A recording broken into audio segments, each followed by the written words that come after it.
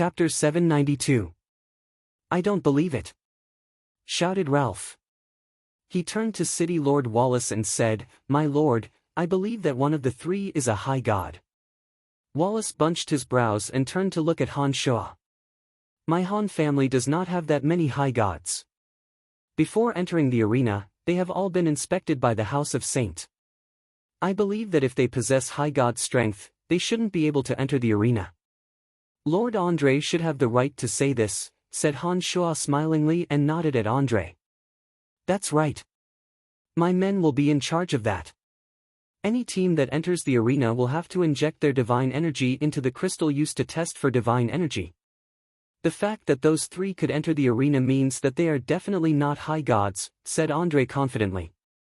As the concentration of divine energy in the body of a high god was different from that of a mid-god, the crystal used to test for divine energy could identify a high god through their divine energy.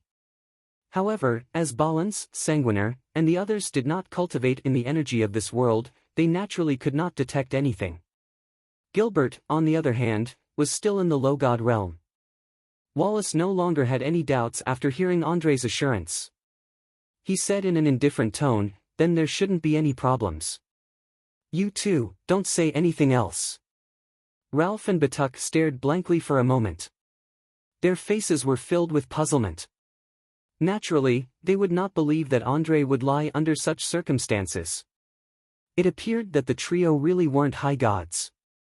However, if they weren't high gods, it would be unbelievable for them to be able to unleash such terrifying energy. After hearing Andre's assurance, the crowd once again turned their gazes to Han Shoa. Their gazes were filled with astonishment and puzzlement. They could not understand why Han Shoa's fifth core divine guards would be so outstanding. While the battle was still ongoing, Balance, Sanguiner, and Gilbert had broken through the layers of defenses of the seventh core and arrived at the arena filled with sparkling divine essences.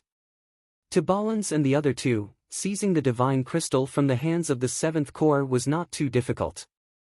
When they charged towards Tuno like a hot knife through butter, it almost meant that the seventh core had lost the ability to resist them. With Balance, Sanguiner, and Gilbert leading the way, the fifth core divine guards behind them formed a very tight defense. They blocked all attacks from the flanks and soon entered the central area protected by the seventh core divine guards. Surround them, shouted Balance in a cold voice. The divine guards at the rear immediately spread out and surrounded the seventh core divine guards. Don't kill them. Balance instructed the divine guards to attack. Soon after, he nodded at Sanguiner and Gilbert. Barnard and the other divine guards were in charge of providing cover. Their attacks rained down from the sky. Balance and the other two took the opportunity to charge into the encirclement. Balance and Sanguiner took the lead. Their killing intent was constantly overflowing from their bodies. The broadsword in Sanguiner's hand that was refined from blood crystals exploded with dazzling blood-red radiance. The blood flow of the seventh core divine guards around them was disrupted, affecting the flow of their divine energy. The broadsword had an amplifying effect on the blood god mantra.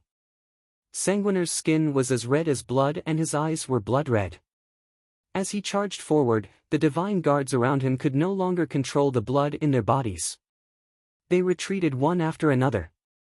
Balance's flying sword glittered with cold radiance. Specks of sword radiance that resembled starlight flashed and disappeared, forcing the divine guards to retreat. As Sanguiner and Balance cultivated in special demonic arts, their bodies gave off a strange and frightening aura.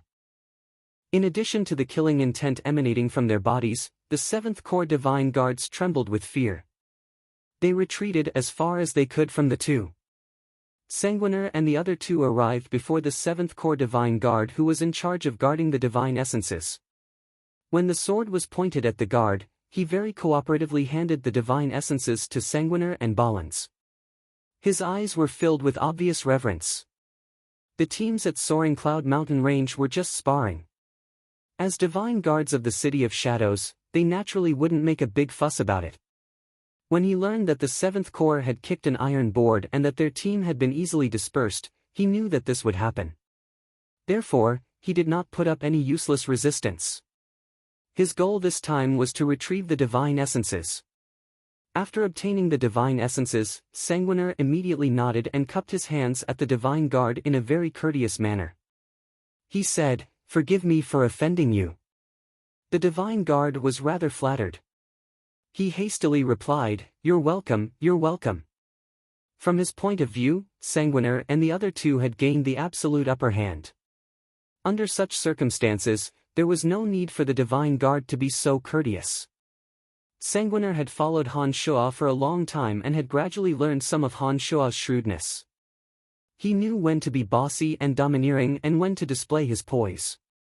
At the moment of victory, his demeanor, which was neither arrogant nor rash, was somewhat reminiscent of Han Shuo.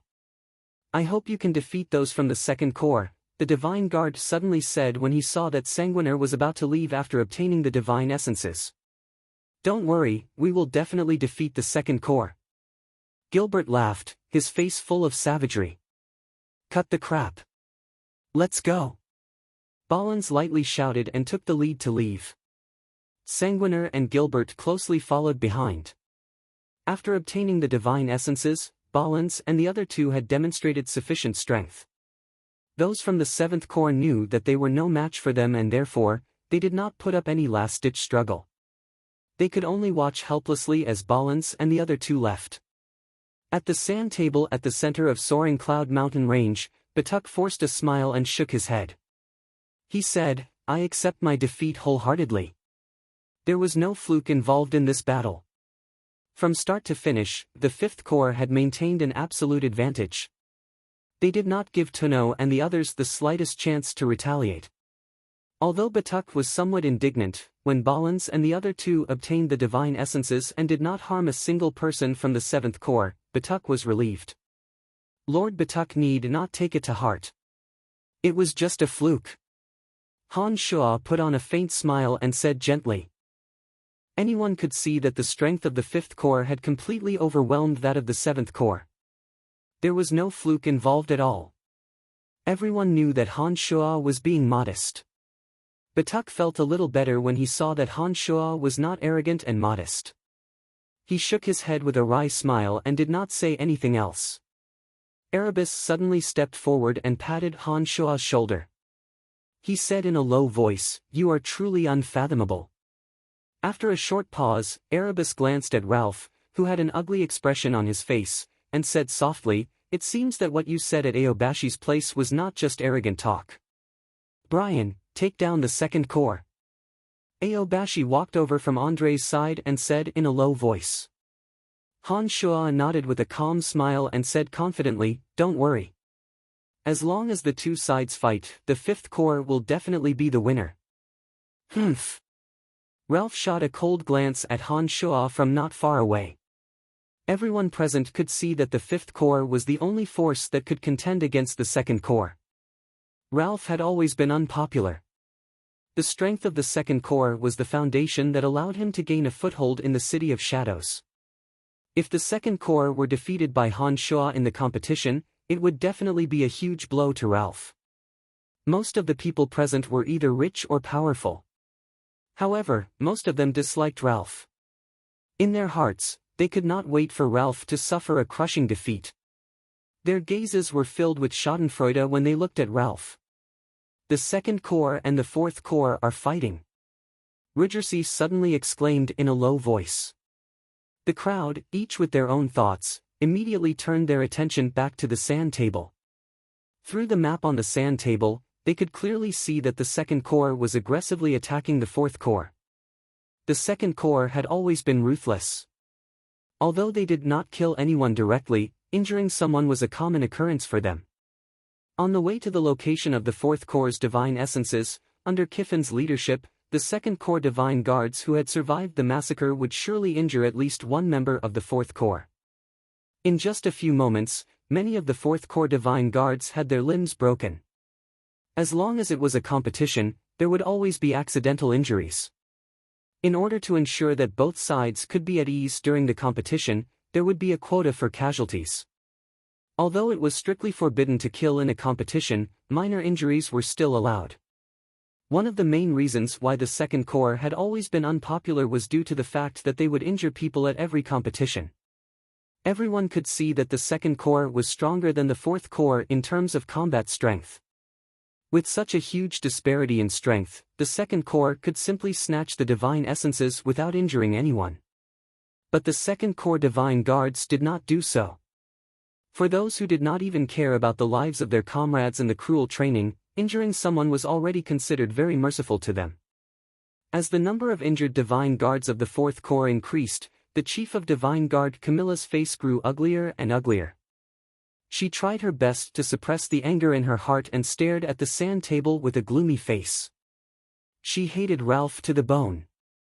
In the same competition, Han Shua's 5th Corps Divine Guards did not injure a single one of Batuk's Divine Guards. Camilla, on the other hand, was feeling even more displeased. Batuk, on the other hand, was secretly rejoicing. It's the same every time. Erebus softly sighed and muttered to himself, there's clearly no need for him to injure people. Once he loses power in the City of Shadows, I'm afraid that everyone will come to kick him when he's down. Erebus' words seemed to imply something.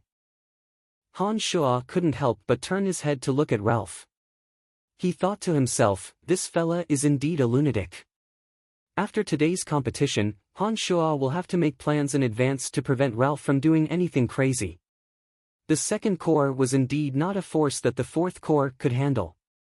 After a dozen or so minutes, after injuring many of the fourth corps divine guards, the second corps had successfully plundered all the divine essences of the fourth corps. After that, the second corps went out of control and plundered the divine essences of Rugersi's 6th corps. Then came Erebus' 3rd corps. Although the 3rd corps was slightly stronger than the 6th and 4th corps, they were still no match for the 2nd corps. After losing a dozen or so divine guards, the 3rd corps was defeated. Rugersi, Camilla, and Erebus wore ugly faces. Their eyes were glistening with killing intent when they looked at Ralph. However, Ralph remained unfazed. It was at this moment that the 5th Corps Divine Guards suddenly accelerated forward. They were charging towards the 2nd Corps from another direction. The eyes of Wallace, Andre, Rugersi, Erebus, and the others suddenly lit up. They turned their attention to the 5th Corps. They were looking forward to the clash between the 5th and 2nd Corps. Chapter 793. In everyone's eyes, only the 5th Corps could contend against the 2nd Corps. Even Aobashi could not deny this. The Divine Guard chiefs of the City of Shadows were well aware of each other's strengths. They all knew how terrifying the 2nd Corps trained by Ralph were. Although Aobashi's 1st Corps had yet to engage in battle with the 2nd Corps, based on the records of past battles and the performance of the 2nd Corps, no one believed that the 1st Corps could defeat the 2nd Corps. Only the performance of the 5th Corps this year had made everyone's eyes light up. They had cleanly broken into the 7th Corps and obtained the divine crystals. Their strength was extraordinary. From the looks of it, only the 5th Corps could truly suppress Ralph's 2nd Corps. With that thought in mind, the crowd's gazes were gathered on the sand table. They were fully focused on the two forces that were about to meet. Han Shua was wearing an indifferent smile on his face. Having been tempered by the 8 Desolation and Torment formation and nurtured by Cauldron Spirit, his divine guards had mastered simple demonic formations that could coordinate with each other. When they were grouped in groups of 2 or 3, they could unleash their full potential. Although the divine guards trained by the 2nd Corps possessed astonishing battle strength, in a real battle, it still depended on the teamwork of the whole team. In this aspect, Han Shua believed that the 5th Corps would surpass the 2nd Corps. In addition, Balans, Sanguiner, and Gilbert possessed extraordinary strength. Sanguiner and Balans, in particular, possessed unique offensive techniques. Han Shua was certain that Sanguiner, Gilbert could play an unimaginable role at a critical moment. The 5th Corps' target was the 2nd Corps. Similarly, after seizing the divine essences from the 4th Corps, Kiffin followed Ralph's instructions and went to the 5th Corps. As the distance between the two forces rapidly shortened, a battle was inevitable. When the two forces were about to meet, Han Shua felt rather uneasy. Through the sand table, the crowd could clearly see the changes in the arena. Han Shua was afraid that Balans and the others would do something irrational and alert Wallace and the others. Ralph was even more nervous than Han Shuo because he had given Kiffin the order to kill the 5th Corps Divine Guards. Under the watchful eyes of so many people, if Kiffin intended to kill someone, there was no way he could escape. However, it was too late. There was nothing that Han Shuo and Ralph could do to change the situation. The battle unavoidably broke out. Kiffin and his 2nd Corps Divine Guards charged forward in an imposing manner. Before they got close, Kiffin coldly shouted, "Charge! No need to be so courteous." The 2nd Corps Divine Guards had seized divine essences from the 4th, 6th, and 3rd Corps. At this moment, their morale was soaring. Every one of them was brimming with murderous intent. They had survived through the cruelest of trials and tribulations. Individually, they were stronger than any other corps of divine guards. It was indeed very imposing for them to charge at Han Shuo with cold faces. Balans gestured with his hand and calmly instructed, "The 2nd Corps cannot be compared to the 7th Corps. Adopt a defensive stance." The divine guards of the 5th Corps who had survived the 8 Desolation and Torment formation had tempered their willpower to become extremely firm. They were not affected by the murderous aura of the 2nd Corps in the slightest. Following Balan's instructions, the divine guards of the 5th Corps immediately spread out and formed a ring. After creating a passageway, they quietly waited for the murderous attackers of the 2nd Corps. "Let them in first." At such a crucial moment, Balans continuously gave precise orders, unlike when he had faced the 7th Bureau, where he had charged in recklessly. All the 5th Corps Divine Guards gazed at the 2nd Corps Divine Guards charging at them with cold eyes. Following Balan's instruction, they once again changed their formation in an orderly fashion. A circular passageway that could only fit 5 or 6 people side by side appeared. Every divine guard was only 2 or 3 meters apart from each other.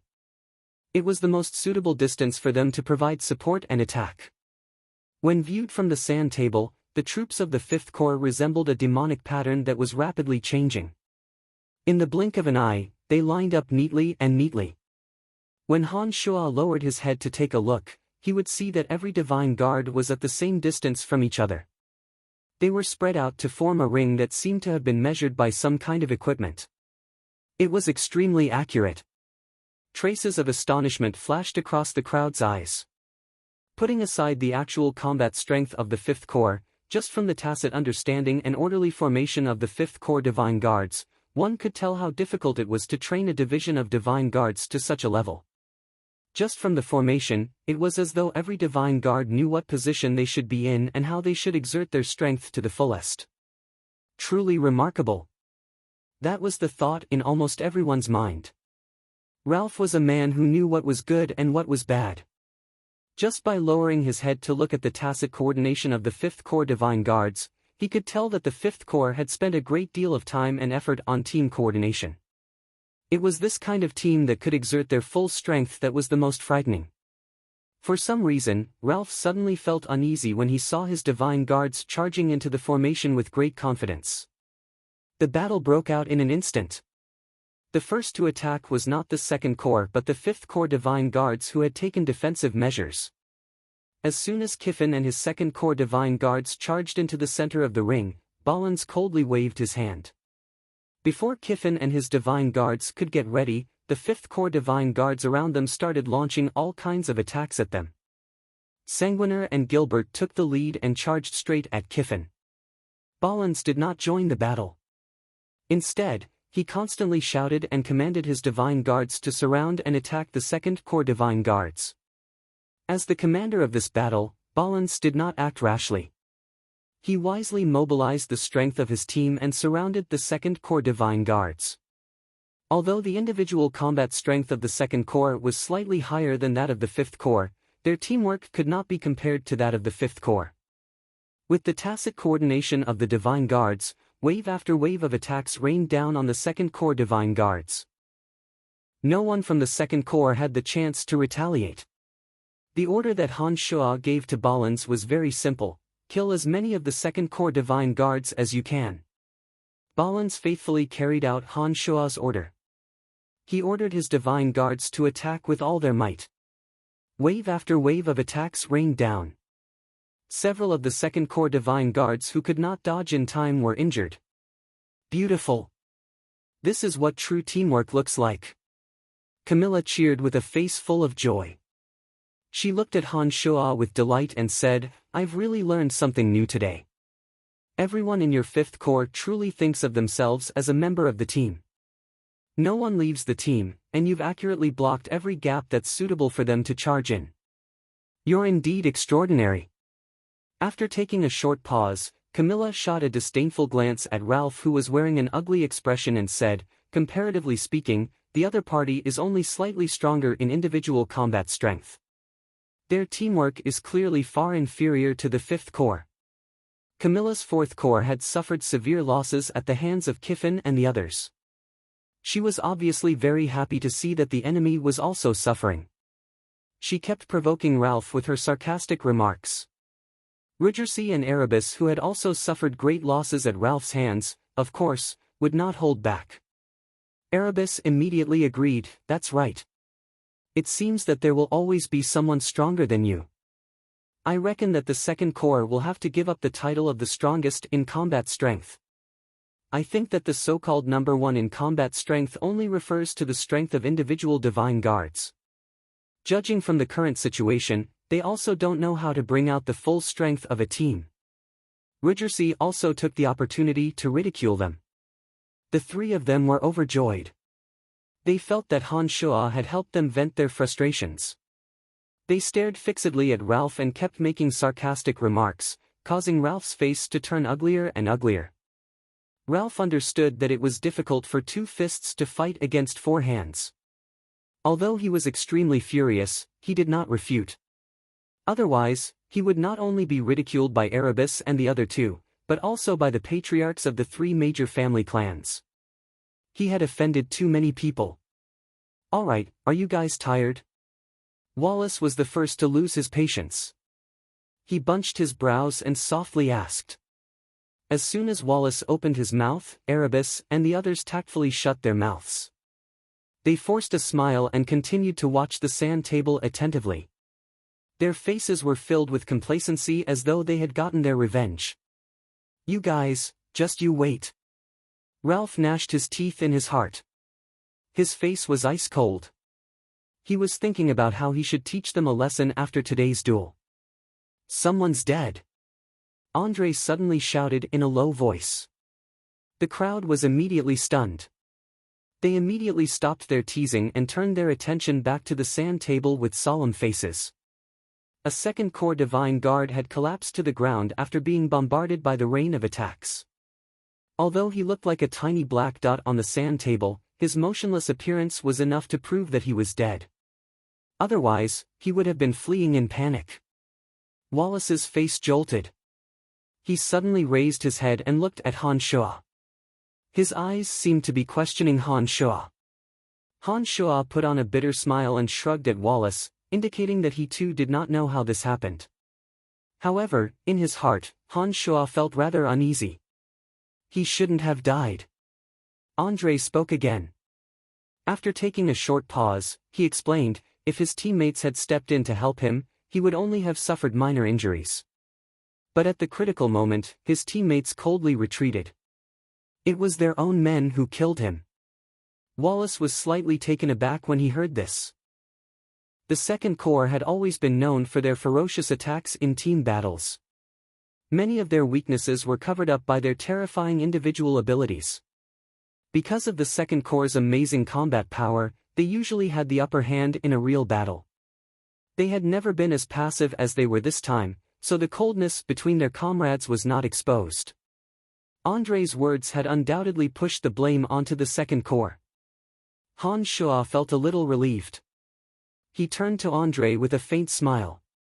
He knew that with Andre's explanation, Wallace would never blame Han Shuo. Another one dead. Batuk cried out in alarm. He raised his head and looked at Ralph. He said, the situation is the same as before. It seems that your men never come to the rescue of their teammates when they are in danger. Is this your so-called team strength? Chapter 794.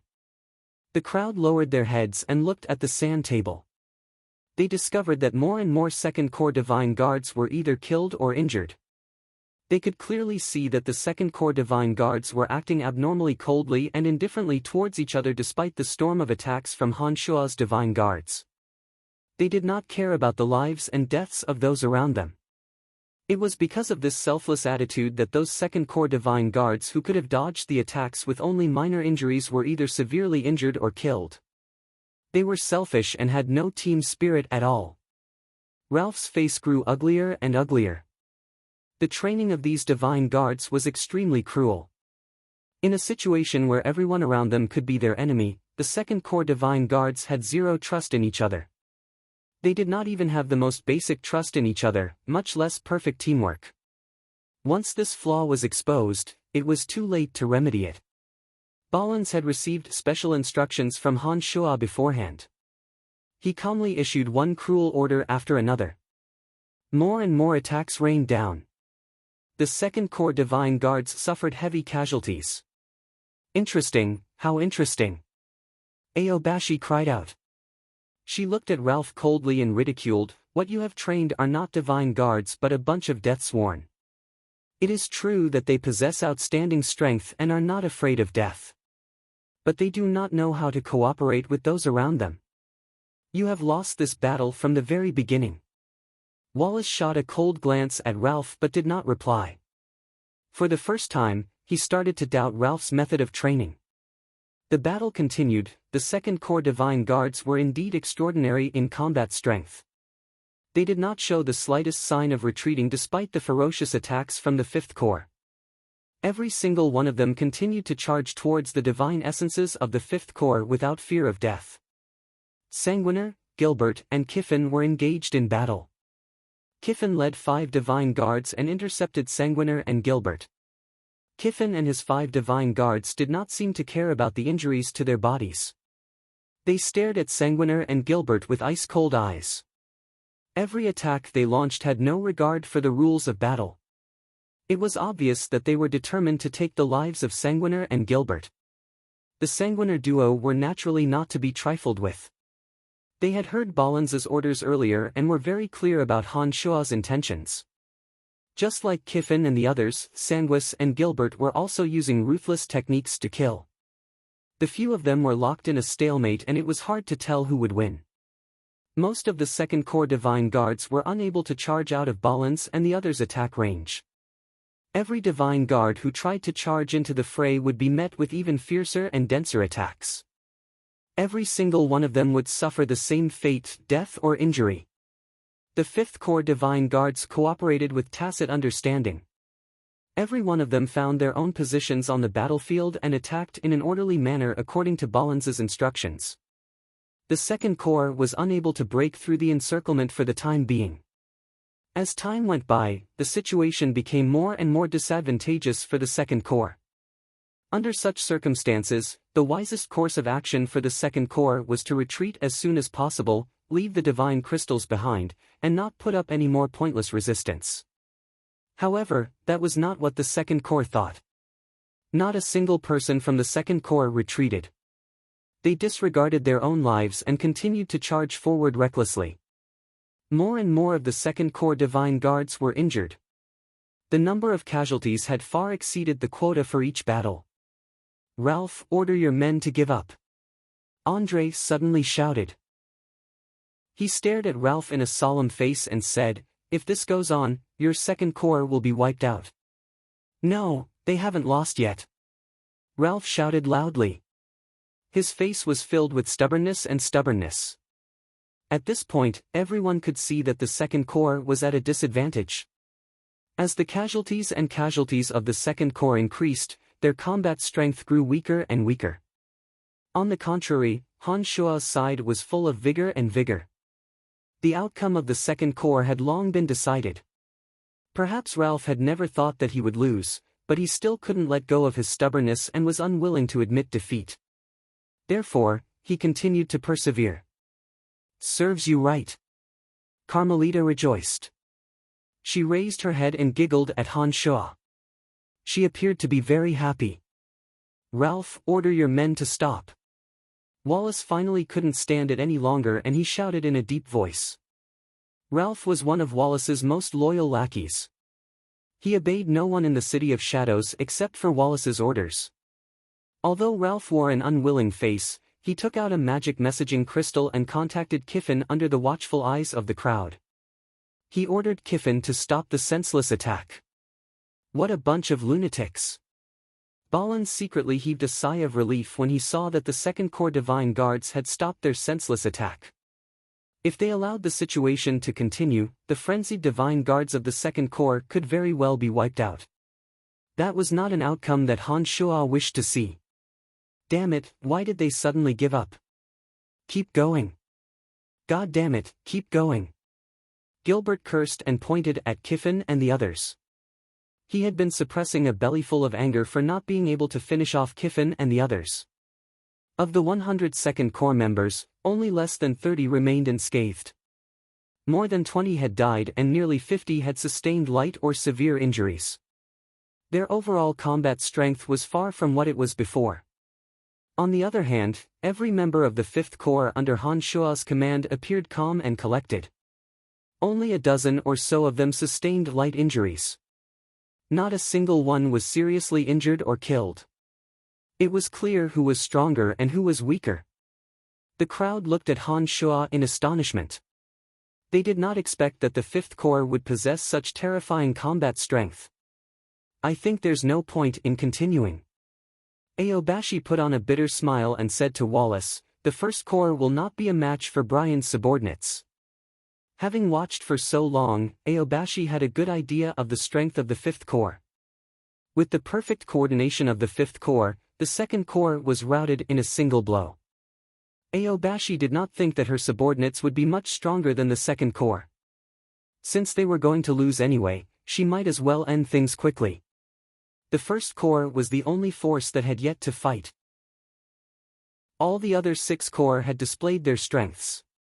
The spectators knew very well how strong they were. Aobashi's words meant that she had given up. With that, it could be said that the 5th Corps had won. The crowd had nothing to say about the strength of the 5th Corps. Now that Aobashi had given up, Wallace nodded and announced in a deep voice, there's no need to continue the fight. The 5th Corps wins. Thank you, thank you. Han Shuo was all smiles as he nodded at the crowd.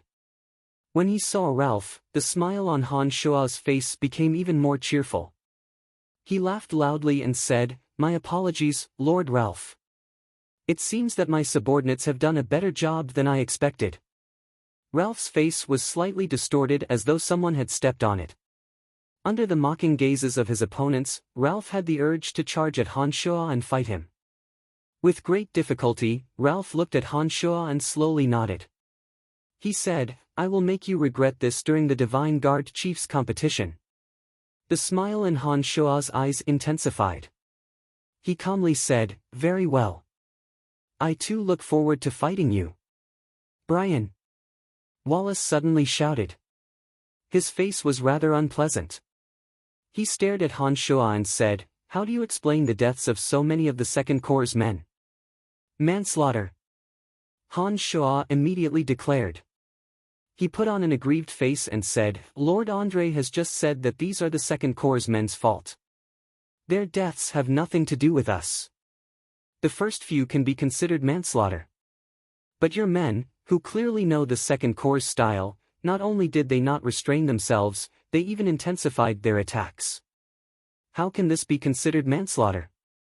Wallace's face turned dark and he shouted in a low voice. That. Han Shuo was speechless. He did not know how to respond. Brother, you can't blame Brian for this. The 2nd Corps' style of doing things is too ruthless. Their men are not afraid of death. If Brian's men weren't more ruthless, they would have mercilessly attacked Brian's men once they broke out of the encirclement. Under such circumstances, they had no choice but to do so. Andre had always disliked Ralph, but he was very considerate of Han Shuo. This time was no exception. He immediately spoke up for Han Shuo.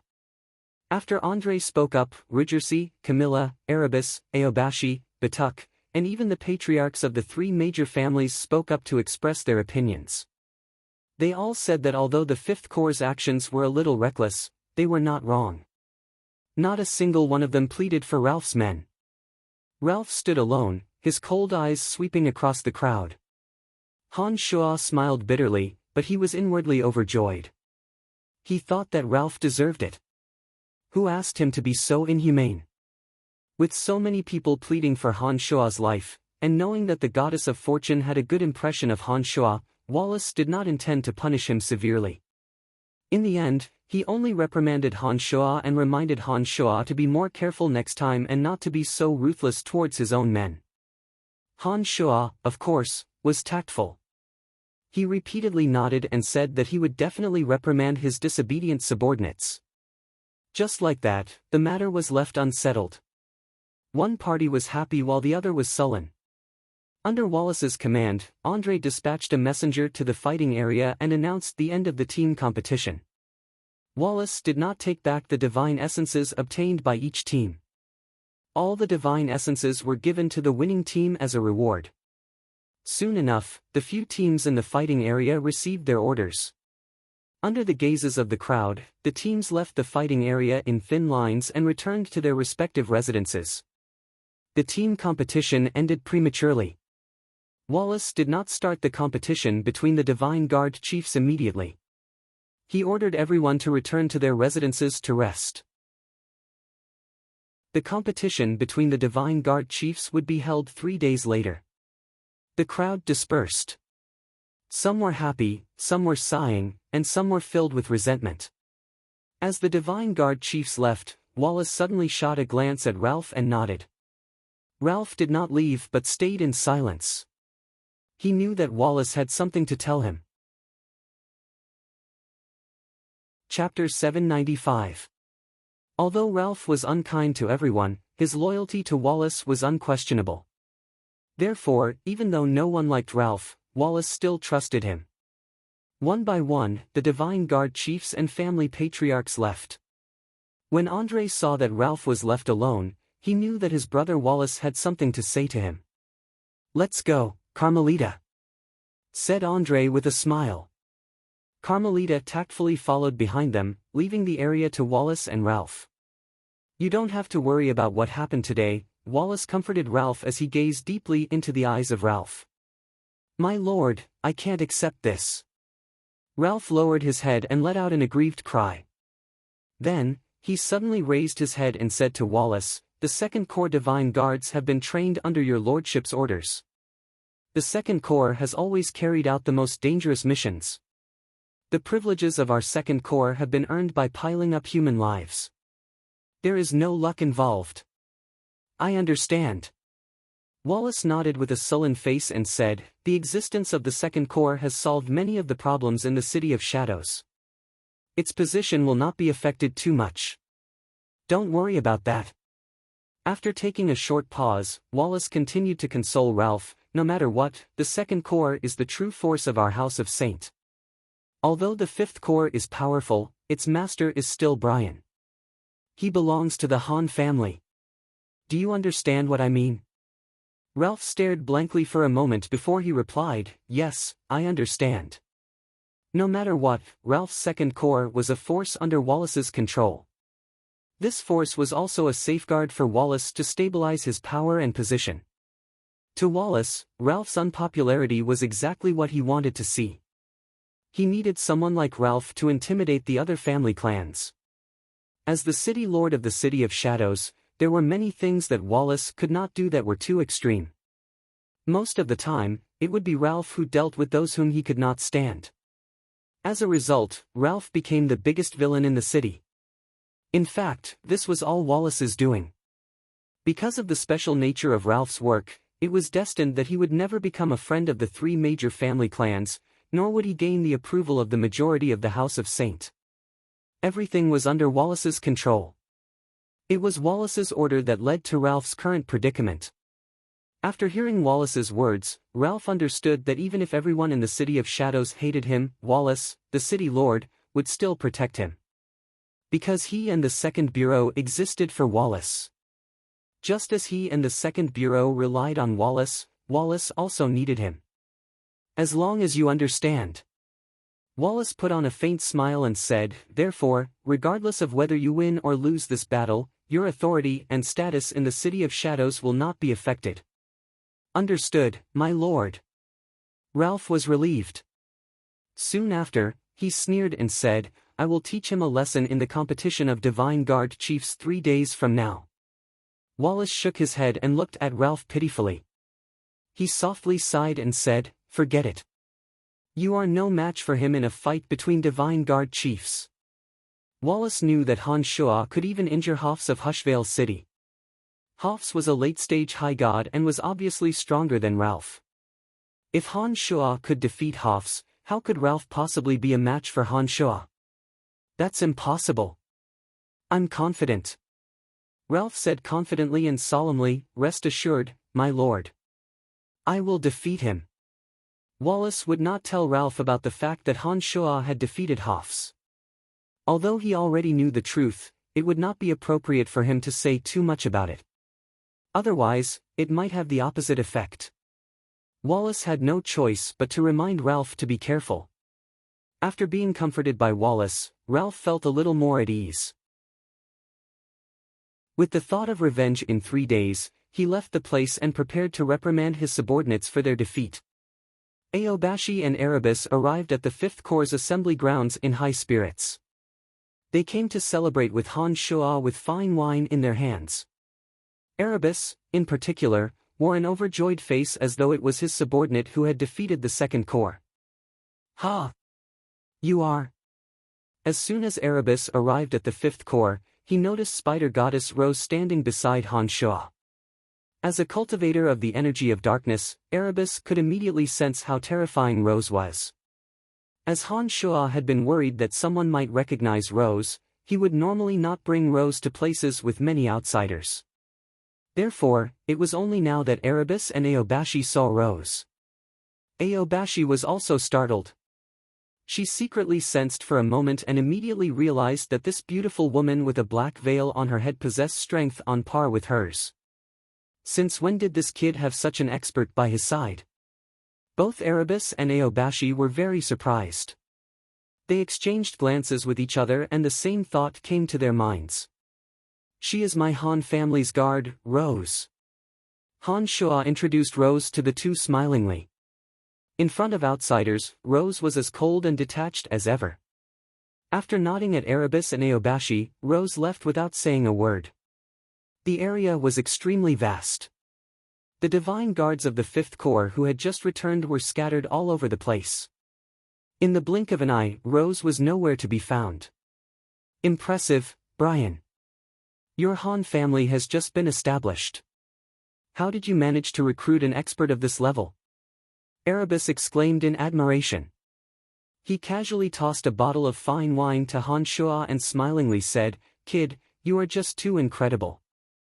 I thought that Ralph's 2nd Corps would always be above everyone's head. I didn't expect that you would be the one to settle it. How long has it been since your 5th Corps was established? I did not expect that you would rise to power so quickly. Brian, you have a bright future ahead of you. Praised Aobashi smilingly. Ha! Isn't this Lord Erebus and Lord Aobashi? I have just arrived today. I heard that Lord Brian has defeated the 2nd Corps and avenged my auntie. Therefore, I have come to express my gratitude to Lord Brian. An elegant voice sounded from afar. Jia of the House of Kinson flew over gracefully. She wore a faint, elegant smile on her pretty face. Han Shua was stunned. He did not expect that this beauty from the House of Kinson would come to express her gratitude. Most of the divine guards of the 4th Corps were injured by Kiffin and his men. When Han Shua and Ralph clashed, Camilla was the one who defended Han Shua the most. She was very grateful to Han Shua's 5th Corps for teaching Kiffin and his men a bloody lesson. Is Lord Brian not welcoming me?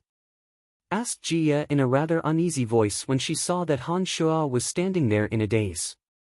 Of course you welcome a beautiful lady.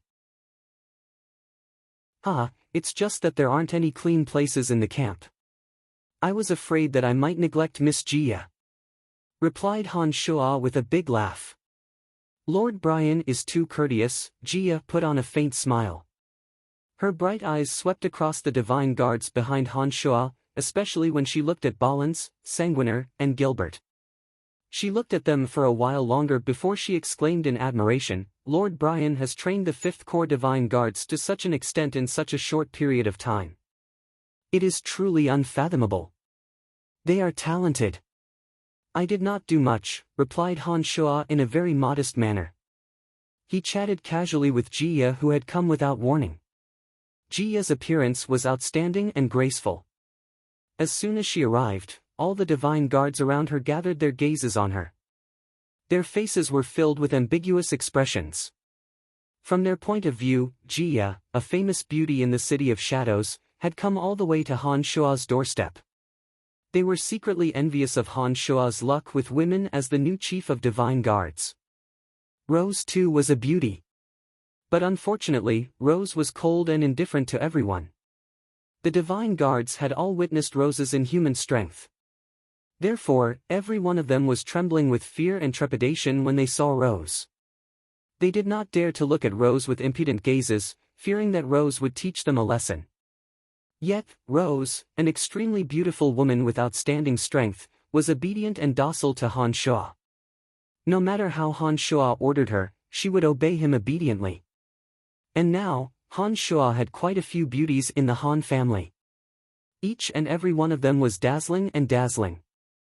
All of them were true beauties that could only be found once in 1,000. To be able to make so many beauties get along harmoniously with each other, and to have more and more beauties come to him of their own volition, it was not something that an ordinary person could do. To these divine guards, although Han Shuo possessed valiant strength, his ability to tame women was even more admirable. He was a man, after all. Their obsessions in certain areas were irrational. They all thought that Han Shuo's methods with women had already reached the acme of perfection. When the divine guards saw that Han Shuo was smiling and chatting cheerfully with Jia in a relaxed and carefree manner, they became more attentive than ever. They secretly memorized every word that Han Shuo said. They were prepared to go back and study Han Shuo's words so that they could improve their skills in this field. After Jia joined the conversation, Han Shuo was no longer as unscrupulous as before. After smiling and feigning civility for a while, Jia took the initiative to leave. Before she left, she repeatedly said that she admired a character like Han Shuo the most. She looked at Han Shuo with a gaze that seemed to be hinting at something. "That chick is interested in you." As soon as Jia left, Erebus, whose face was flushed from drinking, immediately said in a strange smile, "Nonsense.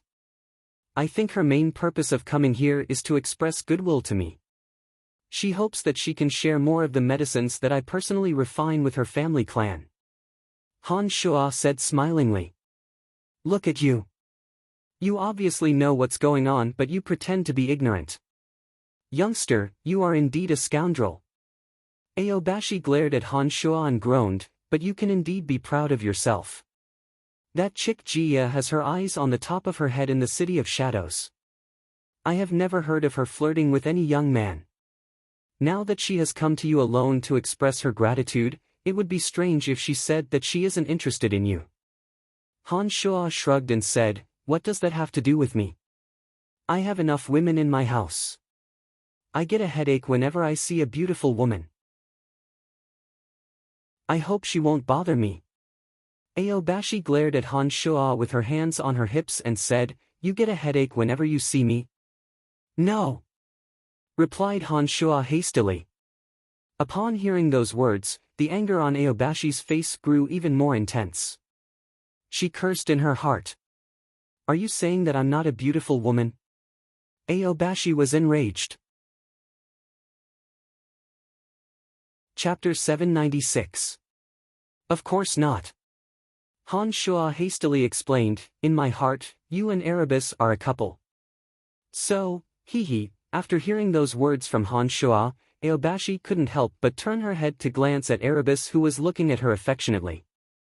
For some unknown reason, Aobashi felt that Erebus was lacking something that attracted her.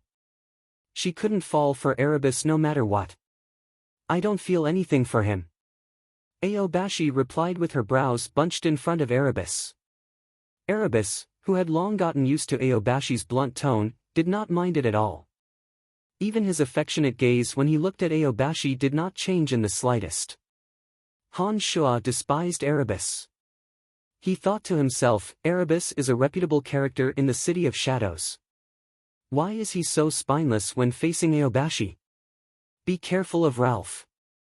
That fella is a vengeful person. But he does have some strength. You must not let your guard down in the Divine Guard competition in 3 days. You must be prepared for Ralph's revenge. Aobashi cautioned Han Shua while avoiding Erebus's affectionate gaze. If Aobashi knew that Han Shua could injure City Lord Hoffs of Hushvale City like Wallace did, she wouldn't have spent so much effort in persuading Han Shua. Instead, she might have started to worry about her own safety. Don't worry, I know what I'm doing, replied Han Shua smilingly as he nodded. Han Shua had a very good impression of Aobashi and Erebus. The two did not hold any prejudice against Han Shua because of their status and identity. On the contrary, they had helped him in many things.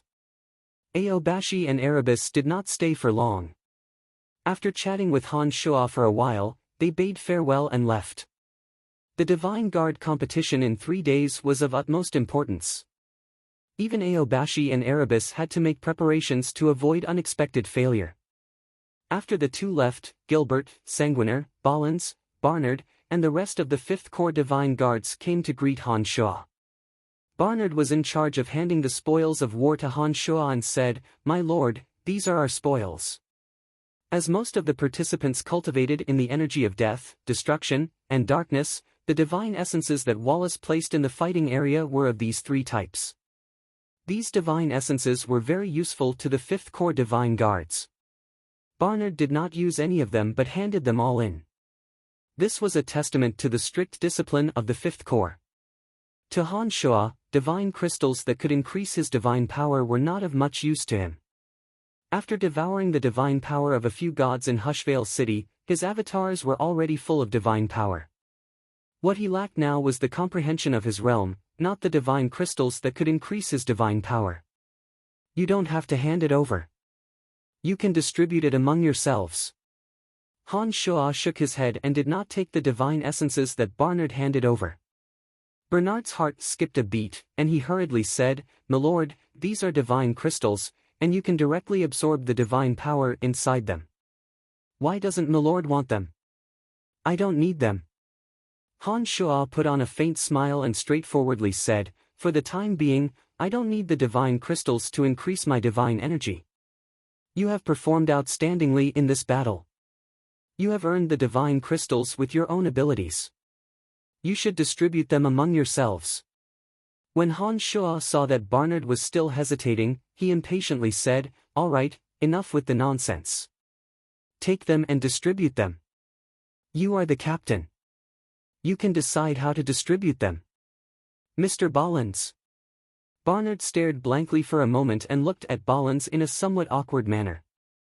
Bollins had played the most crucial role in the battle and Barnard had great trust in him. In addition to the relationship between Bollins and Han Shua, Barnard, who was uncertain about Han Shua's decision, wanted to ask for Han Shua's opinion. "Whatever my senior says," said Bollins arrogantly as he swept a cold glance at Barnard. "Why do you have so much nonsense to say? Master has spoken." "Hurry up and distribute the divine crystals," said Gilbert impatiently when he saw that Barnard was restless. "Yes, yes." Barnard was finally overjoyed. He carried the divine essences in his hand and rushed to the divine guards nearby. He cried out in surprise, "His lordship wants us to divide the divine essences. His lordship wants us to divide the divine essences." Cheers suddenly sounded from the divine guards. The divine guards surrounded Barnard in an instant. Their greedy gazes were focused on the divine crystals in Barnard's hand. From time to time, they would glance at Han Shua with faces full of admiration. When Avery was in charge, all the good stuff from the 5th Corps would be handed to him. He would only distribute the stuff that he doesn't need to his divine guards. explained Balance to Han Shua. He was very familiar with the temperament of the chiefs of divine guards in the City of Shadows. He explained to Han Shua, Senior's way of doing things is inconceivable to them. Everyone knows how precious divine crystals are. Even if Senior doesn't need them, he can always sell them for a large amount of black crystal coins. I'm afraid that none of the chiefs of divine guards in the City of Shadows would do such a thing. Han Shua immediately understood after hearing Balin's explanation. He thought to himself that he had been too generous. Now that the Celestial Pearl Pharmacy was making tens of thousands of gold coins a day, Han Shua did not have much concept of crystal coins. Han Shua, who was used to devouring experts to obtain divine energy, did not need to rely on divine crystals. Therefore, he was so generous. Han Shua did not expect that his generous gesture would win the heartfelt support and gratitude of the divine guards. With just a casual glance, Han Shua could see that the divine guards were becoming more and more respectful and worshipping towards him. At this rate, it wouldn't be long before the Fifth Corps became the Han family's personal guards. That was the outcome that Han Shua wanted to see the most. With a thought, Han Shua suddenly realized that these divine guards were actually very easy to control. All he had to do was make them submit to him wholeheartedly in terms of martial strength and conquer them in terms of personal charisma. All he had to do was give them a few extra benefits and they would submit to him obediently and serve him wholeheartedly. Senior, each and every one of them is very good. In time, they will all become talents who can hold their own. Balance had been with Han Shua for a long time. In addition to his extraordinary experience, he could tell at a glance what Han Shua was thinking. Han Shua put on a faint smile and nodded. Soon after, he looked deeply at Balance and said, "You have to put in more effort." These first batch of divine guards who came out of the 8 Desolation and Torment formation will become the most solid foundation of our Han family. Don't worry, Senior. I will make sure that they will no longer consider themselves divine guards of the Fifth Corps but a part of the Han family. Balance put on a solemn face and guaranteed. Han Shua was very confident in Balance's work. After conversing with Han Shua in a low voice for a while, Han Shua told Balance to look for Phoebe or Han Shua if he needed any crystal coins or medicines. As long as he could get this batch of talents, it would be worth it to invest some crystal coins and medicines. Balance indicated that he understood. Those divine guards had great trust in him. There shouldn't be any problems in leaving this task to Han Shua. Sanguiner unceasingly described the greatness of the broadsword in his hand to Han Shua. He told him how handy the blood-red broadsword refined by Han Shua was and how powerful the amplification effect it had on his blood god mantra. It was obvious that he was very satisfied with the broadsword. The broadsword refined from blood crystals was tailor-made for Sanguiner. It would be strange if he didn't like it. After listening to Sanguiner's excitement, Han Shua gave him a few words of consolation and told him to learn more about the wondrous uses of the broadsword. After that, Han Shua left and went to look for Rose. The misty hot spring area had been forcibly occupied by the divine guards. Several divine guards with wet hair were standing guard at the entrance of the hot spring to prevent any male divine guards from entering. They were especially vigilant against people like Gilbert. "My lord." As soon as the divine guards saw Han Shua, they hastily put on solemn expressions and respectfully saluted Han Shua. "I'm looking for Rose," said Han Shua in an indifferent tone after taking a glance at the divine guards. The divine guards weren't exactly beautiful but they were tall and slender. Their skin was taut and powerful. Due to their long training, they didn't have any excess fat on their bodies. They looked heroic, wild, and charming. "Lady Rose is inside," said one of the divine guards with a sweet smile. Then, as though she had thought of something, she looked at Han Shua with eyes filled with ambiguity. This divine guard was tall and slender. When she stood straight, her eyes were at the level of Han Shua's mouth. Although she didn't have an outstanding appearance, her breasts were extraordinarily large and perky. After taking off her divine armor and changing into a soft robe, her heavy breasts looked as though they were about to burst out of her clothes. As though she sensed Han Shua's gaze, this divine guard suddenly straightened her back. Her twin peaks violently swayed and vibrated in mesmerizing circles. She looked at Han Shuo with a seductive smile and said, "My lord, my name is Rosie." "So big." Han Shuo nodded and said, "Roxy, I'll remember your name." As divine guards, they might lose their lives in the next dangerous mission. There was no guarantee of their safety. It was for this reason that every one of these divine guards was bold and wild. Once they set their eyes on someone, they would not wait around like ordinary women but would take the initiative to attack. From Roxy's point of view, the unfathomably mysterious and terrifyingly powerful Han Shuo was as lofty as a lofty mountain. To her, such an outstanding man was an irresistible attraction. She didn't mind having sex with Han Shuo in the slightest. All she wanted was a moment of pleasure. Therefore, when she noticed that Han Shuo's gaze was lingering on her most prideful breasts, not only did she not feel embarrassed, she even took the initiative to stick out her breasts to attract more of Han Shuo's attention. She hoped that Han Shuo would take a liking to her and give her a good workout. When the divine guards saw that Han Shuo's gaze lingered on Roxy's breasts, they hated that their breasts weren't prominent enough. They had no choice but to expose the most alluring parts of their bodies to Han Shuo, hoping that Han Shuo would notice them. To these divine guards, Han Shuo was their god. A man like Han Shuo was a man that could only be found by chance.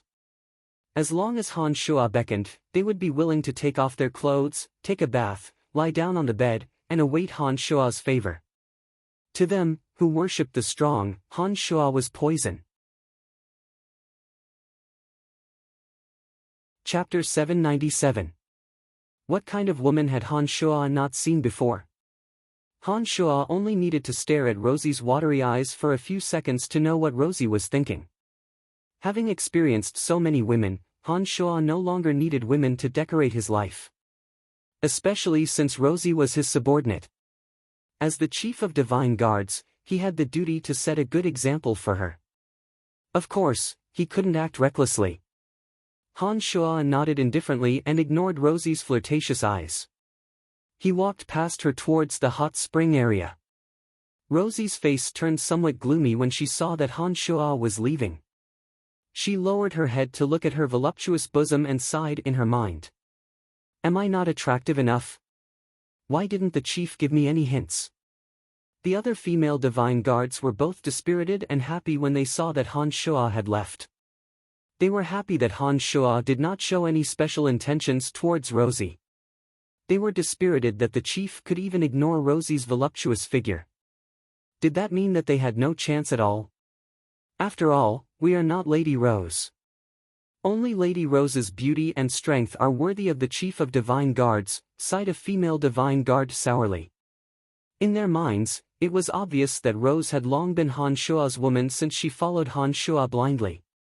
When the female divine guards recalled Rose's extraordinary beauty and terrifying strength, they suddenly felt relieved. They started to sigh, lamenting their innate inadequacies. If I could spend a night with a man like the chief of divine guards, I would die without regrets, said a coquettish female divine guard as she licked her lips. Her face was filled with envy. Isn't Kibo trying to woo you? You are disdainful of him and yet you are willing to humiliate yourself.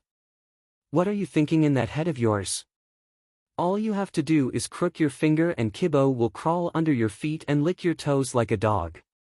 It's not like you lack men, said one of the most unattractive female divine guards. She admired Kibo, but he ignored her. How can someone like Kibo be compared to the chief of divine guards?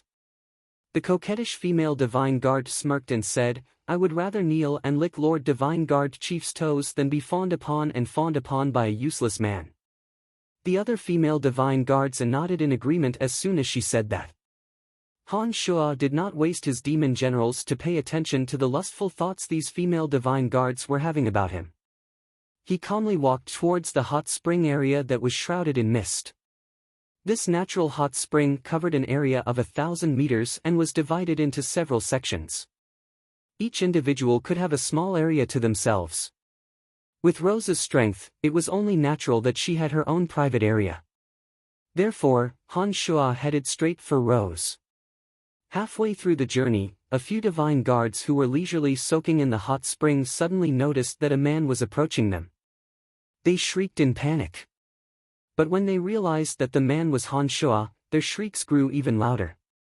However, no matter how much Han Shuo listened to them, he could not feel the slightest bit of fear in their shrieks. There was only excitement. Wherever Han Shuo walked past, the female divine guards who were soaking in the hot spring would feign shyness and cover their private parts.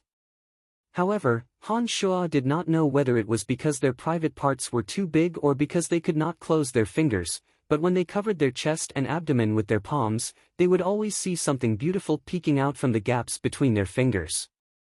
It would be the blush of their twin peaks, or the fragrant grass of their shame. Han Shuo suddenly felt that these female divine guards were like wolves looking at their prey. Han Shuo did not know whether they wanted him to pounce on them or take the initiative to bite them. Han Shuo was startled. Han Shuo rubbed his temples, vexed. He looked straight ahead and walked towards Rose with a straight face. But one of his demon generals was quietly released by him, allowing him to have a panoramic view of the entire hot spring. Damn it, these female divine guards are really coquettish. Han Shuo thought to himself that there was no harm in taking a look. Besides, no one would be able to find out. Therefore, he did not hold back and used a demon general to imprint all the beautiful naked bodies of those female divine guards into his mind. Hypocrites! When Han Shuo finally arrived at the hot spring where Rose was, Rose, who was wearing a loose silk robe and wringing out her wet hair, snorted in displeasure. The female divine guards could not sense the demon general that Han Shuo had released. But Rose, who knew all of Han Shuo's tricks, could sense it. For some unknown reason, when Rose discovered the demon general lurking beside those coquettish female divine guards, she wanted nothing more than to grab the demon general and kill it. She also wanted to rush over and teach those shameless female divine guards a lesson. She knew that the demon general had transmitted every single detail of the hot spring to Han Shuo. Looking at Han Shuo walking towards her while taking advantage of her with the demon general, Rose was furious. Han Shuo immediately realized that Rose had discovered his vile behavior. He looked a little embarrassed. However, Han Shuo did not retract the demon general. He pretended to be oblivious and said to Rose, "I'm here to ask you about the fringe. What do you say? Do you have time? Let's talk. If you don't retract that strange life form, I won't tell you anything even if I die." Rose did not even look at Han Shuo. She was twisting her hair with all her might. Judging from the way she was gnashing her teeth, it was as though she was twisting not her hair but some unscrupulous peeping Tom. Han Shuo could not help but laugh. He had no choice but to retract the demon general and spread his hands to show that he was innocent. He asked again, "Are you satisfied now? Didn't you ask me the last time? Why are you asking me about the fringe again?" Rose immediately lessened her strength in twisting her hair. She suddenly remembered that twisting her hair so hard was not good for the quality of her hair. She hastily flicked her long hair and felt her heart ache. "Nothing. I'm just curious about the fringe and want to know more about it," replied Han Shuo with a smile. Han Shuo did not know that Andre intended to use Carmelita to form a marriage alliance with the Han family. However, he overheard the conversation between Ralph and Wallace. As he had been keeping an eye on Ralph, fearing that he might be up to no good, Han Shuo had placed his most powerful demon general beside Ralph. That demon general did not leave with them when they left the center of Soaring Cloud Mountain Range. Wallace's words echoed in Han Shuo's mind without missing a single word. It was also at that moment that Han Shuo suddenly felt a strong sense of crisis. Just as Wallace had said, no matter what, Ralph was a member of the House of Saint. To be precise, he was Wallace's man. And no matter how powerful Han Shuo was, he was the patriarch of the Han family. At present, it seemed that the Han family and the House of Saint would not have any conflicts because the Han family's existence was far from threatening the House of Saint's position in the City of Shadows. But what about in the future? Everyone could see the astonishing potential of the Han family. The Fifth Corps' performance in the battle was even more eye-catching, especially Balans, Sanguiner, and Gilbert. It was obvious that they were geniuses who would become high gods within a short period of time. In addition to the Celestial Pearl Pharmacy's growing influence in the City of Shadows and even the entire Darkness Dominion, it was only a matter of time before the Han family grew to a level that would give the House of Saint a headache. When that time came, Han Shua's relationship with Wallace and Andre would not be as harmonious as it was now. It might even lead to conflict. The House of Lavers was a good example. As the patriarch of the Han family, Han Shua had to be vigilant in times of peace. Now that he was no longer alone, he couldn't just pull himself away from danger. He had no choice but to plan ahead for the sake of the Han family so that the Han family would not fall into a disadvantageous position one day. And the Fringe was a place that gave Han Shua hope. The Fringe is filled with experts. It does not belong to any of the 12 dominions of Elysium. There are no overgods there. As long as you have sufficient strength, you can do whatever you want in the Fringe. No one can restrain you. The Fringe is a paradise for felons. The most ferocious thugs from the 12 dominions love the Fringe because there are no forces there that can control them. Rose did not understand why Han Shua was so concerned about the Fringe. But she continued to describe the situation in detail to Han Shua. Doesn't belong to any of the 12 dominions, doesn't belong to any of the 12 dominions. Han Shua mumbled to himself. He suddenly raised his head and bunched his brows. Is there really no overgod to govern such a place? The Fringe is located at the border between the Dominion of Space and the Dominion of Destiny. Neither the overgods of space nor the overgods of destiny care much about the conflicts on Elysium. They don't forbid any gods from entering their territories, much less the central region of the Fringe. After taking a short pause, Rose continued, the Fringe is located at the border of the Space Dominion and the Destiny Dominion. Naturally, the other 10 overgods would not risk offending 2 neutral overgods by intervening in the Fringe, especially when the Goddess of Destiny is an agent of the creator deities. Every overgod is a shrewd and cunning individual. Those 2 overgods have always been neutral. Who would dare to offend them? After listening to Rose's analysis, Han Shua inwardly nodded and smilingly said, "Great place, truly a great place. What's so great about it?" Rose rolled her eyes and said, "It's the most chaotic place on Elysium. God hunters roam openly in Elysium. Weaker gods might be killed by the god hunters before they can even enter the Fringe." Rose had suffered greatly in the Fringe and did not have the slightest favorable impression of the place. If it weren't for Han Shua insisting on going, Rose wouldn't have set foot in the Fringe for another 1,000 or even 10,000 years. The Fringe was truly a taboo to her. The more Rose feared the Fringe, the more excited Han Shua became. He had never been one to shy away from challenges, especially after hearing Rose repeatedly emphasize the uniqueness of the Fringe. Han Shua was filled with great interest.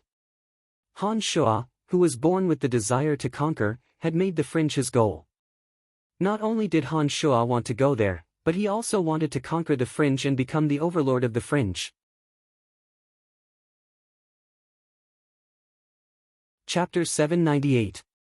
After a round of detailed discussion, Han Shua obtained the information he wanted from Rose. He made the Fringe his main target in the future.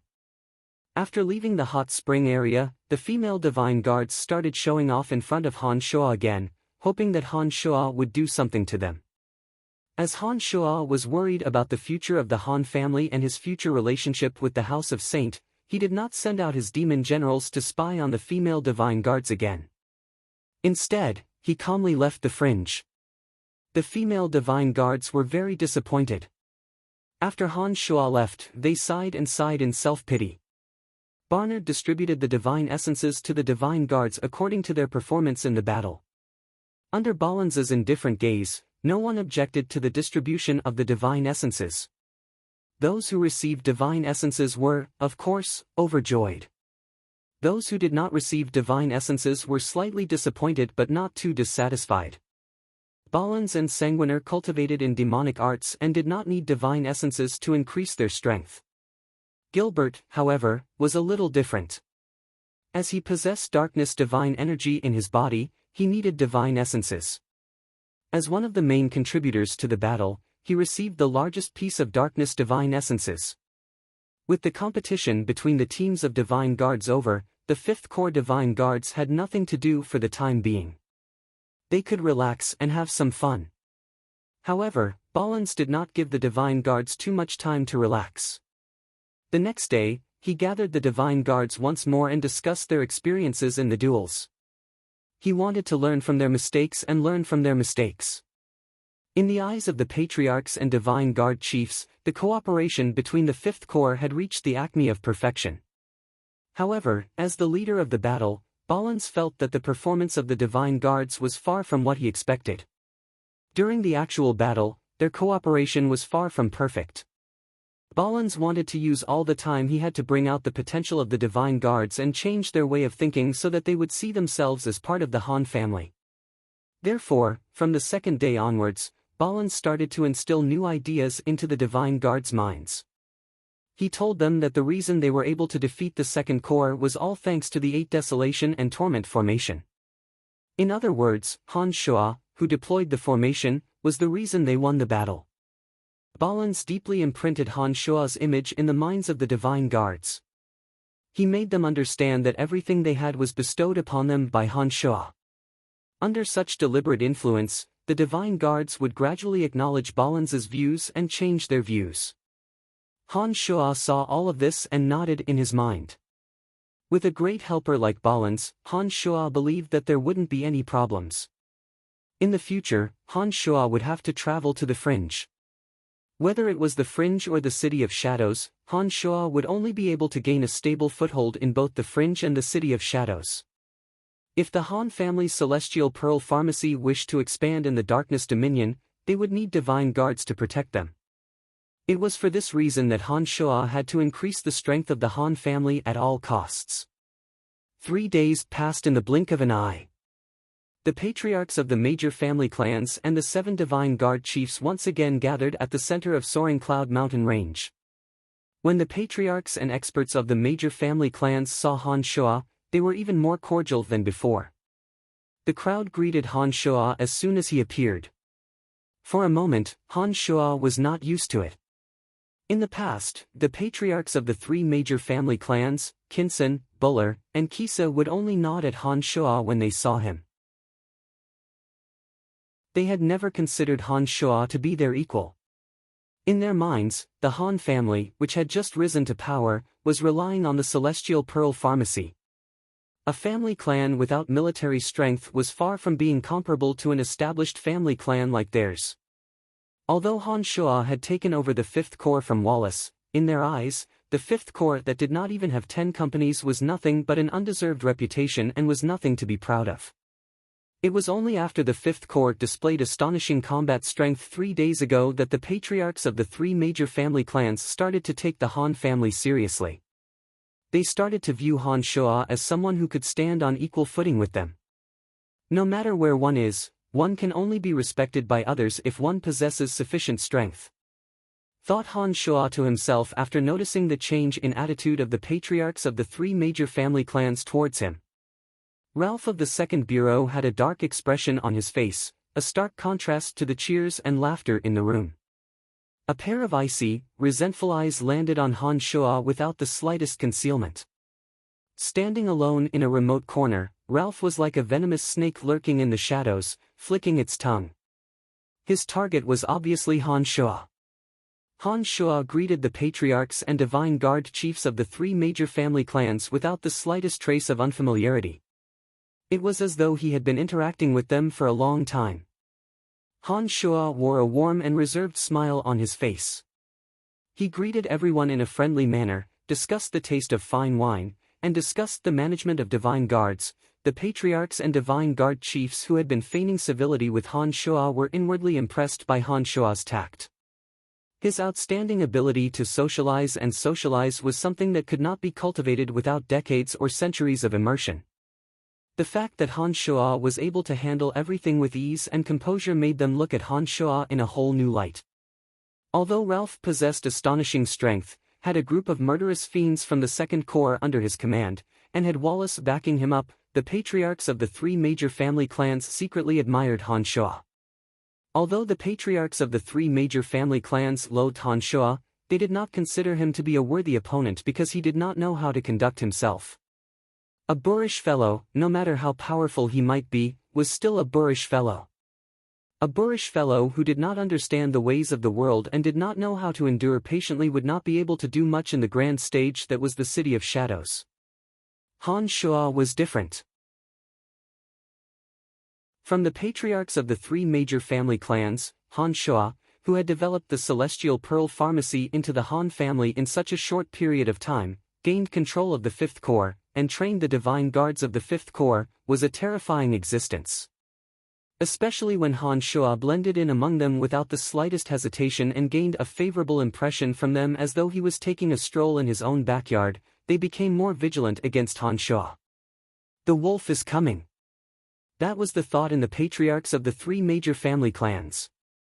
Although the City of Shadows had a complicated power structure, the most powerful forces were still the few major family clans. The City of Shadows was only so large and most of the resources were in the hands of these few major family clans.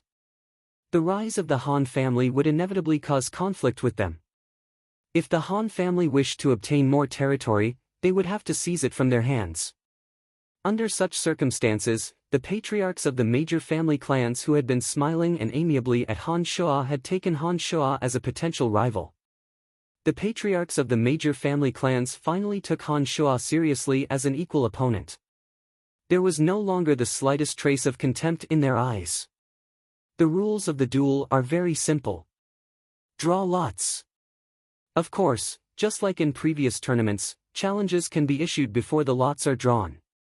As long as the challenged is willing to accept the challenge, the two can skip the first round of drawing lots and fight directly. Wallace looked around with his ferocious eyes and announced in a low voice. The reason why there was a challenge rule was so that the loser could take revenge. Although the City of Shadows forbade private duels, it did not forbid such challenges. As long as both parties agreed to it, and with a witness, the challenge could proceed. As soon as Wallace finished those words, Ralph, who had been as silent as an ice-cold rock, suddenly walked out from his corner. He first looked at Han Shuo coldly before he said to Wallace, "I challenge the Chief of Fifth Corps, Brian." Upon finishing those words, Ralph looked at Han Shuo in a cold and provocative smile and said, "Lord Brian, do you dare to accept the challenge?" Han Shuo had long anticipated that Ralph would make such a move. Ralph was a vengeful person. After suffering a loss in the team duel, he would surely not let go of this opportunity. Otherwise, Han Shuo's influence in the City of Shadows would surely decline. Why not? Han Shuo put on a faint smile, bowed at Wallace, and said, "I accept his challenge." Good. The two of you will wait. The other 5 will draw lots. Those who draw a blank will wait for the next round. Wallace nodded and looked at Ralph with pity in his eyes. How could Ralph possibly defeat someone who could injure Hoffs of Hushvale City? Ralph, of course, had no idea what was going through Wallace's mind. As soon as Han Shuo accepted the challenge, Ralph put on a cold smile and said, "Very well, let's see if you, the Chief of Fifth Corps, have the strength to take that position." Han Shuo shrugged. He was much calmer than Ralph and ignored him. He turned to Erebus and Aobashi beside him and teased, "You two, don't draw the same lot. If my opponent is her, I will surrender." Erebus put on a mischievous smile. He did not feel that it was inappropriate to admit defeat to Aobashi at all. "Erebus, this is how you make me uncomfortable. Who told you to give in to me? Do what I tell you to do. Don't you have any backbone?" Aobashi did not appreciate Erebus' kindness at all. She cursed at Erebus. Erebus forced a smile and said, "I like it." Han Shuo was speechless. He thought, it's no wonder Aobashi doesn't like Erebus. A strong woman like Aobashi needs a stronger man to conquer her. To Aobashi, a man like Erebus who follows her every order is tasteless. Therefore, even though Aobashi knows that Erebus is obedient to her, she did not show any disrespect. If you were like Brian, I might have become your follower, said Aobashi angrily as she glared at Erebus. Upon hearing those words, Erebus was astounded. He raised his head and looked at Han Shuo. Han Shuo was also at a loss. He raised his hand and hastily said, "Don't overthink things. Aobashi and I are clean."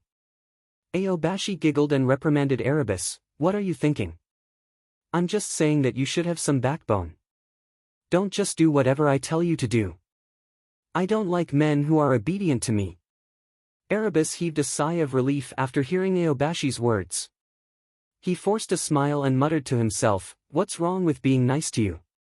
Women are really..." Han Shuo looked at Aobashi. He suddenly felt that the way Aobashi was looking at him was a little strange. His heart skipped a beat. He thought to himself, "She can't be interested in me, can she?" Han Shuo was shocked when he thought of that. He looked at Aobashi with a strange gaze.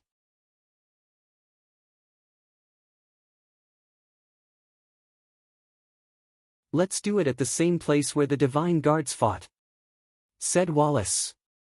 He turned to Han Shuo and Ralph and said, "If there are no questions, the two of you may go. Andre will go with you." Upon finishing those words, Wallace raised his voice and let out a shrill whistle. Upon hearing Wallace's shout, Andre, who was not present at the scene, immediately ordered the Divine Guards of the House of Saint to nod at Wallace from a distance. He even gestured to Wallace to indicate that there were no problems.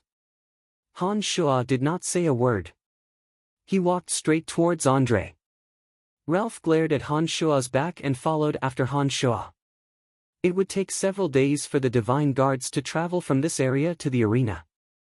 Naturally, Han Shuo and Ralph, who possessed high god strengths, wouldn't need that much time to travel at top speed. Under Andre's lead, it only took them a few hours to arrive at the arena. To these high gods who had cultivated for several years, a few hours was nothing. Andre paid no attention to Ralph throughout the journey. He only chatted and laughed with Han Shuo. From Andre's point of view, the outcome of the battle had been decided from the very beginning. Andre, who disliked Ralph, was already being very gentlemanly by not making a few sarcastic remarks. There were energy towers in the arena that formed a powerful defensive boundary. Those fighting in the arena would not have to worry about the shockwaves from the battle. Most importantly, Wallace and the patriarchs of the three major family clans could clearly see the situation on the other side of the arena through the sand table and truly understand the strengths of the Divine Guard chiefs. Andre led Han Shuo and Ralph to the arena and gestured for them to enter. After Han Shuo entered the arena, Andre reminded Han Shuo, "Minor injuries are not a problem, but do not kill or seriously injure them. My elder brother does not wish for the Divine Guard chiefs to be unable to continue serving the City of Shadows." "Lord Andre, what do you mean by this?" Ralph, who was about to enter the arena, put on a cold face and shouted in a deep voice. Andre shot a glance at Ralph, smiled, shook his head, and said nothing. In the end, he said to Han Shuo, "Have mercy." Upon finishing those words, Ralph stepped aside and loudly instructed his Divine Guards, "The battlefield has been cleared. Disperse. No one is to enter." Ralph had a belly full of resentment, but he did not know who to vent it on.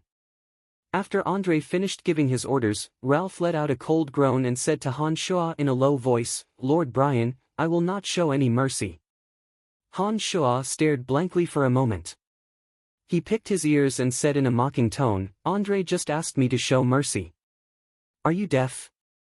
Did you not hear him? Hee, don't show mercy. If you do, I fear that I will not be able to control myself and kill you. Let's fight." When Ralph realized that he was no match for Han Shuo in a war of words, he wasted no more time and charged into the arena. As soon as Han Shuo entered the arena, Wallace, the patriarchs of the three major family clans, and a few other Divine Guard chiefs who did not participate in the battle turned their attention to the sand table at the center. Wallace seemed to have done something, but the two black dots on the sand table were suddenly enlarged. The figures of Han Shuo and Ralph gradually became clearer. "It will be very interesting if Ralph loses this battle," remarked Camilla in a low voice. I wonder if Brian can win. Ha, he is always so unbelievable. Gia, who was standing beside Camilla, put on an expectant smile. Caspar, the patriarch of the House of Kinson, looked at his daughter Gia in astonishment. He had been rather puzzled when he learned that Gia had gone to the Fifth Corps 2 days ago. Caspar, who was adept at reading people's expressions, felt that his daughter seemed to be treating Han Shua differently. Now that he heard Gia's words, a thought suddenly popped into his mind. Gia, are you interested in that youngster? Caspar put on a stern face and asked in a low voice. As a father, Caspar did not need to hide anything from Gia. He asked her anything. Gia was obviously startled. She raised her head and looked at Caspar. She immediately replied in a flustered manner, "Of course not. Father, don't let your imagination run wild." As expected. How could Caspar not understand his daughter's thoughts? His daughter, who had always remained calm and unwavering even in the face of great pressure, seemed rather flustered this time around. There must be something fishy going on. That youngster is said to be a womanizer. You must be careful. Caspar softly warned his daughter. Then, he continued in a gentle voice, "But if you are willing and have made up your mind, I will not stop you." Gia was stunned. She stared at Caspar in disbelief. This father of hers was not at all open-minded. Most of the young men who had admired her over the years had been chased away by him. Why was he suddenly not objecting this time? Moreover, he clearly knew that youngster was a womanizer. Why did he say that he would not stop him? Just as Gia was pondering with doubts, Camilla suddenly exclaimed, "Why can't I see anything?" Gia was startled again. She was worried for Han Shua for no reason. At this moment, she could not be bothered to let her imagination run wild. She hastily looked at the scene in the sand table. Everything in the sand table was the same as before. There was a cloud of white mist drifting over from an unknown place. It happened to block the area where Han Shua and Ralph were fighting. The group of people, who had been filled with anticipation, scratched their ears and cheeks in anxiety. They had no idea what was happening inside. Looking at the sand table, they could see dust and debris flying in the mist from time to time. It was obvious that an earth-shattering battle was taking place inside. "Castellan, why did the mist suddenly appear?" Caspar hastily asked. Wallace was also baffled. He took out a magic mirror and asked Andre, "What's going on? Didn't you clean up that area? Why did there suddenly appear a cloud of mist at such a crucial moment?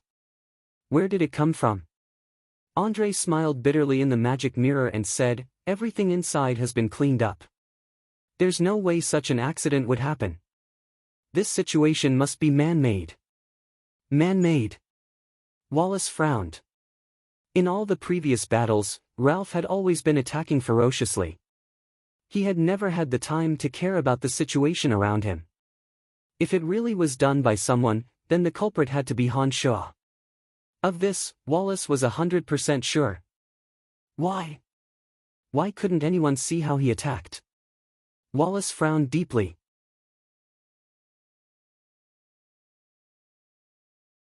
Chapter 800. Of course, Han Shua had his reasons for doing so. To defeat Ralph, his main strength was demonic arts. He would have to use his 17 flying swords. However, if Han Shua were to use his trump card in front of so many people, the patriarchs of the other 3 major family clans and the Divine Guard chiefs in the City of Shadows would be able to immediately connect the dots to what happened in Hushvale City. Those people might not be able to keep their mouths shut. As long as someone were to spread the news, Hoffs of Hushvale City would surely come after Han Shua and the Han family at all costs. Obviously, this was not what Han Shua wanted to see. He took out a banner of hallucination. Layers of mist spread out and formed a large cloud that blocked everyone's vision. Wallace and the others couldn't see what was going on inside the cloud. At the center of the banner of hallucination, Ralph was firmly suppressed by Han Shua. There was no room for him to retaliate. It was only at this moment that Ralph realized how wrong he had been. Before entering the fighting area, he had fantasized about defeating Han Shuo here and now. But now that the fight had begun, before Ralph could even see the situation clearly, he was entangled by beams of dazzling light. Under the light and shadows of the banner of hallucination, Ralph did not even know that the beams of dazzling light were the 17 flying swords released by Han Shuo. Ralph's domain of divinity was also firmly suppressed. All of his tricks seemed so futile in the face of such an unparalleled force. In the Avicii hell, Ralph felt as though he was a small boat in a raging torrent that could be swallowed at any moment. Despicable. Ralph couldn't help but curse in his mind when he recalled Han Shuo's performance in the City of Shadows and saw the terrifying strength that Han Shuo had displayed. An expert who could firmly suppress him without giving him the slightest chance to retaliate had resorted to a sneak attack right from the start. How despicable. It was like a burly man beating up a child and kicking the child from behind. That was how Ralph felt. Beams of dazzling light flashed in front of him like an invisible net. A domineering energy that he had never felt before swarmed towards Ralph from all directions. Strong corrosive toxins and cold air flowed towards him, wearing down the divine energy in his body. His resistance became weaker and weaker. Ralph felt extremely aggrieved. He could not see Han Shuo's face in the Avicii hell. He was trapped by the space formed by the 17 flying swords. There was no way he could break out of this confinement. All he could do was exhaust the divine power in his body to resist. And the ending seemed to have been decided from the beginning. Ralph knew that he had lost, and it was a crushing defeat. Inside the sand table at the center of the Flying Cloud mountain range, Wallace and the others no longer lowered their heads to look at the sand table. Instead, they were whispering to each other and discussing the real situation in the arena. In the most crucial region of the sand table, there was a cloud of mist that did not show any signs of dissipating. At this point, anyone could tell that the cloud of mist was man-made.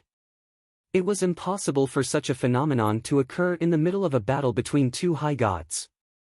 The crowd looked at each other. Aobashi and Erebus exchanged glances. They were rather worried. City Lord, what is Ralph trying to do? He must have deliberately created a cloud of mist to do something despicable to Brian, said Ridgersea furiously. Wallace took a glance at Ridgersea and said indifferently, who says that it must be Ralph's doing? If it's not him, who else could it be? Brian? Ridgersea shook his head and said, given Ralph's strength, only someone with slightly greater strength would have the leisure to create such a cloud of mist. Who else could it be if not him? Although there were so many people in the arena, other than Wallace, the others shared the same thought as Ridgersea. They assumed that the cloud of mist that obscured their vision came from Ralph. Aobashi and Erebus bunched their brows.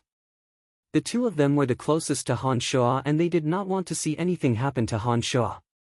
After hesitating for a moment, Aobashi said, the battle between Divine Guard chiefs is just a competition. It's not a fight to the death. Could it be that Ralph is doing this because he hates Brian for his victory 3 days ago? Let's keep watching, said Wallace coldly. He suddenly felt rather irritated. The crowd was stunned.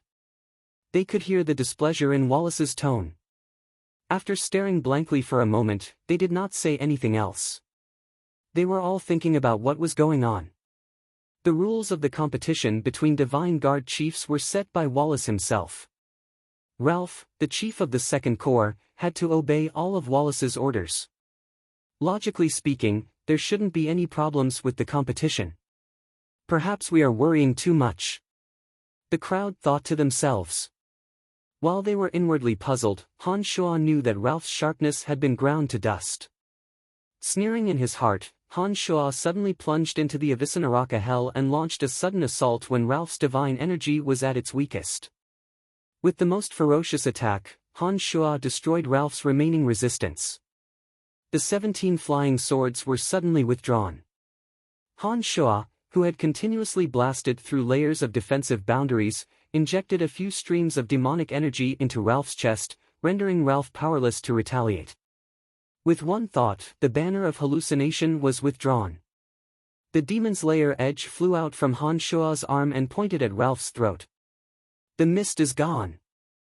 cried Camilla in surprise. The crowd's gazes were immediately gathered on the sand table.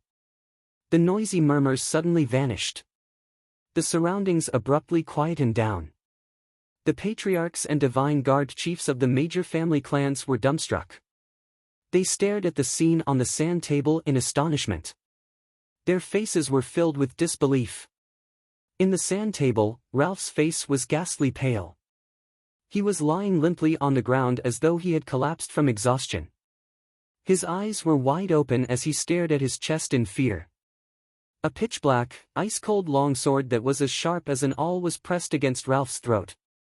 Even though they were looking at it through the sand table, they had no doubt that Ralph would die on the spot if the oddly shaped longsword were to be pushed forward.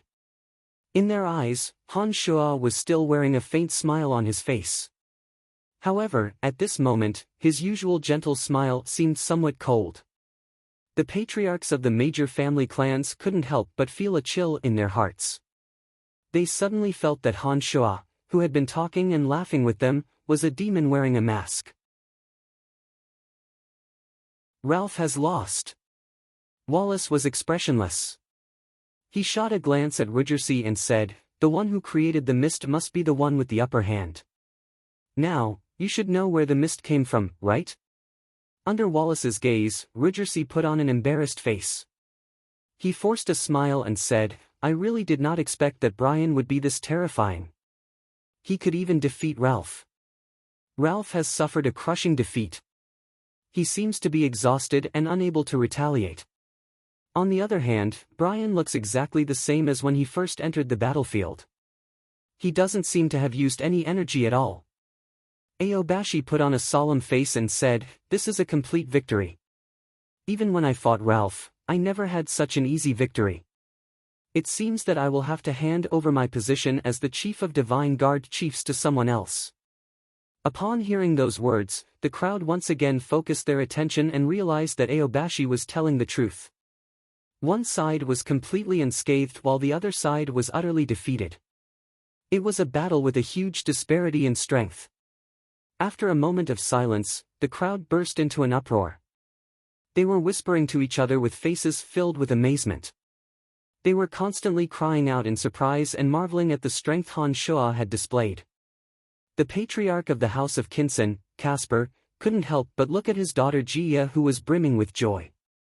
He suddenly felt that it would be a great deal to trade his daughter's happiness for such a son-in-law. With that thought in mind, Caspar secretly decided that he would have a good discussion with his wife when he returned to the House of Kinsen. He wanted her to persuade his daughter to act as soon as possible.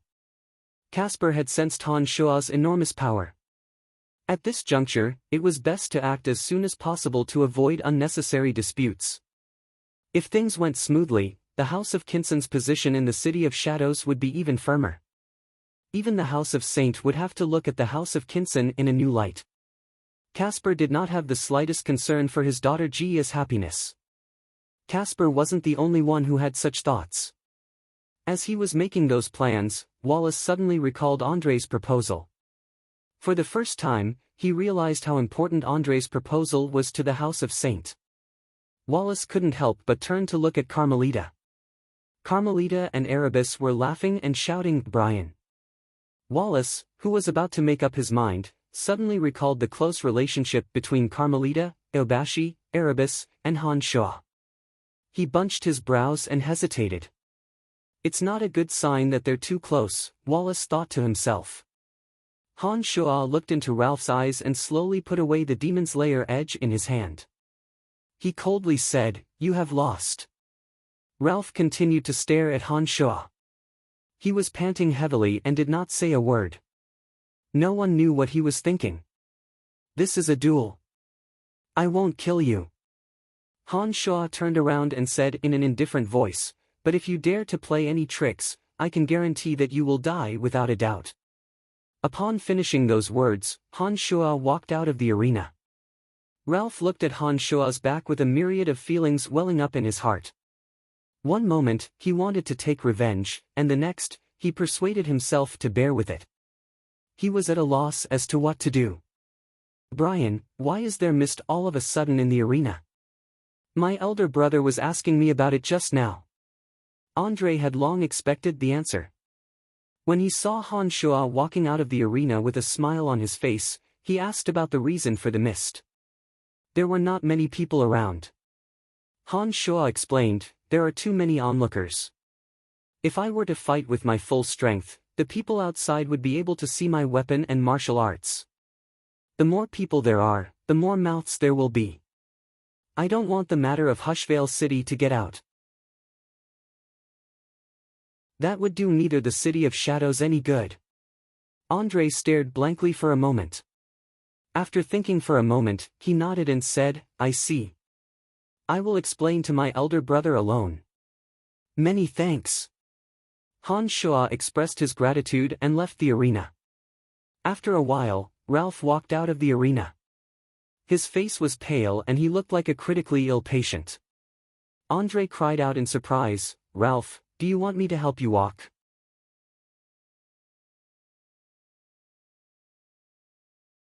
Chapter 801. Han Shuo's victory had exceeded everyone's expectations. When he returned to the center of the arena, he was greeted by gazes of awe and reverence. Other than Wallace, who had long known the outcome, the patriarchs of the 3 major family clans, the 5 Divine Guard chiefs, and the core members of various major family clans had their gazes fixed on Han Shuo. Han Shuo was very satisfied with their gazes. He believed that it wouldn't be long before the news of him defeating Ralph and claiming first place in the competition spread throughout the City of Shadows. At that time, he would no longer have to worry about the lack of people joining the Han family and desperately squeezing their way into the 5th Corps. Brian, did you really defeat Ralph? Even now, Carmelita still found it hard to believe that Ralph, the chief of the 5th Corps who had performed outstandingly in the City of Shadows, had suffered a crushing defeat. His 2nd Corps, which he was so proud of, had been utterly crushed by Han Shuo, who had just made a name for himself. This was a major change that had not happened in the City of Shadows for many years. From today onwards, Ralph had lost all the capital to be arrogant. The City of Shadows was no longer a place where he, Ralph, could throw his weight around. He had lost everything in the hands of Han Shuo. Han Shuo put on a faint smile, blinked his eyes, pointed at the sand table in front of him, and said, Didn't you all see everything? Carmelita was stunned. Soon after, she became somewhat angry and said, What? You didn't see anything at all. Why did you have to create a cloud of mist to conceal the entire battle scene? The process isn't important, the outcome is. Replied Han Shuo with a wicked smile on his face. In short, I've won this battle. That's enough. That's right. The process isn't important, the outcome is. Everyone here saw Brian pressing his sword against Ralph's throat. We are all witnesses. Brian has won and Ralph has been utterly defeated. It's that simple. Casper concluded and looked at City Lord Wallace smilingly. For a long time, the 1st, 2nd, and 3rd Corps under the control of the House of Saint had been far superior to the 3 major family clans in terms of both team combat and individual strength of their chiefs. The House of Saint had always firmly occupied the top 3 positions in the Divine Guard chiefs and the top 3 positions in the teams. However, from today onwards, the situation would be different. Wallace nodded indifferently and said in a deep voice, All right, Brian has won this fight. Is there anyone who has any objection? Does anyone have any objections? The truth was right in front of them. As long as one wasn't blind, they could see it. Casper and the other 2 patriarchs exchanged a meaningful glance. Although they were enemies, the 3 patriarchs had a tacit understanding at this moment. Only they themselves knew what they were thinking. Before the departure of the House of Lavers, there were 5 major family clans in the City of Shadows. Although there were 5 major family clans, everyone knew that the House of Saint stood above all the other major family clans. The other 4 major family clans had always been restrained by the House of Saint. The House of Saint was like a colossus that held the City of Shadows firmly in its palm, not allowing anyone to encroach on its authority. Did the other families really not have any thoughts? The answer was obviously no. Be it the House of Kinson, House of Kisa, House of Buller, or even those lesser family clans, all coveted the position of Lord of the City of Shadows. There were only so many territories and resources in the City of Shadows. They had long been carved up by family clans of all sizes. For a new family clan to rise to prominence, they would need to own territories and all kinds of resources. In other words, the new family clan could only grow if other family clans were willing to give up their own resources. The rise of a major family clan was often accompanied by the fall of another. This was an unchanging fact. The rise of the Han family in the City of Shadows was an ironclad fact. If not for the expulsion of the House of Lavers, how could the Han family have risen so quickly? It was all because they occupied the territory of the Lavers family and obtained the enormous manor of the Lavers family. That was how they rose to the top of the City of Shadows. When the House of Saint first rose to power, it was just a small family clan in the City of Shadows, just like the House of Kinson, the House of Buller, and the House of Kisa. The reason why the House of Saint had what it had today was that the original owner of the City of Shadows, the House of Tianluo, suffered disastrous losses in a divine war against the dominions of light and life. The House of Saint had joined forces with the House of Kinson, House of Buller, and House of Kisa to destroy and replace the House of Saint. If the House of Saint were to decline one day, the current House of Kinson, House of Buller, and House of Kisa would very likely replace them and become the new rulers of the City of Shadows. They would possess everything the House of Saint had, or even more. How many people could resist such a temptation? Previously, the House of Kinson, Buller, and House of Kisa did not dare to resist because the House of Saint had suppressed them in every aspect. On top of that, there was Wallace's terrifying strength. But today, after Han Shua effortlessly defeated Ralph with an overwhelming advantage, the House of Saint, a colossus that had towered over the City of Shadows for a long time, seemed to be slightly shaken. Just a slight shake, but it was enough. The patriarchs of the three major family clans exchanged glances. Although they did not say a word, they understood each other's thoughts. Wallace was just too powerful. If they really wanted to compete with the House of Saint, they would need someone who could defeat him. The patriarchs of the three major families were fully aware of this fact. They knew that their strengths were almost on par with Ralph's. They were all mid-stage high gods. The three of them absolutely believed that even if they could defeat Ralph, it wouldn't be an easy fight. Could this Brian defeat Wallace? The three patriarchs couldn't help but have the same question in their minds. With that thought in mind, they once again raised their heads and focused their gazes on Han Shua. Let's wait and see.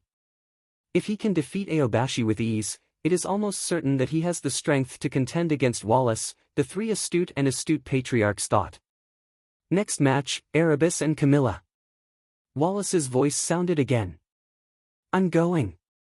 Erebus, who was chatting and laughing with Han Shua, calmly left when he heard Wallace call his name. Based on Han Shua's understanding of Erebus, he believed that this match would not be too difficult for Erebus. The result was just as Han Shua had expected. After spending half a day, Erebus defeated Camilla. Next up was the battle between Batuk and Ridgersea. This battle was somewhat unexpected. Batuk, who was ranked last, had used all his strength in this battle. He had defeated Ridgersea, who had previously defeated him. The ranking of Divine Guard chiefs had changed slightly. The victors would continue to fight for higher rankings while the losers would fight for the remaining rankings. The victors, Han Shua, Erebus, Batuk, and Aobashi, who had drawn a blank lot, had to draw lots again. Batuk, if your opponent is Brian, just give up, the patriarch of the House of Buller, Laurel, instructed Batuk in a low voice before the lot was officially drawn. Batuk put on a bitter smile and said, Lord Patriarch, do you have so little confidence in me? Laurel laughed mischievously and said, Batuk, are you that confident? Batuk was a member of the House of Kisa. As the patriarch of the House of Kisa, Laurel knew Batuk's strength like the back of his hand. He did not believe that Batuk could defeat Han Shua. No, not at all. Batuk shook his head and continued, but I have not seen Brian in action. Even if I am going to lose, I need to know his true strength, right? Laurel stared blankly for a moment. After thinking for a moment, he smilingly nodded and said, that's right. It's a match anyway. Let's fight. The results of the lot drawing were soon out. Laurel was right. Erebus versus Aobashi and Batuk versus Han Shoa. I give up. Without waiting for Wallace to say anything, Erebus immediately declared his position without the slightest bit of embarrassment. Under the astonished gazes of the crowd, Erebus shrugged and said, Aobashi and I have fought too many times in private. I am no match for her. This is a fact. Let's not waste our time. The crowd couldn't help but smile after hearing Erebus's words. They all knew that Erebus had been pursuing Aobashi. Even if Erebus's strength was no match for Aobashi, his straightforward attitude still made people think otherwise. They couldn't help but look at Erebus and Aobashi with dubious gazes. Who told you to give up? Why don't you fight? Aobashi frowned. She didn't expect Erebus to give up so easily. He had no backbone at all. I can't beat you, so I won't waste your energy and everyone's time. Erebus chuckled. Forget it. Since Erebus has given up, so be it. Wallace frowned. He felt that his two subordinates were a mess. He didn't know whether to call them good friends or just fooling around. Since Erebus and Aobashi had given up, Han Shoa and Batuk entered the fighting area again. There was no suspense in this fight.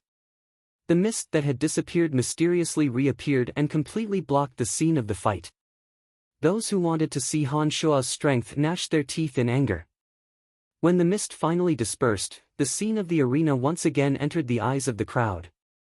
Batuk, who was exhausted, was being pointed at by Han Shoa with a sword. It was almost the same as the battle between Han Shoa and Ralph. However, this battle was much shorter. Batuk was not as weak as Ralph, who did not even have the strength to walk. Han Shoa pulled Batuk to his feet. Master Batuk, please forgive me. Han Shoa knew that the people on the other side of the sand table had seen the fight clearly. He pulled Batuk to his feet and apologized sincerely. This is a fight. You don't have to be so polite. Batuk had lost anyway. He couldn't put on a smile like Han Shoa. He nodded at Han Shoa indifferently and left the fighting area with a dark face.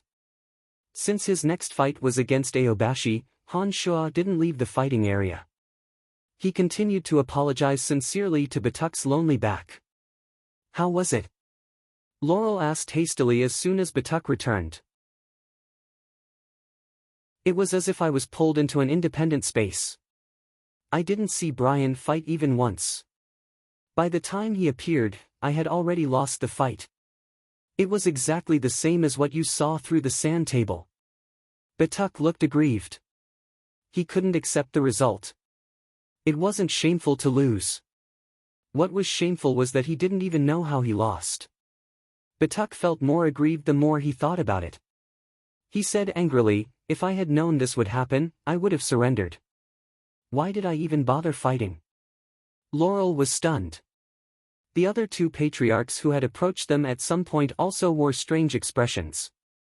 Just how strong is this Brian? Chapter 802.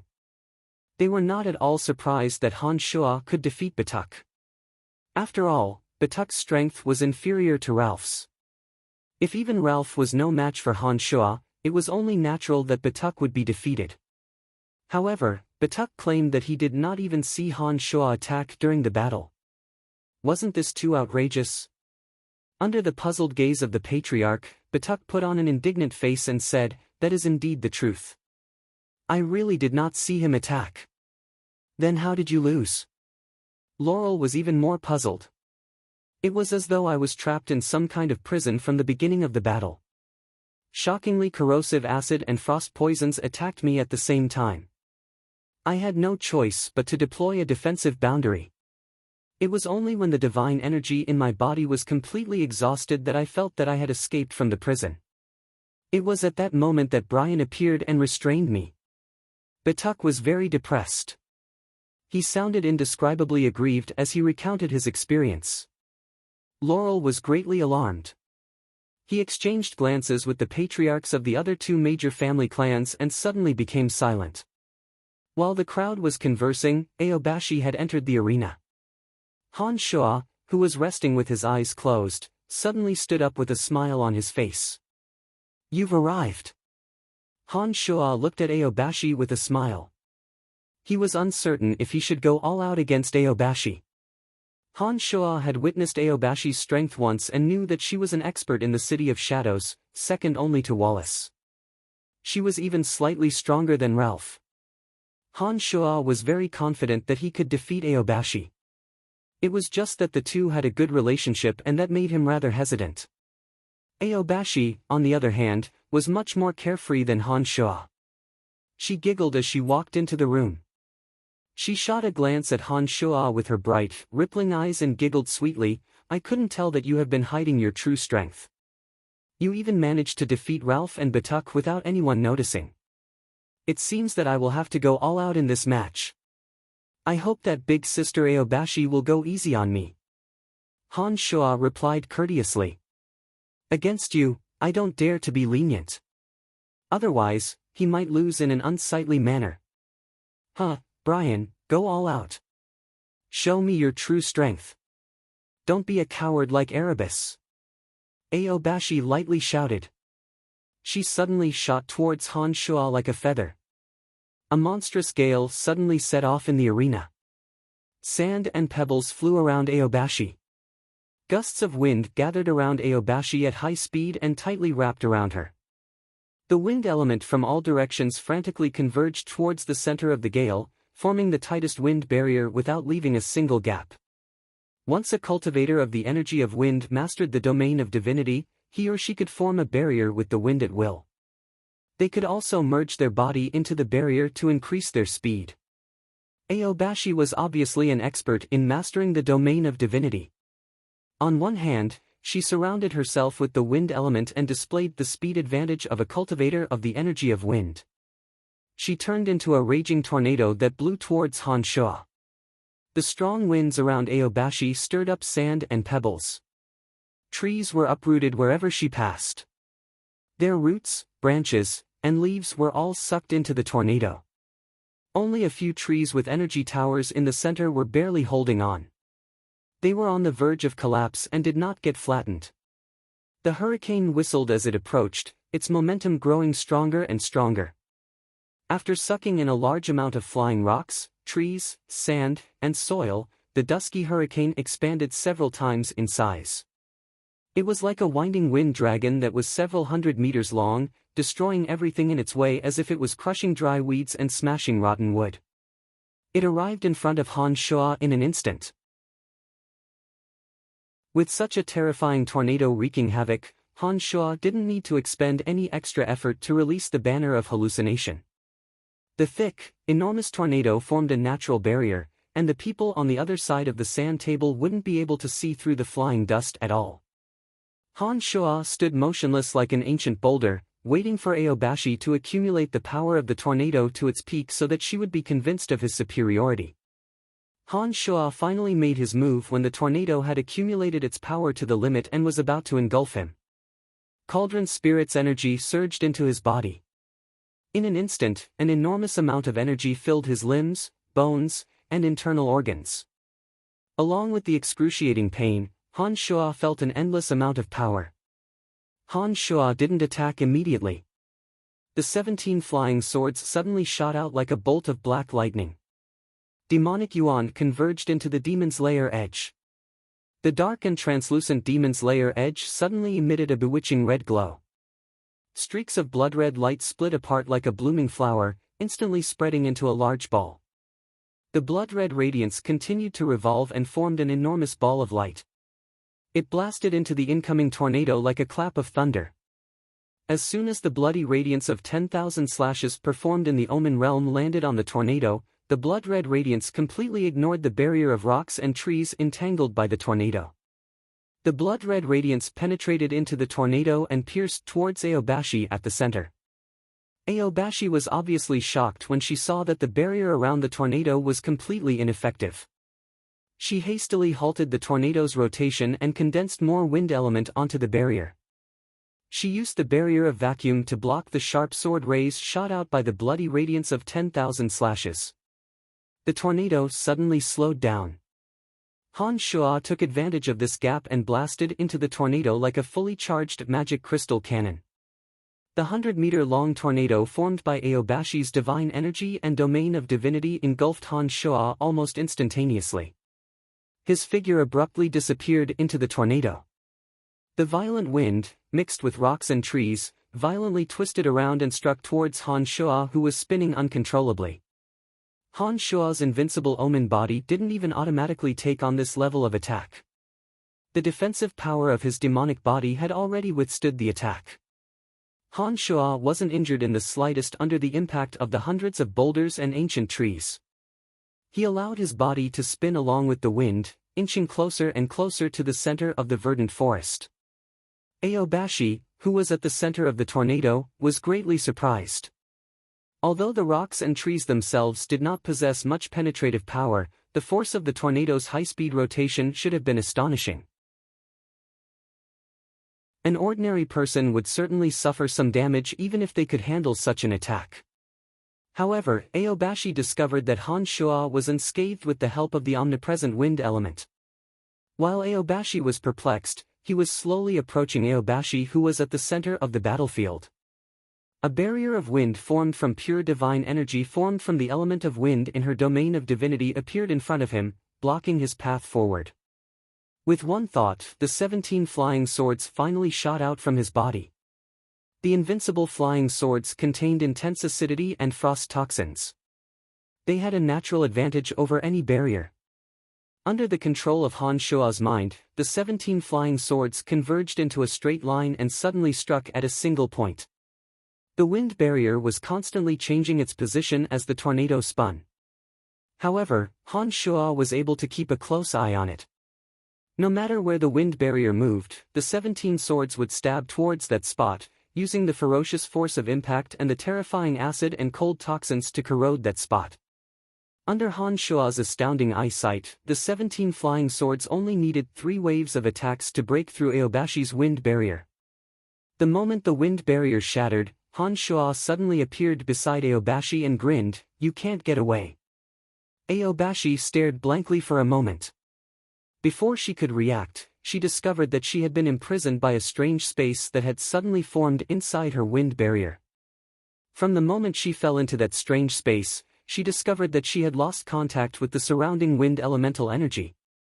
She could no longer control the wind barrier that had at least a small crack in it. If a god whose strength was inferior to Han Shuo fell into the hell of Avicii formed by the 17 flying swords, they would have no choice but to compete with Han Shuo in endurance. On top of that, Han Shuo had an enormous advantage by relying on the toxins of acid and frost from the 17 flying swords. On top of that, the cauldron spirit provided him with an endless supply of energy. To compete in endurance with Han Shuo was no different from courting death. Aobashi was no exception. At the sand table at the center of the soaring cloud mountain range, the crowd did not see the annoying mist this time. Unfortunately, they found that the scene on the sand table was even worse. The huge tornado that Aobashi had created had occupied almost 1/10 of the arena. The entire arena was shrouded in a thick layer of dust, making it impossible to see what was going on inside. "I wonder what's going on." Erebus had a nervous look on his face. He did not know which side he should hope for. On one side were his friends, and on the other side was the woman he loved. This battle has been going on for quite some time. I reckon that Brian won't be able to defeat Aobashi so easily. Ridgersea was very vexed and said, "From the scale of the arena, I can tell that this battle is going to be intense. But it's a pity that I can't see anything. Sigh, I still don't know what kind of energy Brian is using. Brian should be the winner of this battle. Aobashi will have to give up her position as the chief of divine guards." Although Batuk felt very aggrieved, he had to admit that Han Shuo possessed unfathomable strength. It was taboo for him to face an enemy he couldn't even fathom.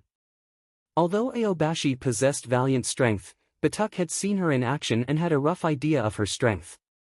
But when facing Han Shuo, Batuk felt as though he was fighting an invisible person. The feeling of being invisible and untouchable filled him with awe and fear. Carmelita, who do you hope to win? Wallace suddenly asked. Carmelita stared blankly for a moment. She thought seriously for a moment before she shook her head and replied, I don't know. Big Sister Aobashi has been very nice to me, but Brian has been nice to me too. But Big Sister Aobashi has been in this position for so many years. It's not a bad idea to change it.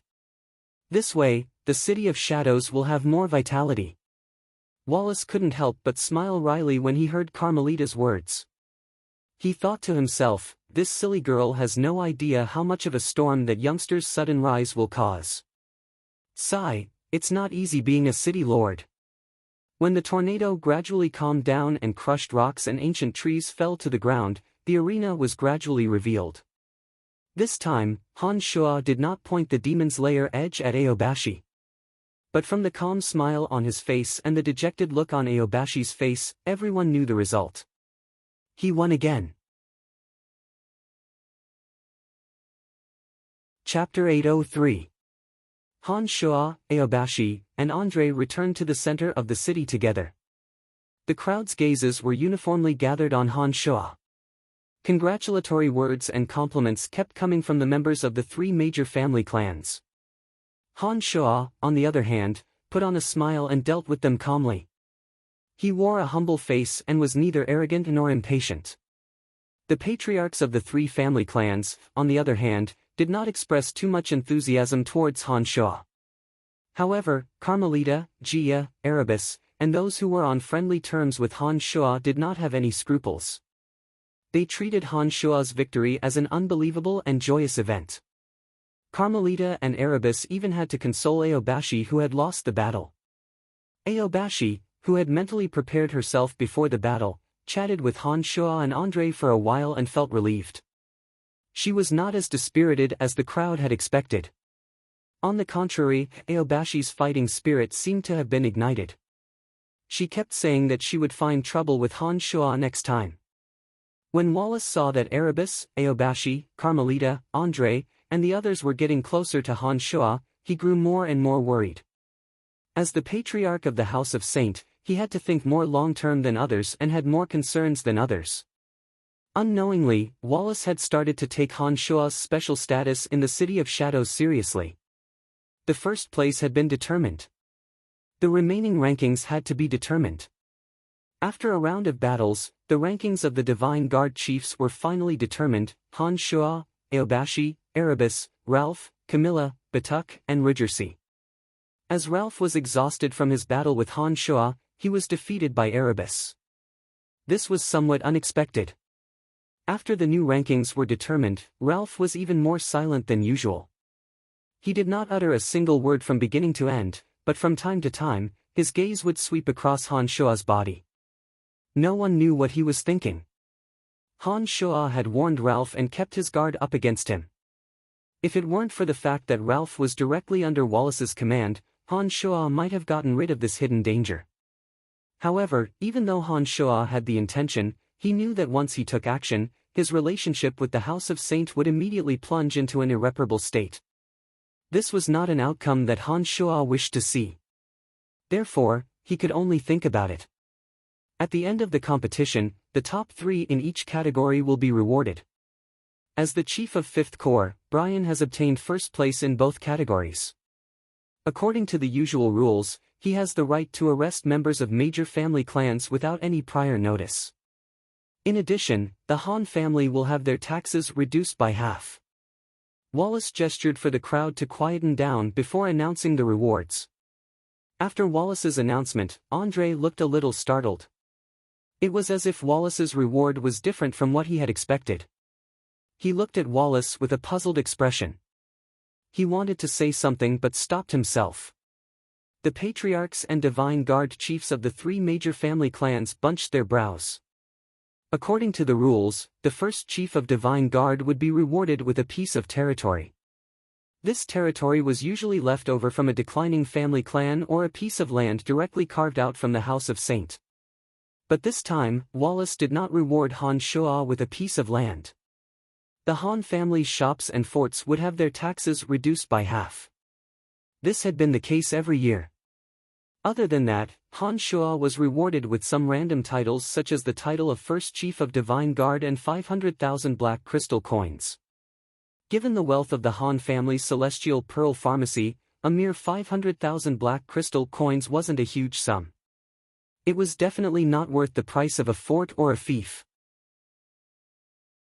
At present, the City of Shadows does not have any additional fiefs and the Han family has recently acquired Fort Lossberg. Therefore, I will compensate you with 500,000 black crystal coins, Wallace explained as though he had seen through the crowd's puzzlement. Andre wanted to say something but hesitated for a while. In the end, he just lowered his head and remained silent. Thank you very much, your lordship.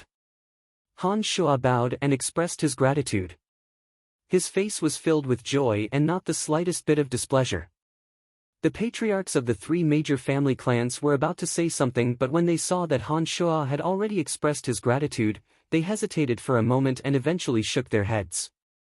It was as though they did not approve of Wallace's reward for Han Shuo. Erebus, Aobashi, and Ralph received divine weapons from Wallace. As for the other three major family clans, as none of them made it to the top 3 in any of the categories, they did not receive anything from the competition. The patriarchs of the three major family clans had expected this and therefore, they did not say anything. With Wallace's arrangement, the rewards were finalized. Although the crowd was puzzled, they did not voice their doubts.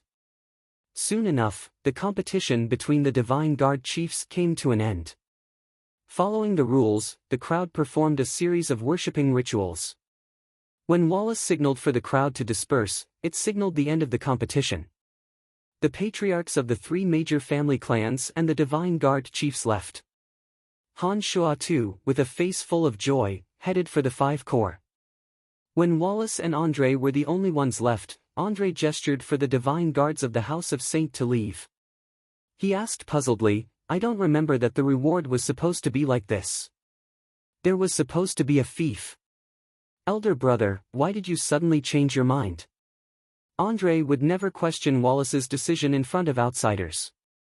But when the crowd had dispersed and only the 2 of them were left, Andre finally couldn't help but ask. Wallace and Andre were brothers by blood. They did not have too many scruples when talking in private. Andre had always thought that his elder brother wasn't a man without bearing. But this time, Wallace's decision was clearly out of Andre's expectation. Andre, I know that you have a good relationship with Brian. But as your elder brother, as the House of Saint, you have to consider the interests of the entire House of Saint. Wallace looked deeply into Andre's eyes and said in a deep voice, don't you think that the Han family is growing a little too fast? Elder brother, I know what you are worried about. But the rules of the Divine Guard Chiefs competition have never changed. Everyone can see that you're worried about Brian. Brian may look gentle, but he's more cunning than anyone else. He definitely knows your thoughts better than anyone else. You're making a fool of yourself by doing this. For the first time, Andre felt that his big brother had made a mistake and said angrily. That is what I am trying to convey to Brian and the patriarchs of the three major family clans. Andre, in the past, our House of Saint was able to intimidate the three major family clans because of the strength of our House of Saint. We are much stronger than any other family clan. But now, the City of Shadows has gained Brian. Not only does he have the strength to threaten me, but the strength of our family clan is also gradually increasing. We have to be on our guard. Wallace put on a solemn face and said, no matter what, our House of Saint will always be the ruler of the City of Shadows. I have to remind those people of this. If Brian has no ulterior motives, he will not be affected by my decision. Elder brother, I think you are wrong this time. Andre disagreed with Wallace's opinion. He put on a bitter smile, shook his head, and said, with Brian and the Han family, the overall strength of our City of Shadows will increase. At this rate, the City of Shadows will no longer be at the bottom of the Darkness Dominion. Perhaps one day, we will be able to compete with the City of Gorging Clouds and rank ahead of the Darkness Dominion. But if we continue to suppress all major family clans, the City of Shadows will only be slightly better than Hushvale City. We will never be able to compete with the other cities. At this rate, the City of Shadows might really be able to compete with the City of Gorging Clouds. But by then, the City of Shadows will no longer be our House of Saint. Wallace coldly groaned and said, I know what I'm doing. You don't have to say anything more. I am the Patriarch of the House of Saint and I know what I'm doing. Andre was astonished that Wallace had used his position as the Patriarch of the House of Saint to pressure him. For so many years, Wallace had never said such things in private. For a moment, Andre was at a loss as to how to respond to Wallace's attitude. All right, I won't say anything more. I hope you are right. Andre was rather disheartened. He shook his head with a bitter smile, turned around, and left. In the future, it would be better for you to keep a distance from him. Otherwise, you will be caught in a dilemma when we have to fight in the future. Wallace said in a deep voice as he looked at Andre's departing figure. Andre's body froze for a moment before he replied in a low voice, I know my place. Upon finishing those words, Andre flew away. When Han Shuo returned to the Fifth Corps, the Divine Guards were already waiting for him. As soon as they saw Han Shuo, they immediately asked, My lord, how did it go? Just as I promised you, you have taken the first place. I will not fall behind, replied Han Shuo in a faint smile. Upon hearing those words, the Divine Guards of the Fifth Corps started cheering excitedly, especially the female Divine Guards. Their eyes were sparkling as they looked at Han Shuo. They were so passionate that even Han Shuo did not dare to look them in the eye. I have long said that Master will defeat everyone effortlessly. There is no doubt about it, said Gilbert in a complacent manner. Senior brother, which territory was given to us? Asked the usually cold and detached Ballins. He had been in the Third Corps of Evernight for a long time and was very familiar with the rules of the competition between the chiefs of Divine Guards. There are some changes to the rules this time. We did not get any territory but 500,000 black crystal coins, replied Han Shuo with the same smile on his face. Ballin stared blankly for a moment. He put on a dumbfounded face and said, This. Han Shuo waved his hand and did not explain much. He smilingly said, Get ready, we are returning to the city, but before Ballins could say anything else, Han Shuo stopped him with a glance. Ballins knew that there must be more to it than meets the eye. Although he was puzzled, he did not ask any questions. He nodded indifferently and instructed his Divine Guards to get ready to return to the City of Shadows at once. Those Divine Guards who were aware of the rules of the duel remained silent while those who did not know the details were cheering excitedly. Under Ballin's command, the Divine Guards prepared themselves and marched towards the City of Shadows in a grandiose manner. Chapter 804. 8 days later, Han Shuo and his Fifth Corps Divine Guards returned to the City of Shadows.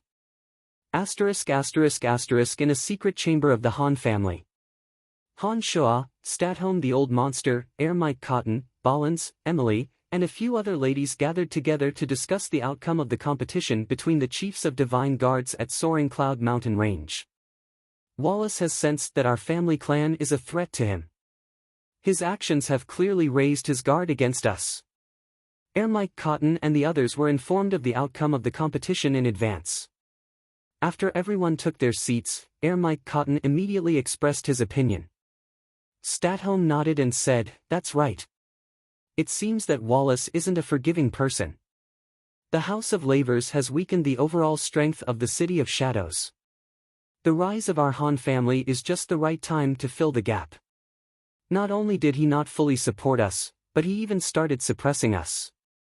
This is not beneficial for the City of Shadows. Perhaps it is because Brian has displayed too much strength that Wallace has no choice but to guard against him. Emily bunched her brows and said, If this goes on, I'm afraid that our Han family's development in the City of Shadows will never be smooth sailing again.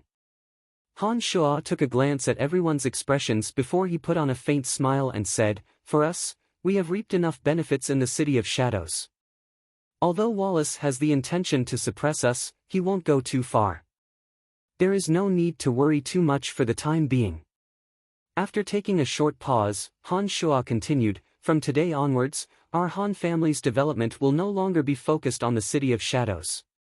We will gradually expand the influence of our Celestial Pearl Pharmacy to other dominions. Also, Fort Losberg is located at the border of the City of Shadows. This territory that belongs to us must be well controlled. Everyone, please put more effort into Fort Losberg. Yes, as long as our Han family's influence spreads throughout the dominions, even if we fall out with the City of Shadows, we will still be able to find a good home in advance. If this place doesn't want us, there will be other places that want us. Our Han family won't be able to survive in any city. To the members of the Han family, being hindered at the most rapid development of the family made them all unhappy. None of them, including Han Shuo, coveted the City of Shadows. Wallace's actions had chilled their hearts and forced them to make preparations for their future. It's true that we did not obtain the expected benefits from the Battle of the Divine Guard Chiefs. Wallace has only given me an empty title. Han Shuo said calmly, however, the reputation that he saw as useless is what we need the most right now. In just a few days, nearly 100 gods have joined the Han family and the Fifth Bureau. These people will become the pillars of the Han family in the future. This was unimaginable in the past. The Han family had wealth and territory. What they lacked the most right now was manpower. Before Han Shuo led the Fifth Corps and displayed his prowess in the competition, there were only a few people who joined the Fifth Corps and the Han family. But after Han Shuo defeated Ralph and Aobashi and won the title of Chief of Divine Guard Chiefs, and after the Fifth Corps defeated the Second Corps, the number of people joining the Han family and the Han family suddenly increased by dozens of times. These people were much stronger and more talented than those who joined the Han family and the Han family. They were exactly the kind of talents that Han Shuo needed. With that, the divine guards that the Han family and the Fifth Corps lacked were quickly replenished. The Han family was no longer a small family clan that only had a handful of people to protect. It was as though the Han family had been enriched overnight. Yes, we need more manpower. The number of divine guards that have joined the Han family is far from enough. Once the Fifth Corps has 1,000 divine guards, the Han family will have more divine guards. After being tempered in the 8 Desolation and Torment formation, their quality and character will reach a whole new level. As long as the new recruits are as loyal and powerful as the current Fifth Corps divine guards, even if we were to fall out with the House of Saint in the future, we would have the right to speak. Ballins nodded. We need to recruit new recruits, but we must thoroughly investigate their backgrounds. I do not wish for those people to come from large family clans with ulterior motives and come back to bite us at a critical moment. You must keep this in mind. Every person who enters must be checked repeatedly. Han Shuo repeatedly reminded Ballins of this point. Even if they were to recruit fewer people, they must not let anyone in. Don't worry, Senior. I will thoroughly investigate them. Ballins solemnly guaranteed. Gradually, the other Divine Guard Corps and members of large family clans at Soaring Cloud Mountain Range returned to the City of Shadows. Both intentionally and unintentionally, the results of the competition at Soaring Cloud Mountain Range were spread throughout the entire city. A genius pharmacist who defeated Aobashi and Ralph and trained his subordinates to become the most powerful force with the greatest teamwork. All kinds of news about Han Shuo started to spread through different channels. The gods residing in various towns and fortresses of the City of Shadows were discussing this matter in high spirits. Those who were confident in themselves and wanted to achieve great things started to feel tempted. They wondered if they should change their minds. Carter, let's not join the House of Kisa. Let's join the Han family. The Han family is like the sun at high noon. They also have medicines that can increase their strength. This is indeed a wise choice. Let's go to the Fifth Corps. It is said that the Fifth Corps is in dire need of divine guards. This is a once-in-a-lifetime opportunity. Aren't you going? Forget it. I don't have mid-god strength. They won't be interested in me. Similar conversations were repeated in every corner of the City of Shadows. Ambitious experts from various regions gathered in the City of Shadows and headed straight for the Fifth Corps and the Han family. They were willing to endure all sorts of trials and tribulations just to get in. For a moment, the entire City of Shadows was bustling with noise and excitement. Many people traveled thousands of miles to the City of Shadows. Some of these people even came from other cities and dominions.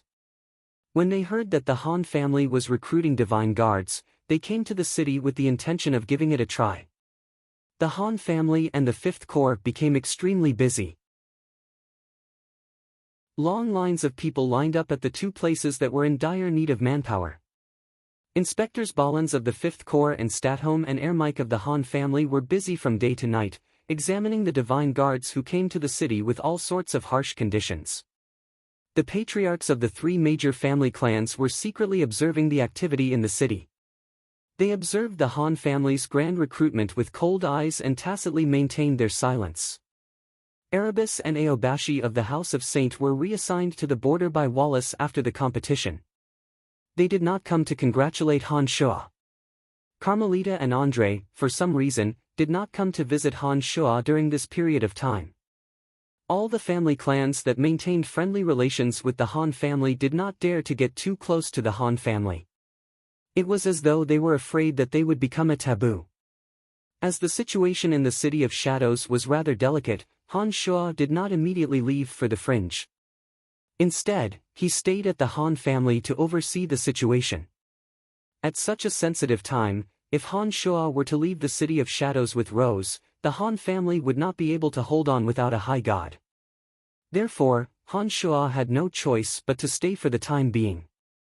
Before he could ensure the safety of the Han family, Han Shua would not take the risk of leaving.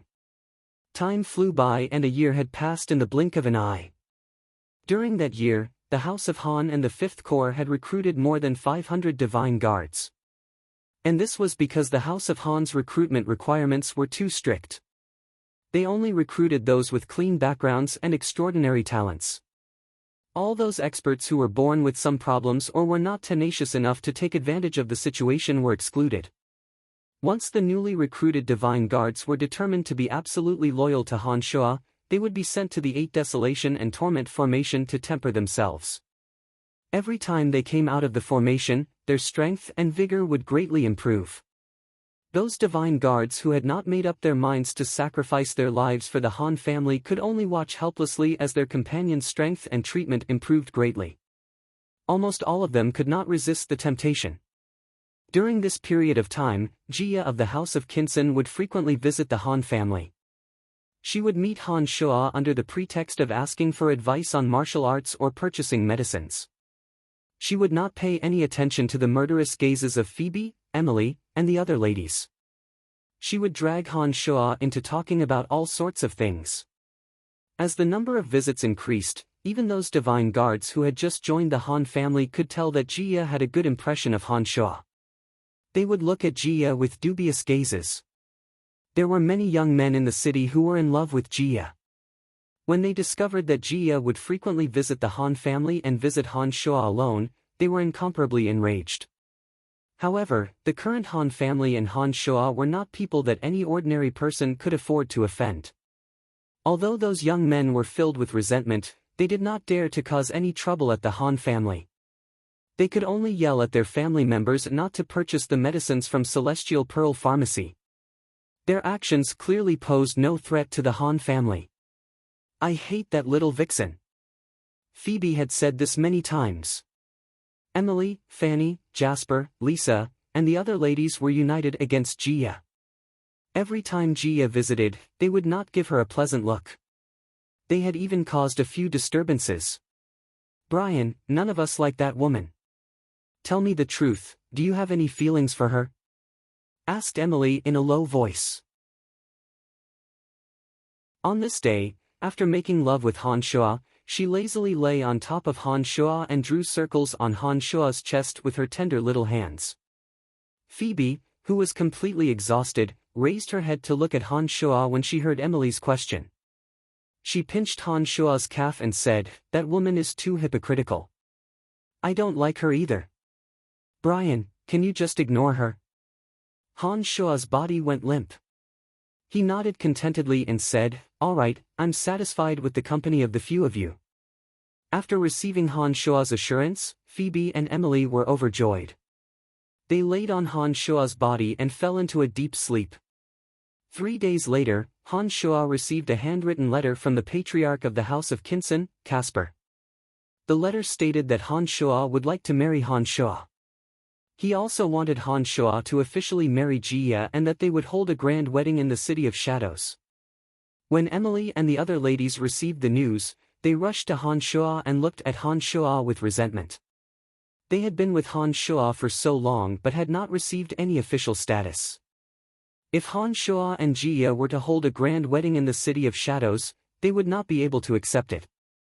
"Don't worry, I won't marry her." Han Shua put on a faint smile and wrote a letter in front of the ladies. He rejected Caspar's kind intentions and asked Balans to personally deliver it to the Qinsun residents. When writing the letter, Han Shua did not expect that it would eventually become the cause of a dispute between the major family clans in the City of Shadows. Chapter 805. At the Qinsun residence in the City of Shadows. As soon as Balans left, Caspar tore the letter in his hand into shreds. He sneered and said, "I didn't expect that he would refuse." Beth and Camilla, who were standing beside him, were also astonished. They did not expect that Han Shua would make such a decision. From their point of view, once the Han family and the Qinsun family were united by marriage, even the House of Saint would have to think twice before dealing with the Han family. Once the two families united, it would be a win-win situation for both the Han family and the Qinsun family. Especially when Jia was a well-known beauty in the City of Shadows.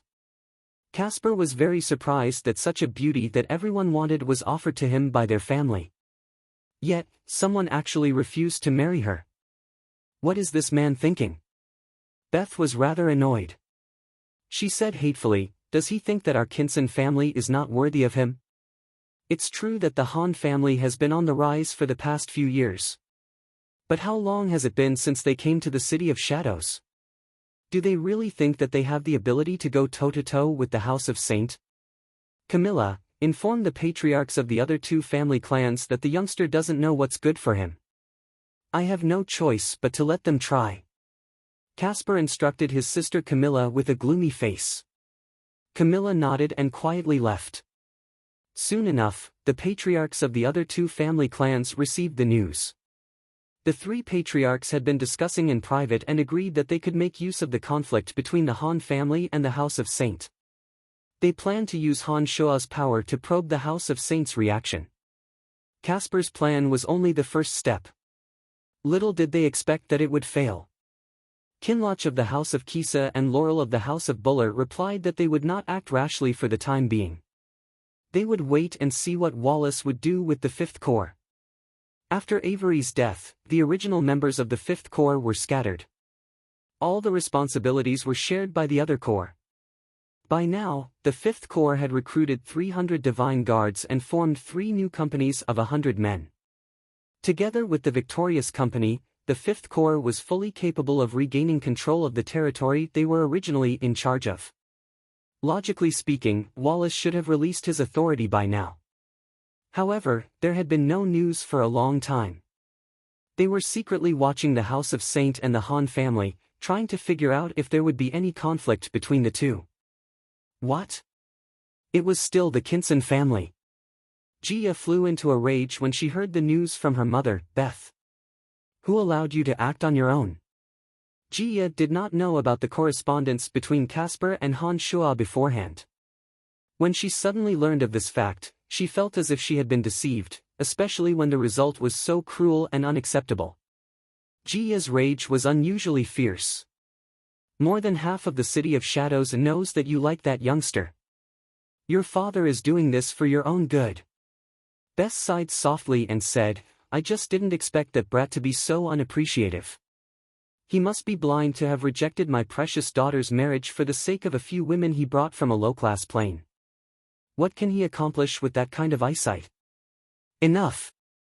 I don't need you to make decisions for me." Jia was furious.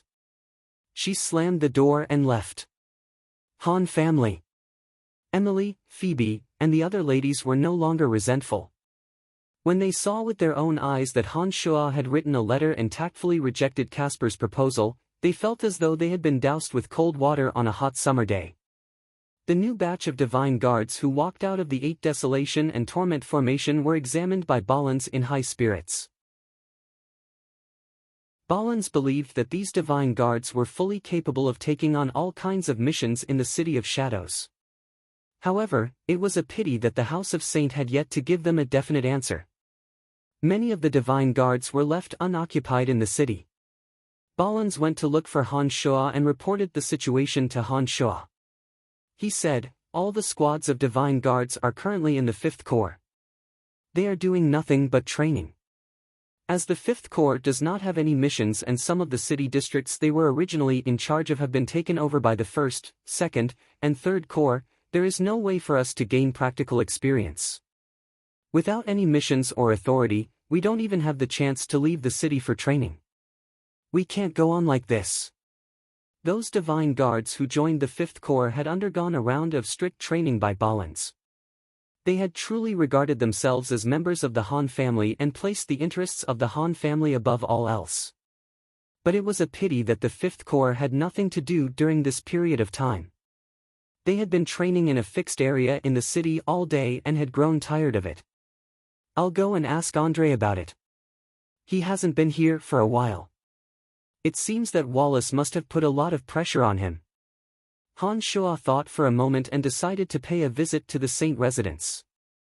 This matter was unavoidable. Even if Wallace was suspicious of him, some matters had to be resolved as soon as possible. "Your lordship, even if we can't gain any authority, we can at least leave the City of Shadows. Those squads of divine guards in Fort Lossberg can be sharpened through various methods." Naturally, Balans knew that the relationship between the Han family and the House of Saint was not harmonious. "I understand," replied Han Shua as he nodded. He then departed for the Saint residence. Even though he had not been to the Saint residence for a year, the divine guards recognized Han Shua. But when they heard that Han Shua was looking for Andre, they seemed rather troubled. One of them said, "My apologies, but Lord Andre has been cultivating ever since he returned from Soaring Cloud Mountain Range. No one is allowed to disturb him. Even the city lord has sought him out several times but he did not come out. It seems that he must have made an important breakthrough in his cultivation." Han Shua couldn't help but stare blankly at those words. From the conversation between the divine guards, Han Shua could tell that Andre was dissatisfied with Wallace's actions. Otherwise, he wouldn't have used such a method to refuse Wallace's summons.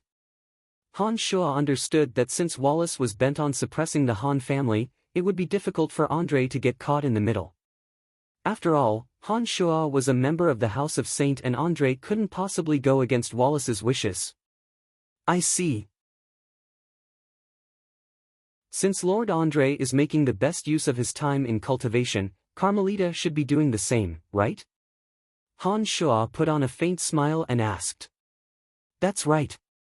Just like Lord Andre, Miss Carmelita was forced to enter the gymnasium by the city lord right after she returned from Soaring Cloud Mountain Range. She hasn't left the gymnasium ever since," replied the divine guard hastily. "Oh, I see. Forget it then." Han Shua did not have the intention to talk to Wallace in detail. He turned around and left the Saint residence without even stepping into it. On the way back, Han Shua carefully thought about it. He suddenly realized that it might be a good idea to leave the City of Shadows for a while. Even if Wallace really wanted to deal with Han Shua, once Han Shua left the City of Shadows, Wallace wouldn't be able to do anything to the Han family. To Wallace, Han Shua was the one he was most apprehensive about. If he really wanted to deal with the Han family, he would first have to subdue Han Shua. The other members of the Han family shouldn't be a threat to Wallace at all. In other words, as long as Han Shua left, the members of the Han family would be safe from Wallace. After returning to the Han family, Han Shua gathered Balans, Sanguiner, Gilbert, Statholm, Air Mike, and the others and instructed, shift the focus of the family's development to Lossberg. "Balans, you don't have to worry about the rules.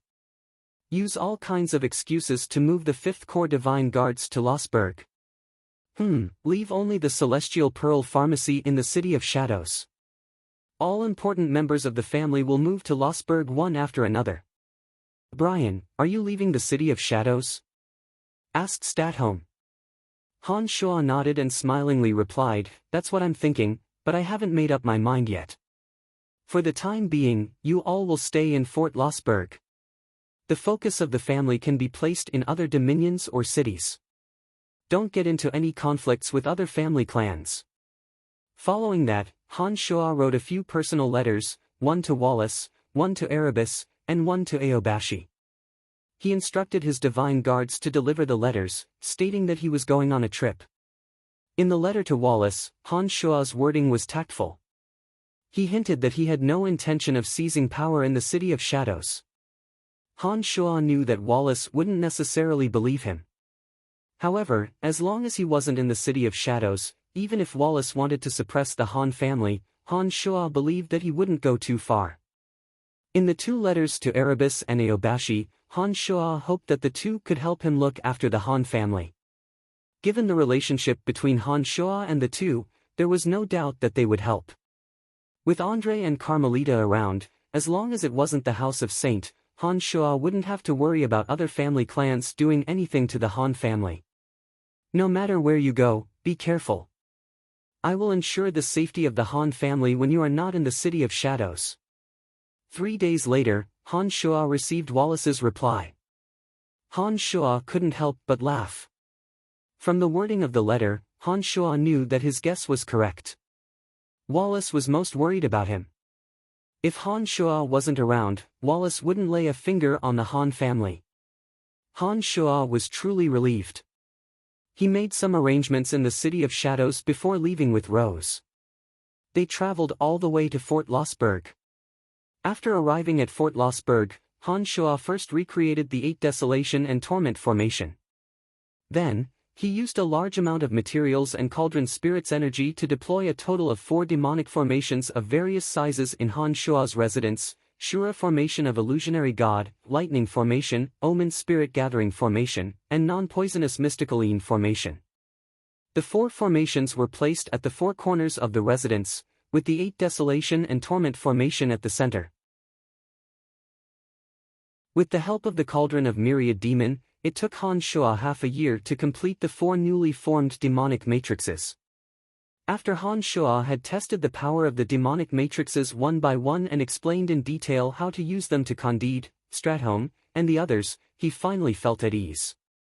With the 4 demonic formations in place, even if the Han family were to be attacked, they would be able to hold their ground for a long time. Enemies who dared to barge into the formations would have to pay a grave price. Given Han Shua's current realm and Cauldron Spirit's assistance, even if there were high gods among the intruders, they would die if they weren't careful. After everything was properly arranged, Han Shua saw that Phoebe and the others were arriving at Fort Lossberg from the City of Shadows. Wallace did not seem to have any intention of stopping them. Han Shua left with Rose. Their destination was the Fringe.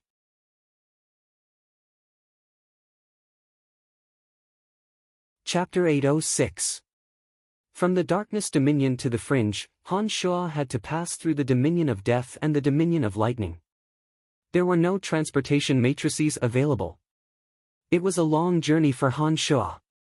3 months later, Han Shua had crossed Mirage City and Blackwater City and arrived at the territory of the City of Gorging Clouds. During this time, Han Shua and Rose had tried their best to avoid major cities. When they passed through Mirage City and Blackwater City, they would only pass through some towns and fortresses. They did not even enter Mirage City or Blackwater City. One day, they finally arrived at the territory of the most powerful city in the Darkness Dominion, the City of Gorging Clouds. Unlike usual, Han Shua and Rose did not continue to travel through remote paths. Instead, they headed straight for the City of Gorging Clouds. Ha! Why didn't you give way earlier this time? Rose was rather surprised to see that Han Shua had changed his mind. She asked, "Are you going to the City of Gorging Clouds?" For the past 3 months, only Han Shua and Rose had been traveling together. Rose seemed to be in a good mood. She was no longer cold and aloof. She was much more talkative than when she was with the Han family in the City of Shadows. It seemed that she really didn't like crowded places. Although the mastermind of the attack on Soaring Cloud Mountain Range was Field, the real helper was Larrickson of the House of Broadhurst. The House of Broadhurst was the most powerful family clan in the City of Gorging Clouds. Their patriarch, Yaris, was the city lord of the City of Gorging Clouds. Not only did Larrickson's plan fail, but 3 members of the House of Broadhurst were also killed by Han Shua. Han Shua didn't believe that Larrickson could let go of this grudge. Now that Han Shua had entered the City of Gorging Clouds, he wanted to learn more about the situation there. If possible, Han Shua planned to take the risk and eliminate Larrickson to get rid of a major threat for himself and the Han family. That's right. I want to see how strong the City of Gorging Clouds is. Han Shua nodded. Rose did not know the identity of the attackers, and that was why she questioned Han Shua's decision. The City of Gorging Clouds is the most powerful city in the Darkness Dominion. Its overall strength far surpasses that of the City of Shadows. The House of Broadhurst is also the oldest family clan in the Darkness Dominion. There are many experts in the city and they are very united. After the House of Lavers left the City of Shadows, they migrated to the City of Gorging Clouds. We have forcibly occupied the House of Lavers' property in the City of Shadows. No matter what, the House of Lavers will bear a grudge against us. I wonder how the House of Lavers is doing in the City of Gorging Clouds. Han Shua put on a faint smile and said, "Come, let's go to the City of Gorging Clouds and have a look." Rose had always been obedient to Han Shua's suggestions and this time was no exception. Half a month later, Han Shua and Rose arrived at the City of Gorging Clouds. The city gate was solemn and solemn. The city gate was made of shiny black boulders that reached into the clouds. The divine guards at the gate wore gloomy faces and gave off an extraordinary aura. Several enormous energy crystal cannons were mounted on top of the city gates. The muzzles of the cannons were glistening with dazzling radiance. Those energy crystal cannons rely on the energy from the energy towers at the rear to fire. Not even high gods can withstand an attack of that degree.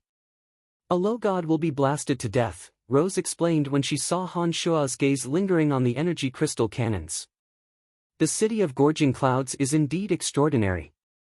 Come, let's enter the city and have a look. Han Shua and Rose observed the city for a while before they paid the entrance fee and entered the city. After entering the city, under Rose's guidance, Han Shua walked around the city for a while. He discovered that the defenses of the City of Gorging Clouds were much stronger than those of the City of Shadows. There were many defensive towers and energy crystal cannons constructed from energy crystals. Groups of calm and indifferent divine guards would pass by from time to time. Rose concealed her silver hair and Han Shua slightly altered his appearance. He believed that no one in the city would recognize him. Then, he asked a group of divine guards passing by, "Excuse me, where is the Laver's residence?" The Laver's residence? The divine guard stared blankly for a moment. He looked at the few black crystal coins that Han Shua had stuffed into his hand and asked the divine guard beside him, "Is there a family clan in the city called the Laver's residence?" "There is. A family clan that just arrived from the City of Shadows is called the Laver's residence. I heard that a woman named Donna from the Laver's residence will be marrying Lord Larrickson's son in a few days." This also means that the Laver's residence will become a vassal of the House of Broadhurst. Another divine guard interrupted and said to Han Shua, "The Laver's residence is located in the south of the city." "Thank you very much," replied Han Shua and Rose before they departed. Han Shua did not expect that such a day would come for Donna. Although he had gone through a lot with the Laver's residence, Han Shua had always been grateful to Donna. Previously, when Field attacked him, Han Shua believed that it had nothing to do with Donna. Now that he heard that Donna would be marrying Larrickson's son, for some reason, Han Shua couldn't help but feel a little uncomfortable in his heart. After obtaining the information, Han Shua and Rose stealthily made their way to the southern district of the City of Gorging Clouds. As they were in the City of Gorging Clouds, divine guards were constantly passing through the city. In order to not expose his identity and strength, Han Shua did not travel too quickly. It took him a day and half a night to arrive at the southern district and locate the Lavers' residence. Compared to their mansion in the City of Shadows, the Lavers family's manor was much shabbier. The southern district of the City of Gorging Clouds wasn't considered a wealthy area. Han Shua felt rather apologetic when he saw the sparse buildings in the manor. Without any particularly tight defenses, a few demon generals stealthily infiltrated the manor under the night sky. As demon generals refined from high gods, their ability to conceal their presence was even greater. Without alerting anyone, the demon generals managed to learn everything about the Lavers' residence. Soon enough, one of the demon generals found the gymnasium where Donna was. As Donna was not a high god, the barrier of darkness she deployed could not stop Han Shua's demon generals. In the gymnasium, Donna was clad in an emerald green combat gown. She was valiantly attacking Dolores. Donna's brows were filled with worry. She did not seem to be celebrating her wedding. Dolores had completely become Donna's target to vent her anger on. Under her relentless attacks, Dolores was in great pain. Donna's fists landed all over his body, and his face was covered in bruises. Bang! Dolores's back collided with the metal wall of the training field. Stop!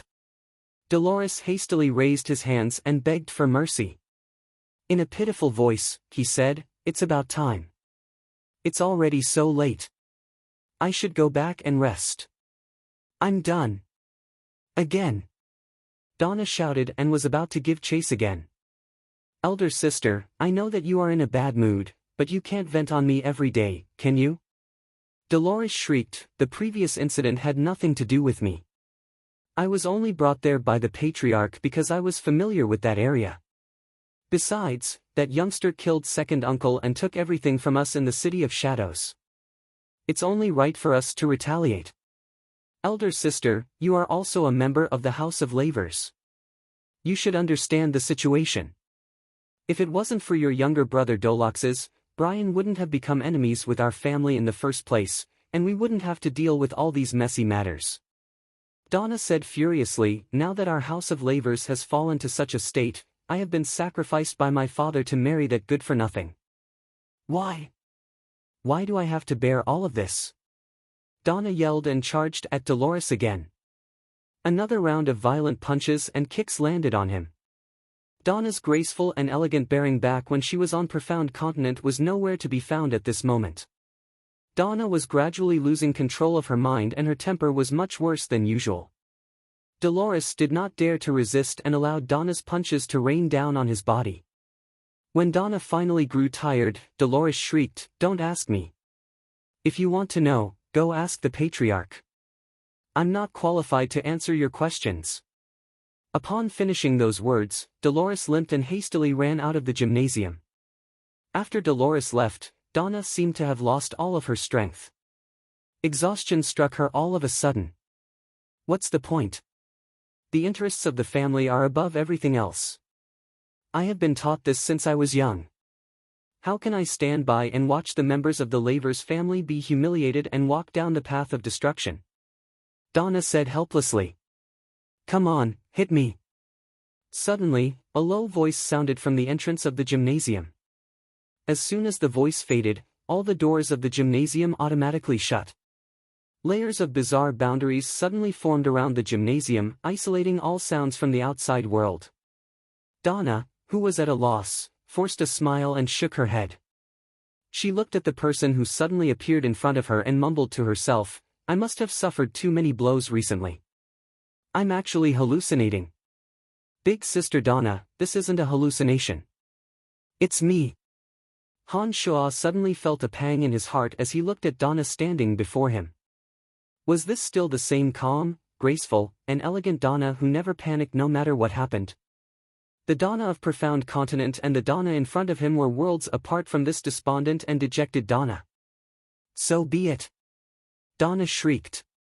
She suddenly charged at Han Shua and recklessly punched and kicked at Han Shua. She cursed, why must you go against my family? Why must you kill my second uncle? Why must you destroy everything in the Lavers family? Tell me, when have I, Donna, ever wronged you? Give me a reason. Why did you? Donna bombarded Han Shuo with every punch, yelling and screaming as though she had gone mad. After a while, the despondent Donna suddenly felt that every punch that landed was so real. She abruptly stopped her attacks and looked at Han Shuo blankly. Her eyes gradually regained clarity.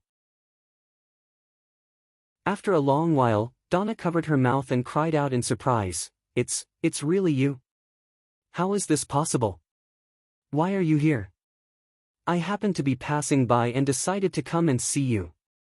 Han Shuo put on an unnatural smile. She stared deeply at Han Shuo for dozens of seconds before she suddenly threw herself into Han Shuo's chest. Hugging Han Shuo, she suddenly burst into tears.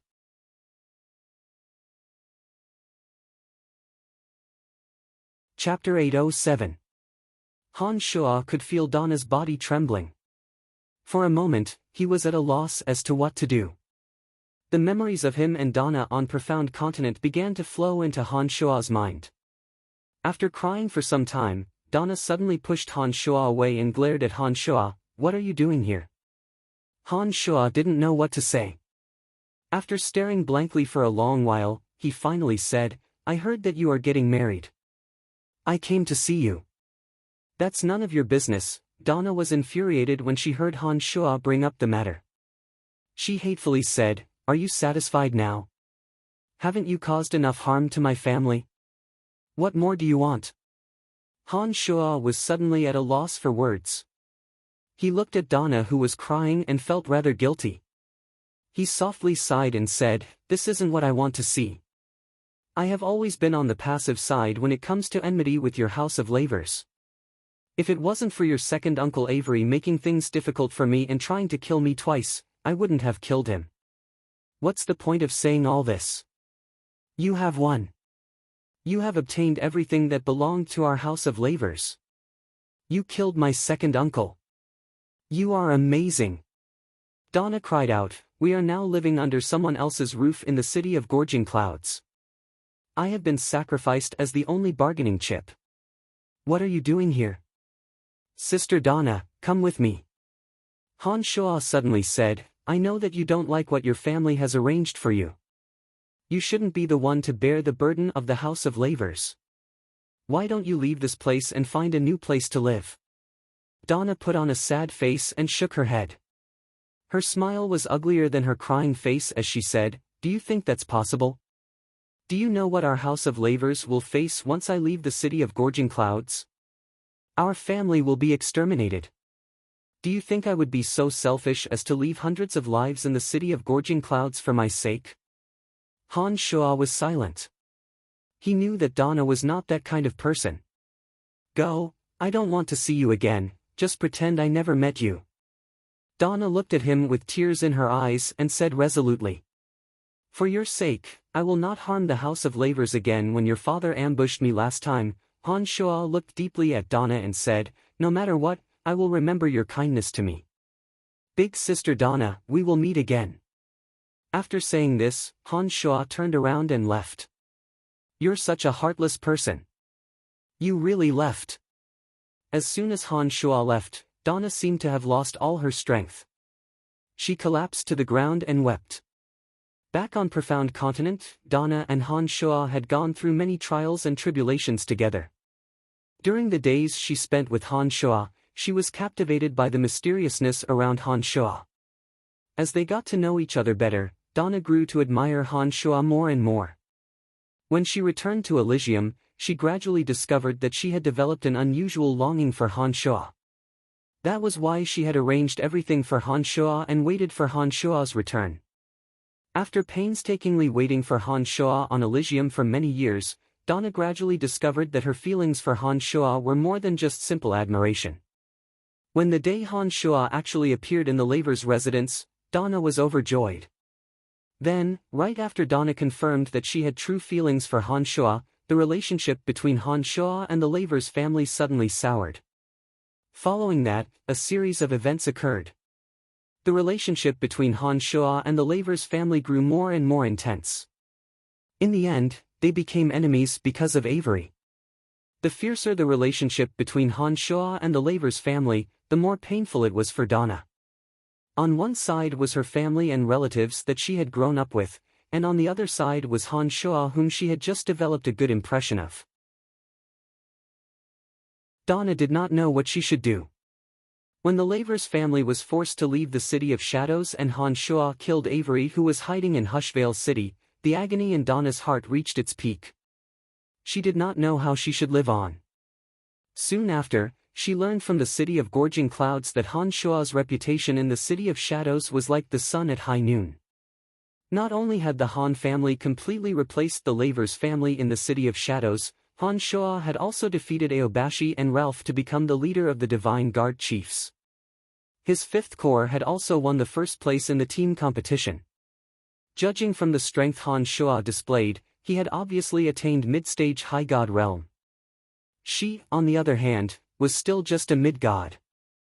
Be it Han Shuo's status in the City of Shadows or his personal strength, they were both far superior to hers. All of a sudden, Donna felt that she was getting further and further away from Han Shuo. It was at this time that the Lavers family was facing the threat of Larixin, who was half the master of the City of Gorging Clouds. Her father begged her to agree to Larixin's request to marry the infamous hedonistic son of a rich family. Donna felt that she was no longer a good match for Han Shuo, but she could not bear to disregard the fate of her family. Therefore, she finally agreed to Field's request.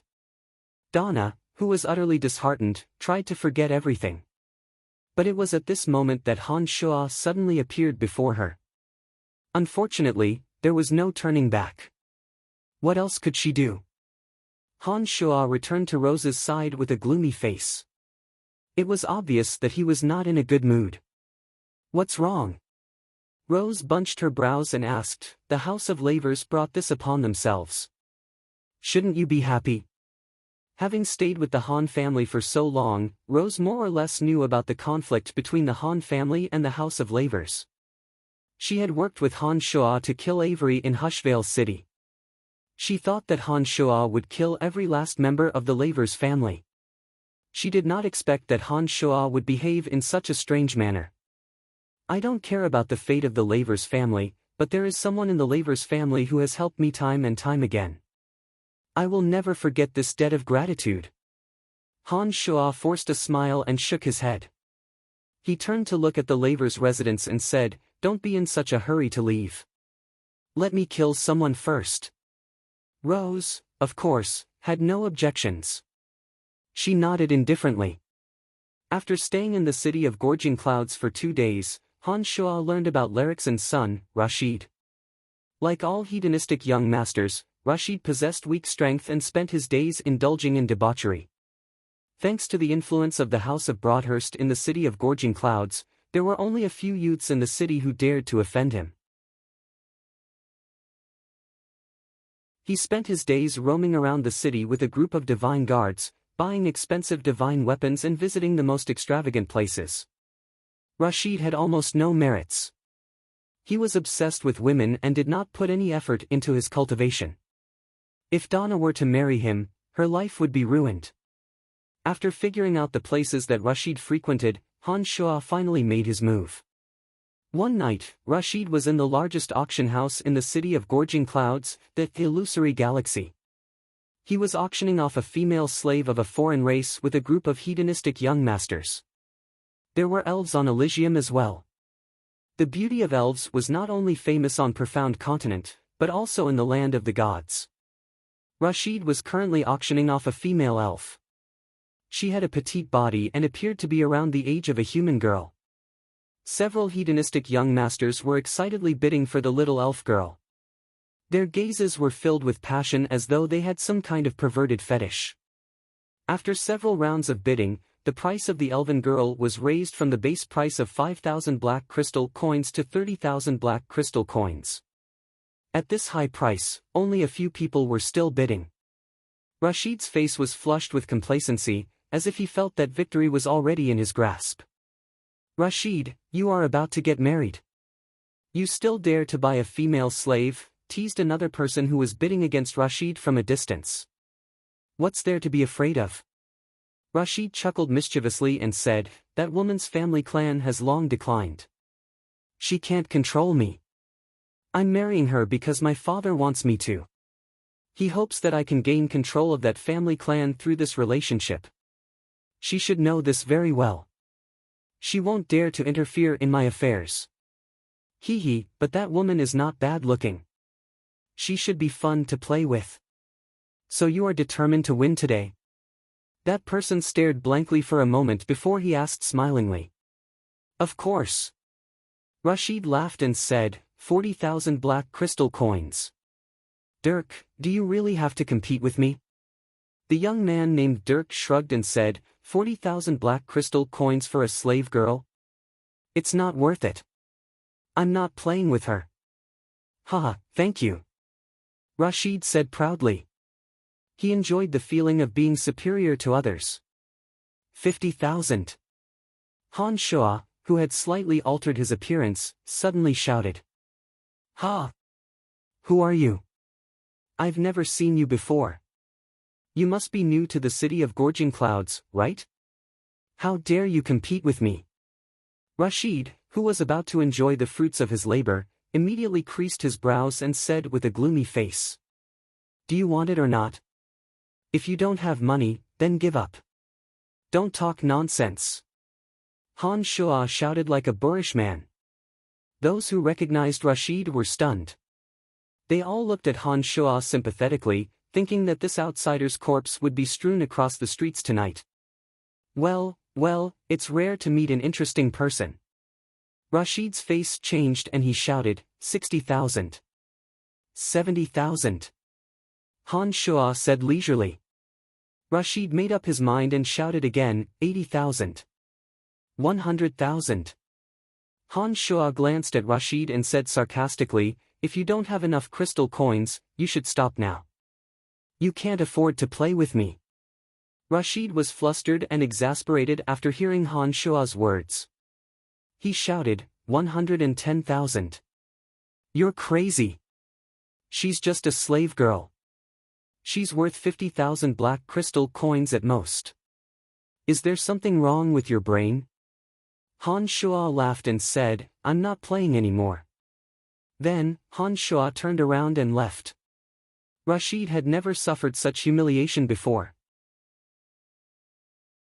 He whispered to the person beside him, you stay here and bring the slave girl back. Then, he looked at the others and said, the rest of you, follow me. I'm afraid someone is going to die. Serves that guy right for offending Rashid without getting any information. The crowd was discussing fervently. As soon as they walked out of the auction house and turned into a deep alley, Rashid and his men surrounded them as expected. He sneered and said, you're courting death. I've been waiting for you for a while. Han Shua grinned and suddenly dashed out. 17 flying swords whizzed out. After a series of wails and howls, everyone including Rashid was beheaded, leaving only a pool of blood behind. Let's go. We're leaving the city for the fringe. Han Shua said to Rose, who was hiding in the dark. The two of them calmly retreated. A few people from the city of Gorging Clouds who came out of the auction house to watch the show only saw the two of them disappear.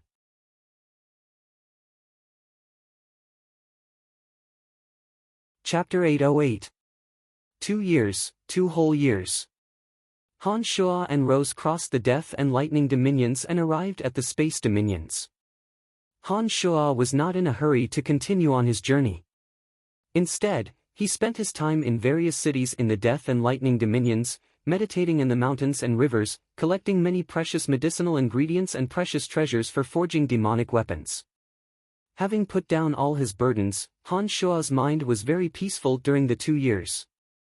Han Shua's demonic yuan increased rapidly after being nourished by many miraculous medicinal pellets. He even showed signs of breaking through to the Omen realm. Over the past 2 years, his avatars of death and destruction had reached late-stage midgodhood. Whenever he lacked the divine energy of death and destruction, he would target god hunters hiding in the mountains and rivers.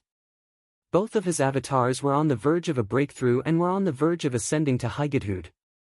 Han Shua had become more and more adept at using the fused domain of divinity. In his confrontation with Rose, the new domain of divinity formed by his two mid-god avatars had the absolute upper hand. It suppressed Rose's domain of divinity to the point where it could barely defend itself. It had only been 2 years, but Han Shuo, who had been cultivating his state of mind with all the experience he had gained, had achieved an extraordinary improvement. His entire being had become more and more unfathomable. Even Rose, who had been following him, felt that Han Shuo was becoming more and more unfathomable. Of course, during this period, Rose had also benefited a lot from Han Shuo. Han Shuo generously shared with Rose the expensive medicinal pellets refined from the rare treasures he collected from the mountains and rivers. Rose's body was reborn. Every time she cultivated with the pill of tranquility, her mind would be at peace and she would gain new insights into the energy of darkness. Rose, who had always been cultivating by herself, had experienced all sorts of nourishment from the medicinal pellets. Her strength had improved by leaps and bounds and she was on the verge of a breakthrough. After spending all day and night with Han Shuo, Rose discovered that Han Shuo had never treated her as a servant. On the contrary, he would always give her a share of the benefits. After spending 2 years together, Rose had unknowingly grown dependent on Han Shuo. Sometimes, she would even smile when they talked. This change meant that Rose had subconsciously accepted her identity and Han Shuo. The Space Dominion. As soon as Han Shuo and Rose arrived, they discovered that this place was different from any other dominions. In the dominions of death, darkness, and destruction, the gods that cultivated in those 3 energies were the most common. Gods that cultivated in the energy of wind, fire, lightning, and earth were few and far between. Gods that cultivated in the energy of life, light, and water were nowhere to be seen. However, the Space Dominion was different. In the mountain range of the Space Dominion, there were gods that cultivated in all sorts of energies. Gods that cultivated in the energy of 12 fundamental energies could be found everywhere. They minded their own business, unlike the dominions of darkness, death, and destruction, where they would fight each other as soon as they met. The fringe was located between the Space Dominion and the Destiny Dominion. It would take Han Shuo at most 3 months to arrive at the fringe. However, Han Shuo was in no hurry to leave after setting foot in the Space Dominion. According to his agreement with the 5 elite zombies and Little Skull, he would meet them in the ethereal city of the Space Dominion. Counting the days, Han Shuo decided to stay in the Space Dominion for a while and meet the 5 elite zombies and Little Skull first. It had been a long time since Han Shuo last saw the 5 elite zombies and Little Skull. When Han Shuo left, both the 5 elite zombies and Little Skull did not possess outstanding strength. Han Shuo was worried about their safety, just like a father worried about his wandering son. The 5 elite zombies were refined from the origin energy of the 5 elements. They had an instinctive understanding of the 5 elements. After cultivating in the energy of earth, life, fire, water, and metal, Han Shuo was not worried about their state of mind. As long as they could increase their divine energy, Han Shuo believed that the 5 elite zombies would improve even faster than Sanguiner and Gilbert. It had been several decades since they last met. Han Shuo was full of expectations for the 5 elite zombies. He wondered what realm they had cultivated to. If there were no mishaps, the 5 elite zombies should have at least entered Midgod realm, right? Han Shuo thought to himself. Other than the 5 elite zombies, Han Shuo also promised McKinley, who cultivated in the Edict of Space, to come to the Space Dominion. Therefore, it was necessary for him to stay in the Space Dominion for some time. After the demon generals circled around the mountain range, Han Shuo took out the Holy Grail and communicated with McKinley with his consciousness. "McKinley, I've arrived at the Space Dominion. What should I do next?" "You've arrived at the Space Dominion?" McKinley immediately became excited when he received Han Shuo's transmission. He cried out in surprise, "You've really arrived at the Space Dominion?" It had been a long time since Han Shuo had contacted McKinley. He had only promised him that he would come to the Space Dominion. McKinley's soul was very excited to see that there was a chance to break free from his shackles. What an interesting place. I'm now standing in the territory of the Space Dominion. Tell me, what should I do? Han Shuo transmitted. Head to Ethereal City. I used to live in Ethereal City, replied McKinley's divine soul excitedly. The territory of the Space Dominion wasn't smaller than that of the Darkness Dominion. However, there were only 3 main cities in the Space Dominion: Ethereal City, Holy Spirit City, and Illusory City. These 3 cities occupied 2/3 of the territory of the Space Dominion. The 3 cities didn't restrict entry to any gods. Gods who cultivated any power of ultimacy could live in the 3 cities. Generally speaking, the divine guards of the 3 cities would not interfere too much with the lives of the residents in the cities. Small-scale fights and disputes were common in the Space Dominion. The divine guards of the 3 cities would only intervene when there were large-scale fights or incidents that affected the normal operations of the 3 cities.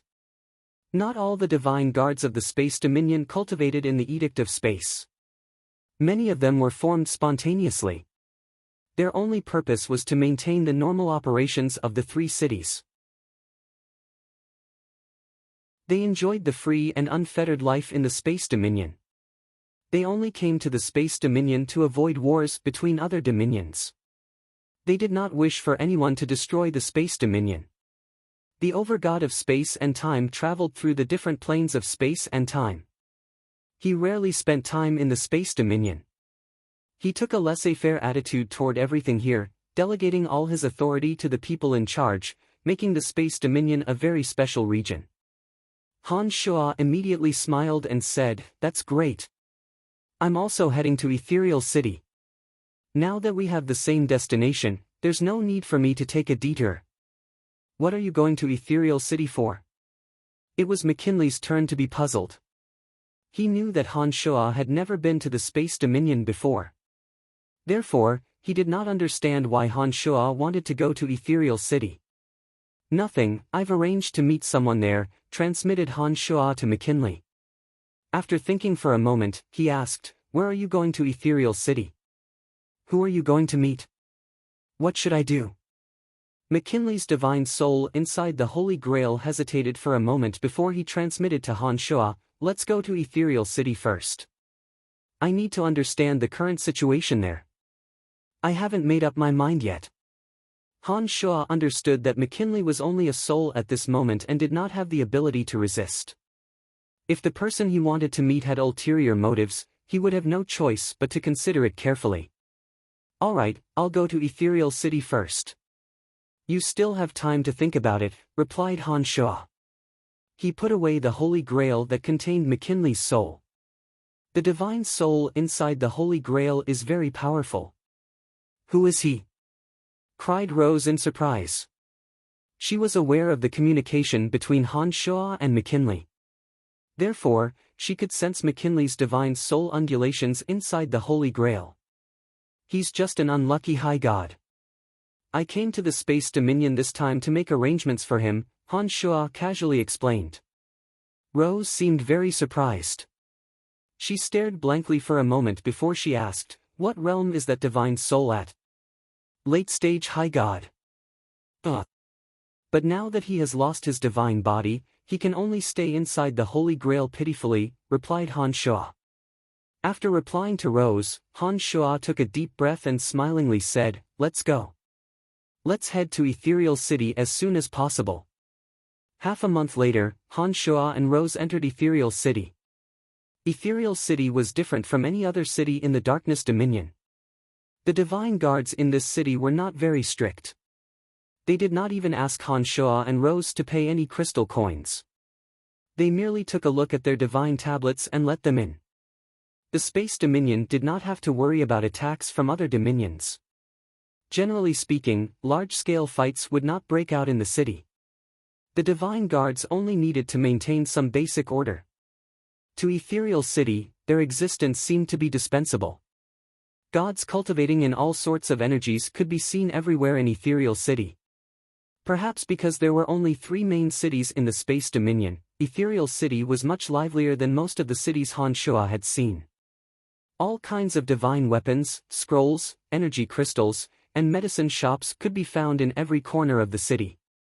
Ethereal City was enormous. Even if one were to fly, it would take at least 2 to 3 days to explore the entire city.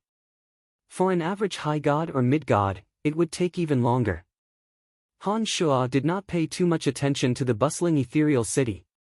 From the moment he entered ethereal city, he unleashed his consciousness and roamed around the city with Rose. The 5 elite zombies and Little Skull were refined from Han Shuo's blood essences. Han Shuo could sense their presence within a certain range. As long as any one of them was in ethereal city, Han Shuo would be able to locate them after roaming around the city.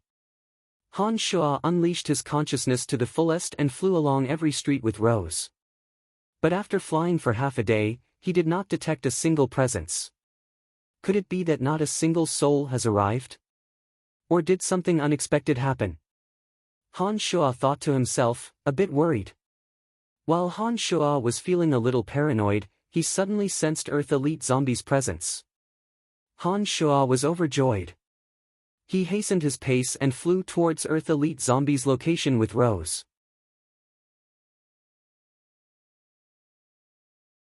Chapter 809. In the west of Ethereal City, a dazzling battle was going on like a raging fire. 3 mid-gods of Earth were standing in a triangular formation, looking around vigilantly. Their brows were tightly bunched and they were ready to deal with any sneaky attacks at any moment. Suddenly, the earth between the 3 of them collapsed. A pair of arms stretched out of the earth and grabbed at the ankles of one of the mid-gods. "It's coming again." That mid-god was startled. He smashed down with his giant hammer. The other 2 mid-gods were stunned for a moment before they shrieked, "Kill him." The energy of Earth was blasted down by the 2 mid-gods at the pair of hands. The pair of hands that protruded from the depths of the ground suddenly crystallized. Earth element frantically gathered at the center of the palms, forming a thick layer of scale armor. His right hand moved forward to block the incoming hammer, while his empty left hand fiercely slapped the sole of the man's foot. Arg! A miserable shriek sounded. The mid-god felt as though all the energy of the earth had struck his foot. Crack! Crack! The bones in his foot were completely shattered. Blood spurted out from his wound. "Don't step on the ground!" shouted another mid-god. He had already blasted his divine energy into that area. When his divine energy landed on the ground, the familiar ground seemed to have turned unfamiliar. It was as though layers upon layers of barriers had blocked his divine energy. He immediately knew that his attack had failed. A bright broadsword carrying the divine power of the third person suddenly stabbed towards the area where the big hand had reached out. With a clang, the ground that should have been soft reflected iron and stone, and a series of sparks appeared from the tip of the broadsword. Evidently, the attack did not cause any damage to the attacker. The gods of Ethereal City were observing the battle from afar. They were whispering to each other curiously. Both of them were gods who cultivated in the energy of the earth, but the one who hid deep underground had an unfathomable mastery of the energy of the earth. That ambusher, who had never been seen before, seemed to be the true favorite of the earth. Judging from the divine energy radiating from his hands, the attacker's strength wasn't much different from the 3 on the ground. They were all mid-stage mid-gods. However, even though they were at the same level of strength, the person hiding deep underground always had the upper hand in the battle. He did not leave the ground at all, and could appear or hide in any region of the ground as he pleased. Once his attack failed, he would immediately return to the ground. It was obvious that the person's control over the power of the earth had reached an extremely miraculous level. Who is that guy? He was only a mid-god, but his control over the energy of the earth had reached such a profound level. "I can't believe it," exclaimed an onlooker who cultivated in the wind element. "I don't know. I've seen a few high gods cultivating in the energy of the earth, but I've never seen anyone who could hide in the depths of the earth. He was just a god, but his palms were actually able to use earth elemental essence to form a crystalline wall. Could it be that this person had been hiding his strength all along? Otherwise, how could a mid-god have such a profound understanding of the energy of the earth?" exclaimed another onlooker in amazement. "I don't know. This mysterious expert has been in Ethereal City for quite some time. But until now, no one has come out from the ground. I wonder what kind of person he is," exclaimed the onlookers. While the crowd was conversing, that person mysteriously disappeared into the depths of the earth as though he had never been there. Two of the three mid-gods cultivating in the energy of the earth had failed in their attacks, while the soul of the third had been completely crippled. His divine energy had been channeled into his leg, causing the meridians in his leg to rupture. Blood was slowly flowing down his leg. The three of them no longer dared to stand on the ground. They hovered in midair as though they were facing a formidable foe. Gods cultivating in the energy of the earth could only exert their greatest strength when they were on the ground. With their feet on the ground, they could borrow the energy of the earth and gather the element of earth at a much faster speed than when they were hovering in midair. In the eyes of the crowd, the scene of three gods cultivating in the energy of the earth not daring to land on the ground when facing an ambusher of the same realm was extremely bizarre and ironic. Those who didn't know better might have thought that the three were cultivators of the energy of the wind and that the three of them were fighting against an invisible expert of the energy of the earth. Han 2, come out and fight me if you have the guts. Don't hide underground like a coward, roared the mid-god whose foot was bleeding. He looked down at the ground and gnashed his teeth. The other two were standing on either side of him. Their brows were tightly bunched as though they were having a headache. Han 2, it's him. Why would he come to the Space Dominion? A mid-god cultivating in the energy of fire suddenly cried out in surprise. He seemed to know who that person was. Friend, do you know of the mysterious expert cultivating in the energy of the earth? Asked some of the onlookers curiously. Han 2 is an expert of the earth element who has recently risen to prominence in the Earth Dominion. It is said that when he first arrived at the Earth Dominion, he was only a mid-stage low god. But in just a few short decades, that fella has made continuous progress and cultivated to mid-stage mid-god realm. He has clashed with many people in the City of Shadows, but not a single one of them has been able to capture him. The insider's vanity was greatly satisfied when he saw that everyone's gazes were focused on him. After taking a short pause and seeing that the onlookers were still looking at him, he put on a faint smile and explained, he's very adept in using the energy of the earth. Some say that even high gods might not be able to match him in understanding the energy of the earth. He's a very mysterious character. No one knows where he came from or what his goal is. Not long after he arrived at the Earth Dominion, he attracted the attention of many high gods. There are rumors that the Temple of the Earth Dominion has sent word that the Overgod of Earth wishes to meet him. However, he refused. He is a loner in the Earth Dominion and has offended many people. But even some high gods couldn't capture him. So it's him.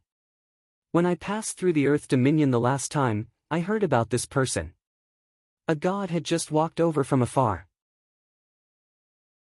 He said, I don't know what's going on recently, but outstanding young experts have appeared in all the dominions. I heard that there's a guy from the Life Dominion called Hanmu who is also very powerful. He has also attracted the attention of the Overgod of Life. There's also a guy from the Fire Dominion called Hanhua. His name is very strange. They all have the word Han in them. There's also a fellow from the Darkness Dominion called Brian. He is also very famous. It is said that he came to Elysium from a low-level material plane not too long ago. He possesses miraculous abilities in medicine refinement. His strength is also terrifying. It is said that he even defeated a high god. There are so many strange and eccentric experts in the dominions these days. A low god of death remarked. That guy named Brian is the real deal. I heard some news about him when I was in the Destruction Dominion. It said that he founded some celestial pearl pharmacy and is doing quite well in the Darkness Dominion. The onlookers were all engaged in a lively discussion, ignoring the three mid-gods of Earth who were hovering in mid-air and vigilantly watching their surroundings. Suddenly, a group of gods who cultivated in the energy of Earth and wore the same type of divine armor rushed over from a short distance away. It was obvious that the group of 10 were from a certain family clan or a certain divine guard corps. One of them was an early-stage high god, 3 were late-stage mid-gods, and the rest were mid-stage mid-gods. The high god leading the group was short and muscular. His skin was yellowish and withered. As soon as he arrived, he glared at the 3 mid-gods hovering in midair and shouted, What are you waiting for? The three mid-gods who didn't dare to land on the ground hastily returned to the ground. The mid-god who had one of his legs crippled said miserably, Lord Varone, Han too should be underground. Do I need you to remind me? The person named Varone replied in a low voice. His eyes glinted with ferocious light as he looked around and coldly shouted, Everyone, shouldn't you step further away from us?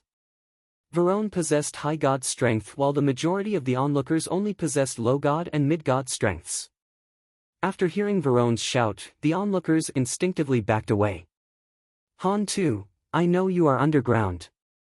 Don't think that you can hide from us just because you came to the Space Dominion.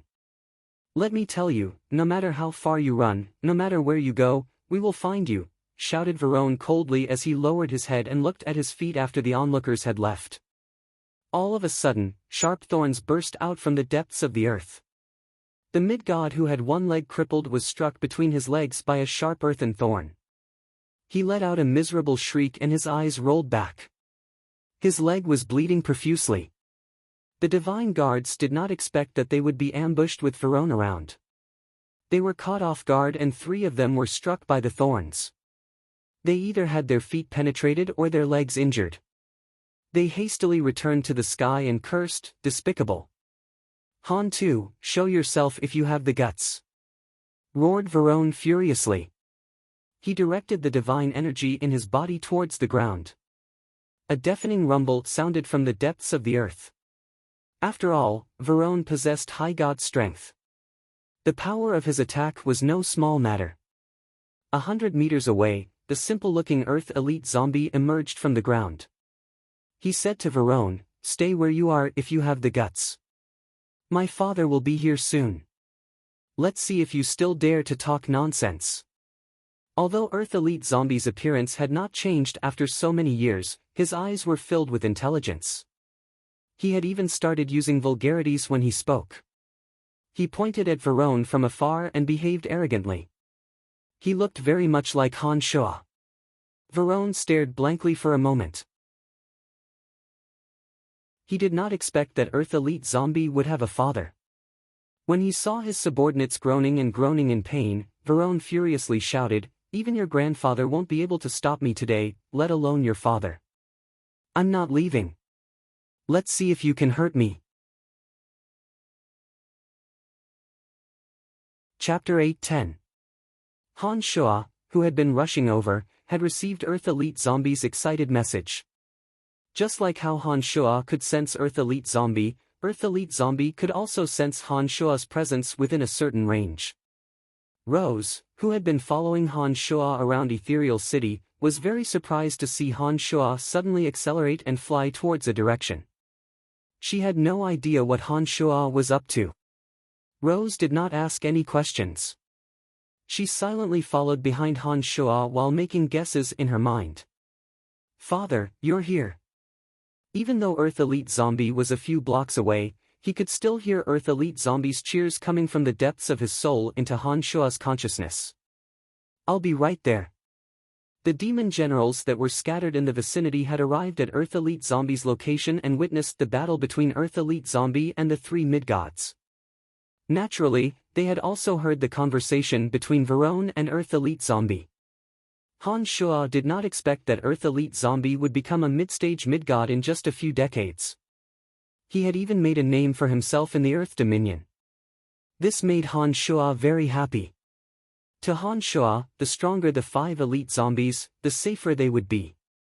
Han Shoa was even more astonished to hear that even the overgod of the Earth Dominion had summoned Earth elite zombie. Han Shoa was not aware of the dispute between Earth elite zombie and Varone, but it was not important to him. Regardless of whether Earth elite zombie was in the right or wrong, Han Shoa would not let Varone off the hook for attacking Earth elite zombie. Being protective of one's own children was a bad trait that all fathers had. Han Shoa was no exception. Just you wait. When my father arrives, all of you will die. Earth elite zombie, who had half of his body on the ground, glared at the enraged Varone from afar and said viciously, I'd like to see who your father is. If I can't catch you, I'll find my father. Varone glared at Earth elite zombie in the distance and gnashed his teeth. Varone knew that Earth Elite Zombie would immediately hide underground if he made a move. Varone, who was also a cultivator of the energy of Earth, discovered that even a high god like him could do nothing to his opponent. Varone felt very frustrated and sometimes wondered if Earth Elite Zombie was deliberately toying with them. Otherwise, how could a mere mid-god reach such unimaginable heights in the energy of Earth? Stand there if you have the guts. Earth Elite Zombie jumped out of the ground, pointed at Varone, and taunted. The Earth Elite Zombie could sense that Han Shua would be able to reach here soon. Now that he had something to rely on, the Earth Elite Zombie became even more domineering. He still had that naive look on his face, but in Varen's eyes, he was the most despicable person on Elysium. Fine, I won't. No matter who comes today, don't even think about leaving. Varone shouted coldly. While Earth Elite Zombie and Varone were at each other's throats, a ray of light streaked across the sky and suddenly stopped beside Earth Elite Zombie.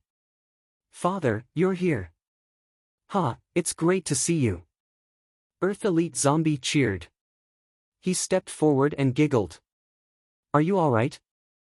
Han Shua took a few deep glances at Earth Elite Zombie's body. He only felt relieved when he discovered that Earth Elite Zombie was unscathed. Soon after, he shot a glance at the enraged Varone and asked, so this is the guy? Yeah. His vengeful spirit hasn't dissipated. He has been chasing me ever since we left the Earth Dominion. How annoying. Earth Elite Zombie put on a disgusted face and said furiously, all I did was kill a few people in their city. What's so great about that? Besides, they were the ones who offended me first. Those you killed were all members of noble family clans. If I don't capture you, I won't be able to answer to my family clans. Varone roared furiously as he pointed at Earth Elite Zombie. You don't have to answer. Since we have met, don't even think about going back. Han Shua stared at Varone coldly, but he said to Earth Elite Zombie, how do you want him to die? Varone finally realized where Earth Elite Zombie learned his domineering manner from. Earth Elite Zombie was already arrogant enough, but this father of unknown origin was even more arrogant. With just a glance, Earth Elite Zombie had pronounced Varone's death sentence. Furthermore, Earth Elite Zombie looked as though it was a matter of course, as though killing a high god like Varone was a piece of cake. Varone was so furious that he laughed, haha, your son only knows how to hide. It seems to me that you, as a father, only know how to talk big. Come on, kill me if you have the guts. Rose, kill them all. Han Shua bunched his brows and instructed Rose in a low voice. Rose, who had just arrived beside Han Shua, stared at Earth Elite Zombie with a strange look on her face. She asked puzzledly, he's your son? Yes, Han Shua nodded and asked, what's wrong? Is there a problem? Rose shook her head and replied, there's no problem. I just find it a little strange. Back at the Demon Mountain, Spider Goddess Rose had met Earth Elite Zombie and Metal Elite Zombie. However, Rose did not expect Earth Elite Zombie to have such a close relationship with Han Shua. Father, who is he? Earth Elite Zombie asked with a silly smile. Try to sense it. Han Shua put on a faint smile and said to Earth Elite Zombie, paying no attention to the fuming Varone in the distance. Although Earth Elite Zombie's senses weren't as terrifying as Han Shua's, they were much more powerful than the average person on Elysium. Earth Elite Zombie stared deeply at Rose for a moment before he suddenly jumped up and cried out in surprise, the one from the Demon Mountain? Humph. Rose glared at Earth Elite Zombie. She was still rather angry and said, you thief. Yes, I did. What are you going to do about it? Although Earth Elite Zombie appeared simple and honest, he had traveled for so many years that he had learned many things. As soon as he arrived and heard the instructions that Han Shua gave to Rose, he knew that Rose must have a strange relationship with Han Shua. Therefore, he wasn't the least bit afraid. God damn it, they are looking down on us. One of Varone's divine guards shouted furiously. Varone, who was infuriated, could no longer endure it. He let out a loud roar and charged at Han Shua. Alright, that's enough. shouted Han Shuo. He turned to Rose and said, "They are courting death. Send them on their way." Rose shot another glare at Earth Elite Zombie before she finally obediently charged at Verone. Her body moved and a pitch-black darkness suddenly shrouded the entire area. The boundless aura of darkness devoured all light. Rose was like a fish in water. She killed several mid-god divine guards in an instant. Rose was a mid-stage high god while Verone was only an early-stage high god. Although there was only a gap of one realm between the two, it was an insurmountable gap. This was especially the case when Rose had the advantage of attacking first. She had shrouded the entire area in her dominion of darkness. Verone, who had lost the initiative and had yet to figure out Rose's true strength, was obviously doomed. "Father, why are you with her?" Earth Elite Zombie was very curious about the relationship between Han Shuo and Rose. He immediately asked when he saw that Rose was very obediently going to Verone.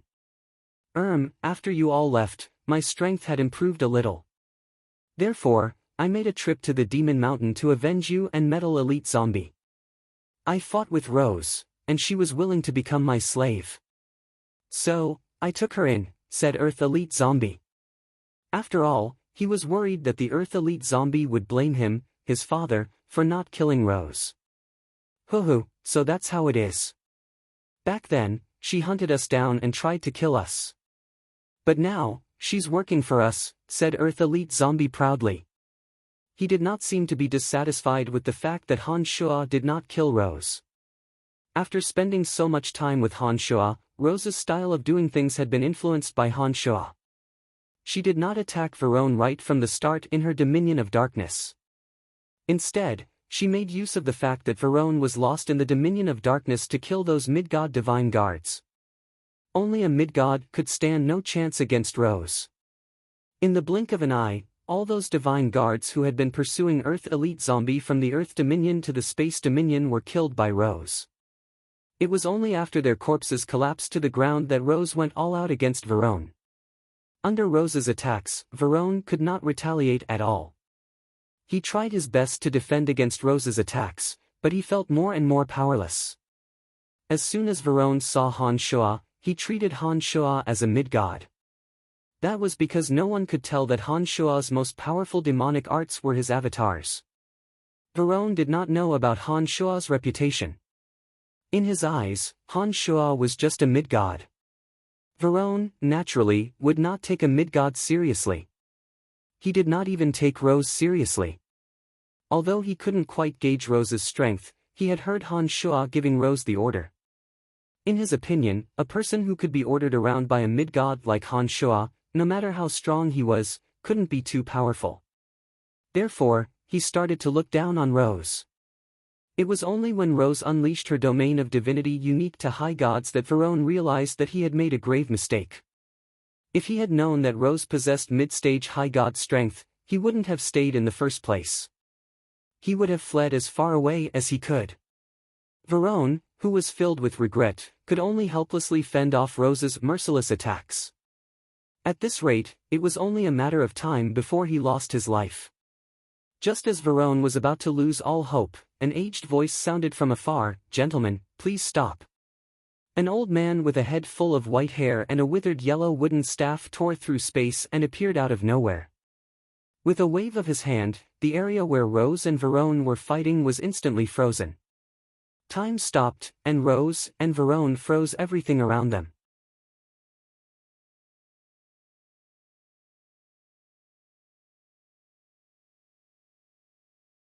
Chapter 8:11.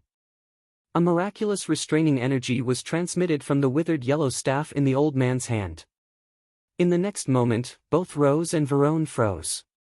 Even Han Shuo was affected by the shackling energy the moment it spread out. 2 seconds later, Han Shuo came to his senses. When he looked at Rose again, he discovered that she and Verone had been separated from each other. The domain of divinity released by Rose had also vanished. Han Shuo immediately realized that he was also affected by the strange time-stop energy. He turned to look at the old man who suddenly appeared and asked in a deep voice, "Who are you?" Rose and Verone were dazed for a few seconds before they suddenly realized what had happened. Rose was rather angry because she could have killed Verone in just a few moments. She had been strangely restrained for a few seconds and missed the best opportunity for her to kill. In contrast to Rose, Verone, who had just escaped from the gates of hell, was overjoyed. He turned to the old man holding the withered yellow staff and hastily thanked him. "Thank you, Lord Baum." The old man called Baum wore a calm and composed face. He nodded slightly and said indifferently, "Verone, I think it's time for you to return. That Han Tu guy is no longer someone you can capture." Verone turned around and glared at Han Shua and Earth Elite Zombie. He forced a smile and said, "I understand. I will return and report this to my superior. Lord Baum, sorry for the trouble." "It's all right," replied Baum. "Han Tu and that youngster, this isn't over yet. Scarlet City will not let this matter rest. Just you wait." Verone put on a fierce face and asked, "That woman, what's your name?" "I will remember you." Rose replied disdainfully. She remained silent beside Han Shua. "Do you think you can escape?" Han Shua coldly shouted. In a deep voice, he said, "I said that I will kill you and you will die. No one can stop me." With that said, Han Shua suddenly walked towards Verone step by step, his eyes fixed on the old man named Baum. Baum furrowed his brows, seemingly displeased by Han Shua's impudence. "I'm the city lord of Ethereal City. Duels are not allowed in the city. No matter who you are, since you've come to Ethereal City, you'll have to abide by the rules of Ethereal City," Baum said softly as he looked at Han Shua approaching him. "Why didn't you stop Verone's men when they were chasing after Han Tu? Why did you suddenly show up when Verone was about to die? Aren't you a little incompetent as a city lord?" Han Shua sneered. Baum possessed late-stage high god strength and cultivated in the mysterious edict of space and time. Under normal circumstances, Baum would not be willing to make an enemy of Verone. However, from what Han Shua observed, Baum and Verone obviously knew each other. What Baum was doing was to protect Verone. For the sake of Earth Elite Zombie, Han Shua wasn't afraid of offending Baum. Although Han Shua possessed the power to freeze time and space, he couldn't maintain it for a long period of time. The reason why Han Shua fell for Baum's attack was that he did not have any defensive measures in place. Han Shua believed that once he was prepared, it wouldn't be easy for Baum to freeze the space around him. Fights between mid-gods take place in every corner of Ethereal City. I don't have the time and energy to monitor every fight. I can only detect fights between high gods with the energy towers I have set up beforehand, explained Baum calmly with his eyes locked on Han Shua. He could sense that Han Shua was not an ordinary mid-god. That aura was clearly not something a mid-god should possess. For someone to attack Han Shua after learning his identity, he was either an idiot or a truly fearless expert. Han Shua was obviously the latter type of person. Bullshit. Han Shua snorted disdainfully at Baum's explanation. Step by step, he accelerated towards Baum and Verone. Cauldron Spirit's energy abruptly poured into his body and the invincible Omen body was instantly formed. Baum's heart sank. He waved the yellowed wooden staff in his hand. Bizarre undulations suddenly spread out from the staff. The energy from the wooden staff affected the edict of time and space. A space-time boundary suddenly enveloped Han Shua. In an instant, Han Shua felt as though he was trapped inside a space-time mirror. He couldn't move his body at all. A wave of undulations even landed on his consciousness as though it was trying to freeze his thoughts. Han Shua's consciousness suddenly split into hundreds and thousands of strands. They constantly intersected and vibrated in his brain, forming a vortex that devoured the wave of undulations attacking his consciousness. Before the bizarre undulations could form any resistance, the hundreds of attacks from Han Shua's consciousness vortex landed and minced the undulations into pieces. Without the threat from the strange undulations, Han Shua immediately sensed that every cell in his body had been frozen solid. He could also feel that he was frozen in midair. It was as though space had turned into a fossil and he had become a specimen within a fossil. It was a very strange feeling that made Han Shuo very uncomfortable. The energy of the spacetime boundary filled every corner of the area. However, after Han Shuo's consciousness evaded the attack, the strange feeling only lasted for 1 or 2 seconds. In the next moment, all the cells in his body seemed to have been suddenly activated. They rapidly exploded, split, and reorganized. The invincible Omen body was like gunpowder that had been ignited. In an instant, an astonishing defensive power erupted. Crisp sounds could be heard coming from Han Shuo's bones. Finally, after a loud crack, Han Shuo regained the ability to move.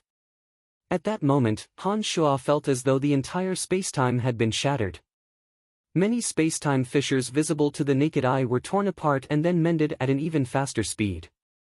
As though nothing had happened, Han Shuo continued to walk towards Baum and Verone with a grim and callous face. Other than Baum, Verone, Rose, and Earth Elite Zombie quivered when they heard the crack. They knew that something must have happened to Han Shuo and Baum. However, as they were affected by the spacetime boundary, they did not know what exactly happened. They looked at Han Shuo and Baum blankly. Verone, who was about to leave immediately, was overjoyed when he saw that Han Shuo had disregarded Baum's attempts to stop him. He did not rush to leave the dangerous area but waited excitedly for Han Shuo's impending tragedy to befall him. Verone had heard of how powerful the city lord of Ethereal City was when he arrived. He knew that although Baum did not like to meddle in other affairs, his strength was unfathomable. If he had not shown Baum the city lord's token on his way here, Verone would not have dared to pursue Earth Elite Zombie in Ethereal City. When Verone saw that Baum had his brows tightly bunched, it was as though he saw hope in defeating Earth Elite Zombie again. I'm going to kill Verone. I'm going to kill Verone. It has nothing to do with you. Are you really going to stop me? Han Shuo continued to walk towards Baum after breaking the spacetime boundary. He deliberately unleashed Cauldron Spirit's energy to the sky as he stared at Baum and shouted in a deep voice. Baum was caught in a dilemma. To be able to break his spacetime boundary in just 3 seconds meant that Han Shuo possessed the strength to fight him. He knew that once the battle began, the outcome would not be pleasant. He might even be injured. Those who cultivated in the Edict of Space would not fall into a deadly situation as long as they were careful. Being injured was usually a very miserable experience. Although Baum was somewhat apprehensive about Han Shuo's strength, as Han Shuo did not have an overwhelming advantage in terms of strength, Baum was not worried about his own safety. However, to an expert of his realm, being injured was a very painful thing. Seeing that Han Shuo was getting closer and closer, Baum began to consider if he should really fight Han Shuo because of Baum. Verone seemed to have noticed Baum's hesitation and hastily said, "Lord Baum, this is Ethereal City. As the city lord, you should sternly stop an outsider who dares to challenge your authority." Verone did not know what kind of relationship his city lord had with Baum, but judging from the current situation, it should not be a deep friendship. He began to worry that Baum would abandon him because of Han Shuo's overwhelming strength. Verone's shout made the hesitant Baum make up his mind. He was the city lord of Ethereal City. Even if it was for the sake of his reputation, he had no choice but to fight. If you want to kill Verone, you can wait until he leaves Ethereal City. Baum stared at Han Shuo silently. His pupils gradually contracted and he said, "As long as he is in Ethereal City, I will stop you. Rose, go kill him. I will stop this old man." After getting his answer, Han Shuo no longer hesitated. Fearing that Verone would seize the opportunity to escape, Han Shuo calmly instructed Rose. As soon as Han Shuo finished those words, the demon's lair edge suddenly extended out from his palm. 17 flying swords whizzed out and bombarded Baum. As soon as the 17 flying swords appeared, Han Shuo, who was wielding the demon's lair edge, also rushed forward. He also threw out the banner of hallucination with his left hand to confuse Baum's vision. At the same time, the banner of hallucination shrouded Verone, who was about to escape. Rose and Han Shuo had been together for a long time. They were used to sparring and sparring. Therefore, she knew Han Shua's moves like the back of her hand. As soon as Han Shua made his move, Rose coordinated with him and flew forward. She infused her darkness divine energy into her long hair. Under the cover of the banner of hallucination, she mysteriously appeared beside Verone. Before Verone could react, the endless darkness once again engulfed him. Baum immediately felt the pressure increase when the 17 flying swords slashed at him. He had no choice but to forcefully alter the edict of space and time with the wooden staff in his hand. He distorted the space around him. It was as though he was in the middle of a space-time turbulence. Rays of dazzling light flashed around him. They were all space-time rifts. The flying swords were clearly aimed at Baum. However, when they were hit by the distorted space, they immediately fell into another dimension. If it weren't for the fact that Han Shua's consciousness was in sync with the flying swords, allowing him to skillfully control each flying sword, and forcefully withdraw the flying swords before they were completely engulfed by the space-time turbulence, all 17 flying swords would have been lost. Those who cultivate in the edict of space are indeed difficult to deal with. Han Shua thought to himself.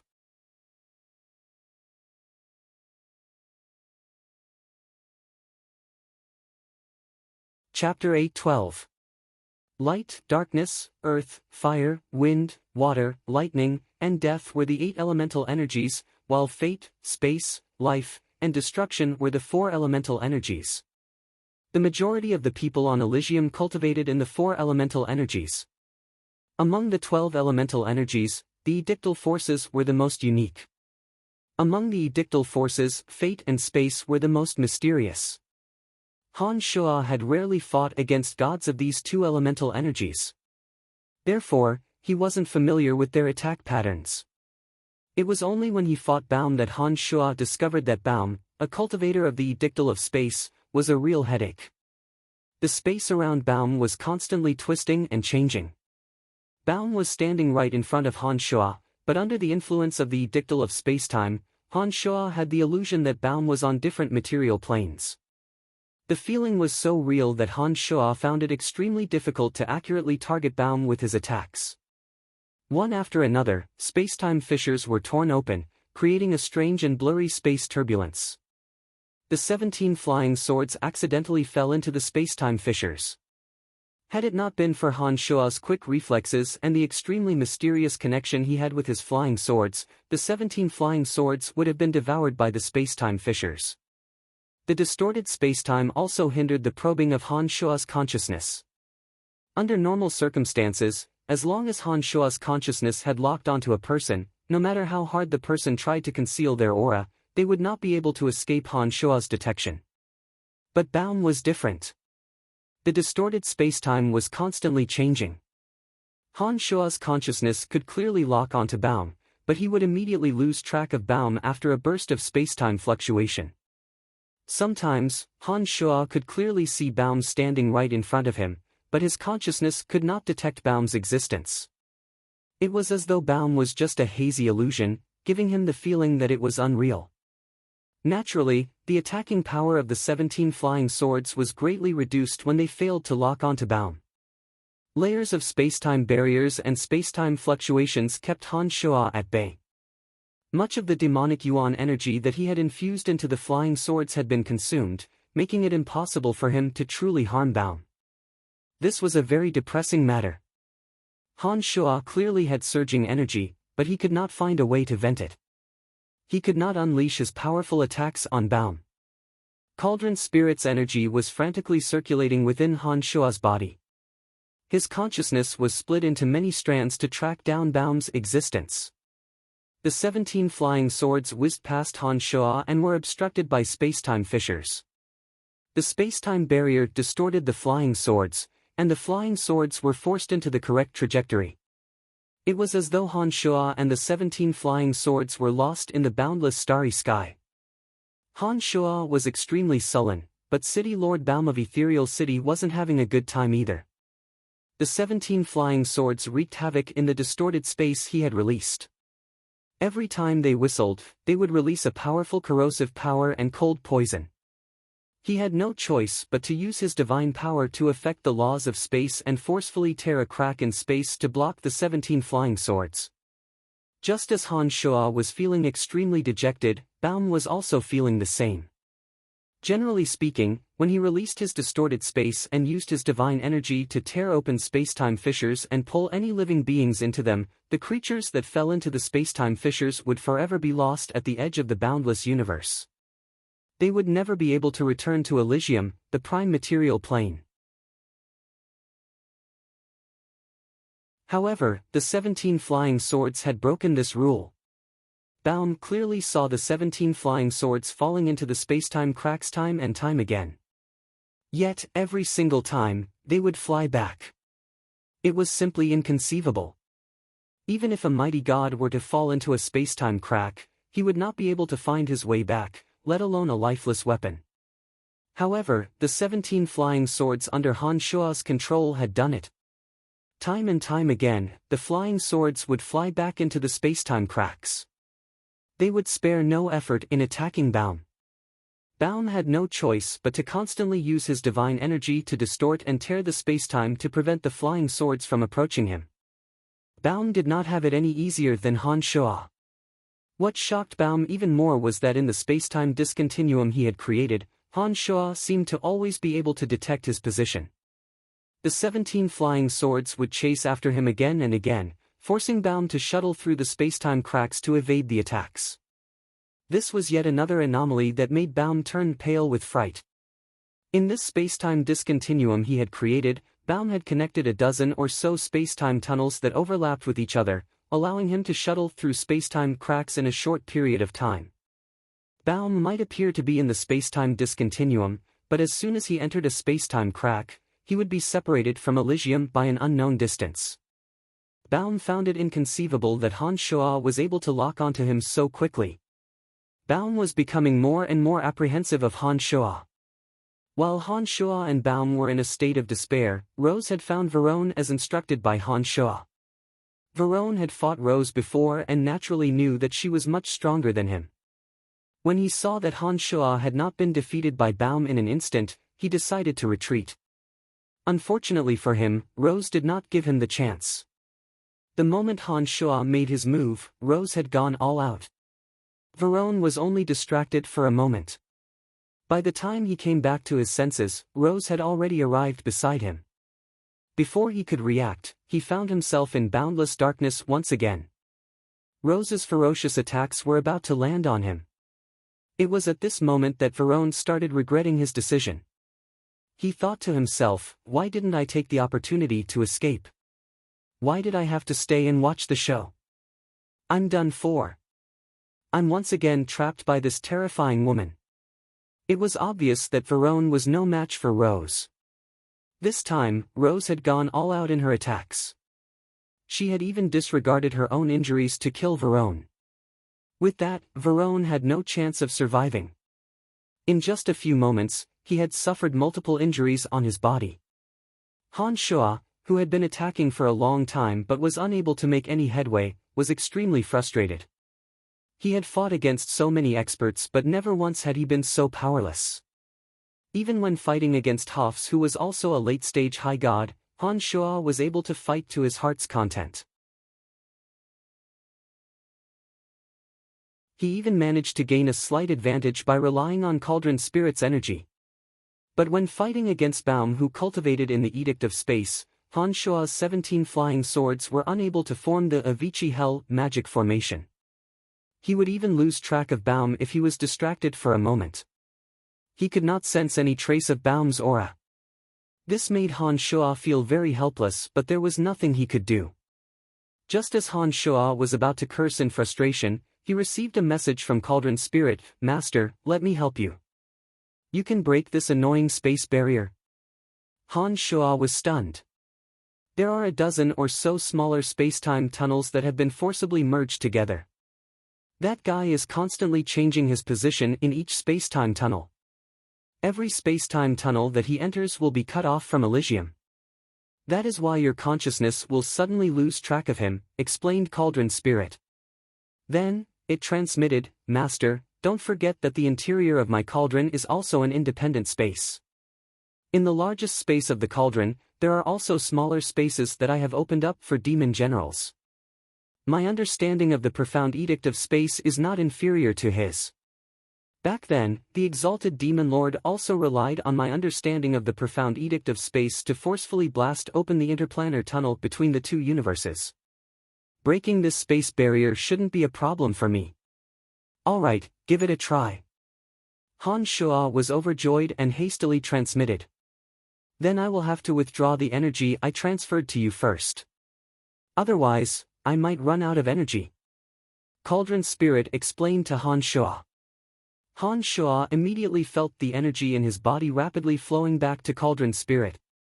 It was only when Han Shuo sensed the feeling of exhaustion that Cauldron Spirit suddenly flew out of Han Shuo's body. It turned into a streak of dark radiance and shot into the space barrier created by Baum. Suddenly, hundreds of pitch-black shadows fluttered out of the cauldron of myriad demon like a swarm of bats. They dispersed in all directions within the distorted space. Even the 17 flying swords were manipulated by the cauldron of myriad demon. They turned into 17 whizzing shadows and shot in 17 different directions. Baum, who was feeling extremely gloomy, immediately sensed that the space he had created was violently fluctuating. The layers of fluctuations filled all the interplanar tunnels he had created using his divine energy. In a miraculous manner, the fluctuations arrived at the trigger point of the interplanar tunnel he had created. Baum, who was shuttling through the interplanar tunnel, was aghast. He knew that only someone who cultivated in the edict of space and possessed strength equal to his own could find the trigger point of the interplanar tunnel he had created. But that person clearly didn't cultivate in the edict of space. How is this possible? Baum turned pale with fright. It was only now that Baum started to panic. A person who could accurately pinpoint the trigger point of the interplanar tunnel meant that when he tore apart the interplanar tunnel and left this place, that person could also locate and destroy the trigger point of the interplanar tunnel he had created, cutting off any chance of escape. In other words, if Han Shuo gained the upper hand in this battle, Baum might not just be injured, he might even die. Baum began to regret. He regretted putting himself in such a disadvantageous position because of a trivial matter. It was at this moment that he suddenly sensed a force bombarding all the trigger points of the interplanar tunnels. Before he could react, a violent rumble came from all directions. One after another, the interplanar tunnels collapsed. Baum's mind was in a mess. He hastily walked out of the interplanar tunnel he was temporarily residing in. He did not want to be dragged to the edge of the universe by the shockwaves. He was not the overgod of space. He did not have the ability to travel through interplanar tunnels at will. When his interplanar barrier completely collapsed, Baum heard a blood-curdling scream. He hastily lowered his head and saw that Verone had been killed. Baum knew that all his efforts were in vain when he saw Verone's lifeless body collapsing to the ground. For some unknown reason, Baum secretly rejoiced. With Verone dead, there seemed to be no need for him and Han Shuo to continue fighting.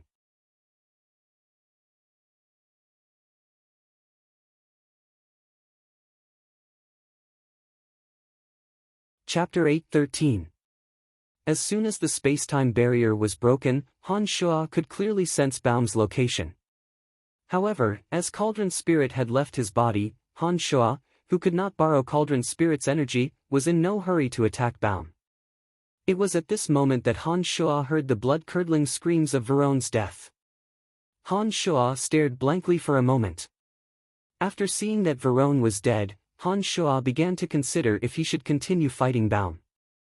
There was no enmity between him and Baum. There was no reason for him to fight Baum to the death. Therefore, Han Shuo was somewhat apprehensive of Baum because even if the space-time barrier was broken, he was not confident that he could kill Baum. Therefore, Han Shuo began to hesitate.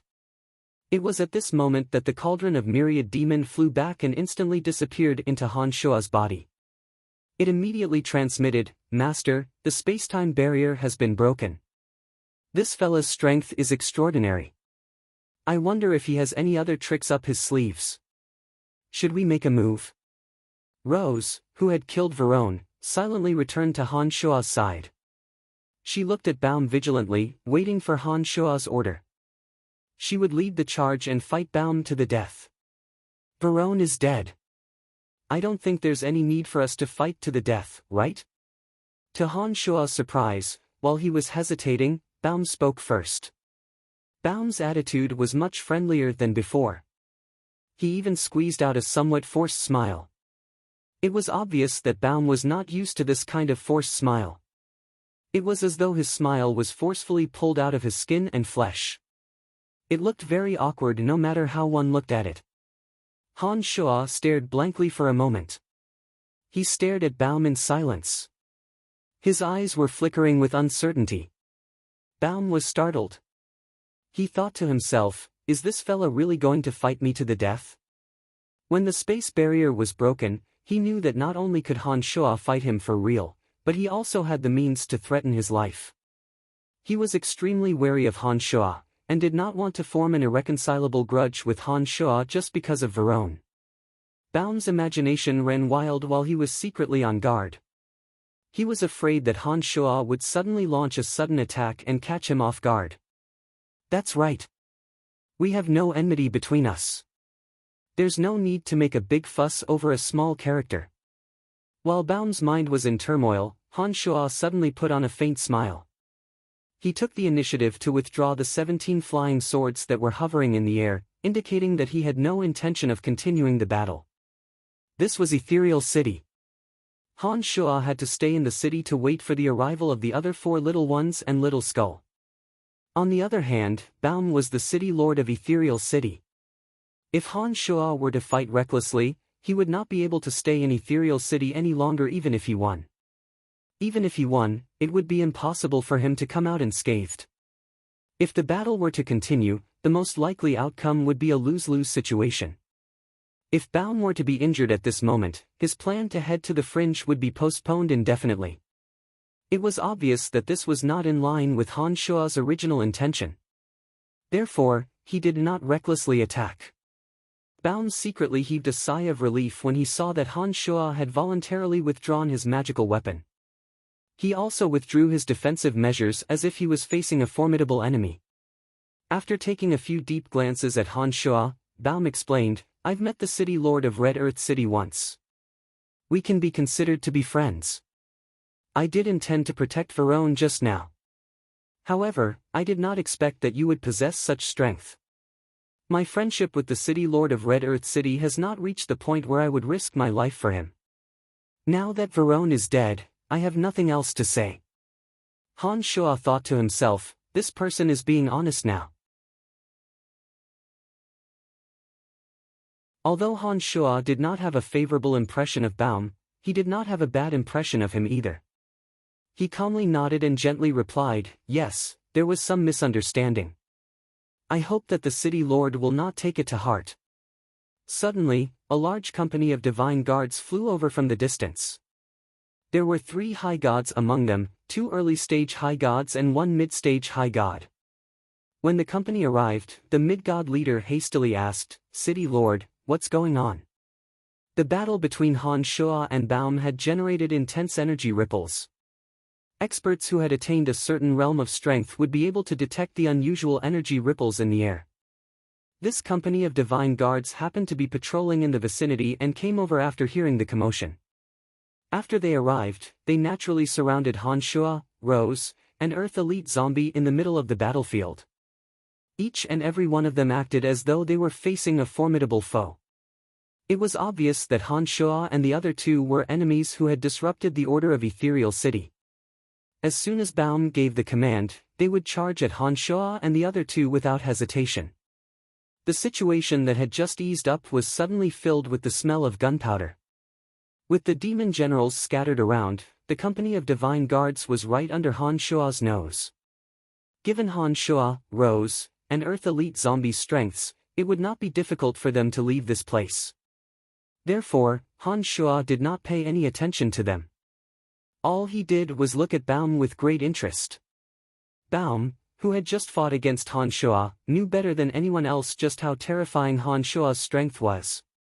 Baum was startled when he saw that the company of divine guards appeared at such an untimely time and surrounded Han Shuo and the other two as though they were enemies. He hastily said, "Don't attack. This friend of mine and I had a small misunderstanding. The misunderstanding has been cleared up." The divine guards were puzzled when they heard Baum's words.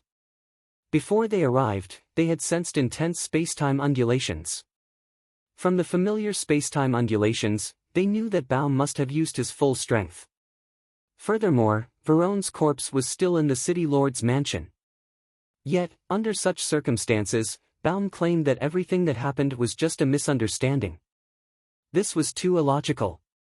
After hearing Baum's words, Han Shuo knew that Baum really did not intend to fight him to the death.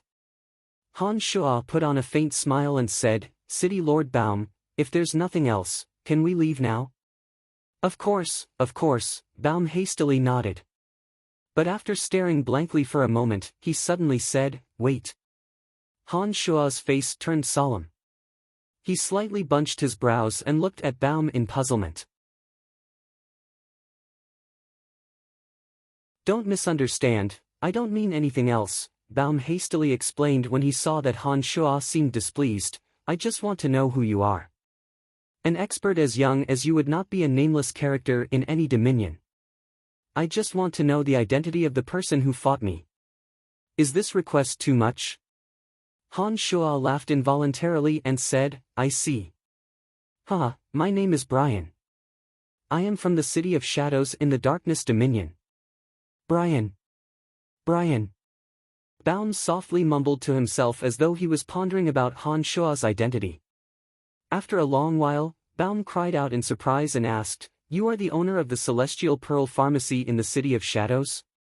This time, it was Han Shuo's turn to be shocked. The City of Shadows was very far away from Ethereal City. He did not expect that the City Lord of Ethereal City would know about him. That's right, I am the owner of the Celestial Pearl Pharmacy." Han Shuo frankly admitted that he had nothing to hide. Upon hearing those words, the surrounding Ethereal City divine guards were shocked. It appeared that they had all heard of Han Shuo's name. Their gazes were completely different from before. They seemed to be anticipating something. "I did not expect the rumors to be true. Heroes are born from youth." Baum was greatly astonished. He had never believed the rumors from the City of Shadows in the Darkness Dominion. He thought that the rumors had exaggerated Han Shuo's true strength. But after today's battle, Baum realized that the rumors were wrong. Not only did the rumors not exaggerate Han Shuo's strength, but they also belittled his strength. After thinking for a moment, Baum suddenly said, "Brian, I wonder if you are interested in opening a branch of the Celestial Pearl Pharmacy in Ethereal City? If you are willing, we can have a good discussion. There are many people from the Darkness Dominion who visit Ethereal City and all of them, without exception, have praised the miraculous medicines you refine. I believe that no matter which city you are in, as long as there are gods, they will be looking forward to your medicines." Those Ethereal City divine guards who were eyeing Han Shuo and his party covetously a moment ago, upon hearing Baum's words, their eyes were filled with excitement. Their faces were filled with obvious amazement. They had heard far too many miraculous medicines refined by Han Shuo from the Darkness Dominion. But unfortunately, Ethereal City was thousands of miles away from the City of Shadows. Even if they wanted to purchase the medicines refined by Han Shuo, it would be impossible for them to travel across multiple dominions to reach the City of Shadows. This was especially true for the gods cultivating in the energy of life, light, and water. It was impossible for them to enter the dominions of death, darkness, and destruction no matter how many crystal coins they had. Those who purchased the medicines refined by Han Shuo treated them like treasures and refused to sell them. Therefore, although there were many praises about the medicines refined by Han Shuo, there were only a few who actually bought them. How could those divine guards not be excited when they heard that Han Shuo was the owner of the Celestial Pearl Pharmacy? Han Shuo stared blankly for a moment. He did not expect that Baum, who he had been locked in a fierce battle with just a moment ago, would take the initiative to invite him to set up his Celestial Pearl Pharmacy in Ethereal City. After carefully thinking about it, Han Shuo felt that Baum's suggestion was only beneficial to him. With the Celestial Pearl Pharmacy in Ethereal City, not only would he be able to earn more crystal coins, he would also be able to expand the influence of the Celestial Pearl Pharmacy to all the dominions on Elysium. This was a huge temptation. Therefore, Han Shuo only hesitated for a short moment before he nodded and agreed, of course. In that case, I must thank the City Lord in advance. You're welcome. It is my Ethereal City's honor. Baum hastily replied courteously. He was obviously pleasantly surprised. He took the initiative to ask, if you have nothing else to do, shall we talk somewhere else? I guarantee that I will help you find a suitable plot of land. If you need it, I can find you all the manpower you need. The Space Dominion is different from the dominions of death, destruction, and darkness. The environment here is freer and more suitable for all kinds of goods. You don't have to worry too much about interacting with cultivators of different energies. Alright, let's have a good talk. Han Shuo readily agreed. He did not expect that he would gain such a huge benefit from the fight. You're tuning into the Passion Pages YouTube channel. We're so grateful for your support, and don't forget to subscribe to join us on this incredible journey through captivating stories. Your generosity through donations truly makes a world of difference, as it's the primary source of revenue that allows me to expand and enhance this channel for you. Thank you from the bottom of my heart for being a part of this adventure.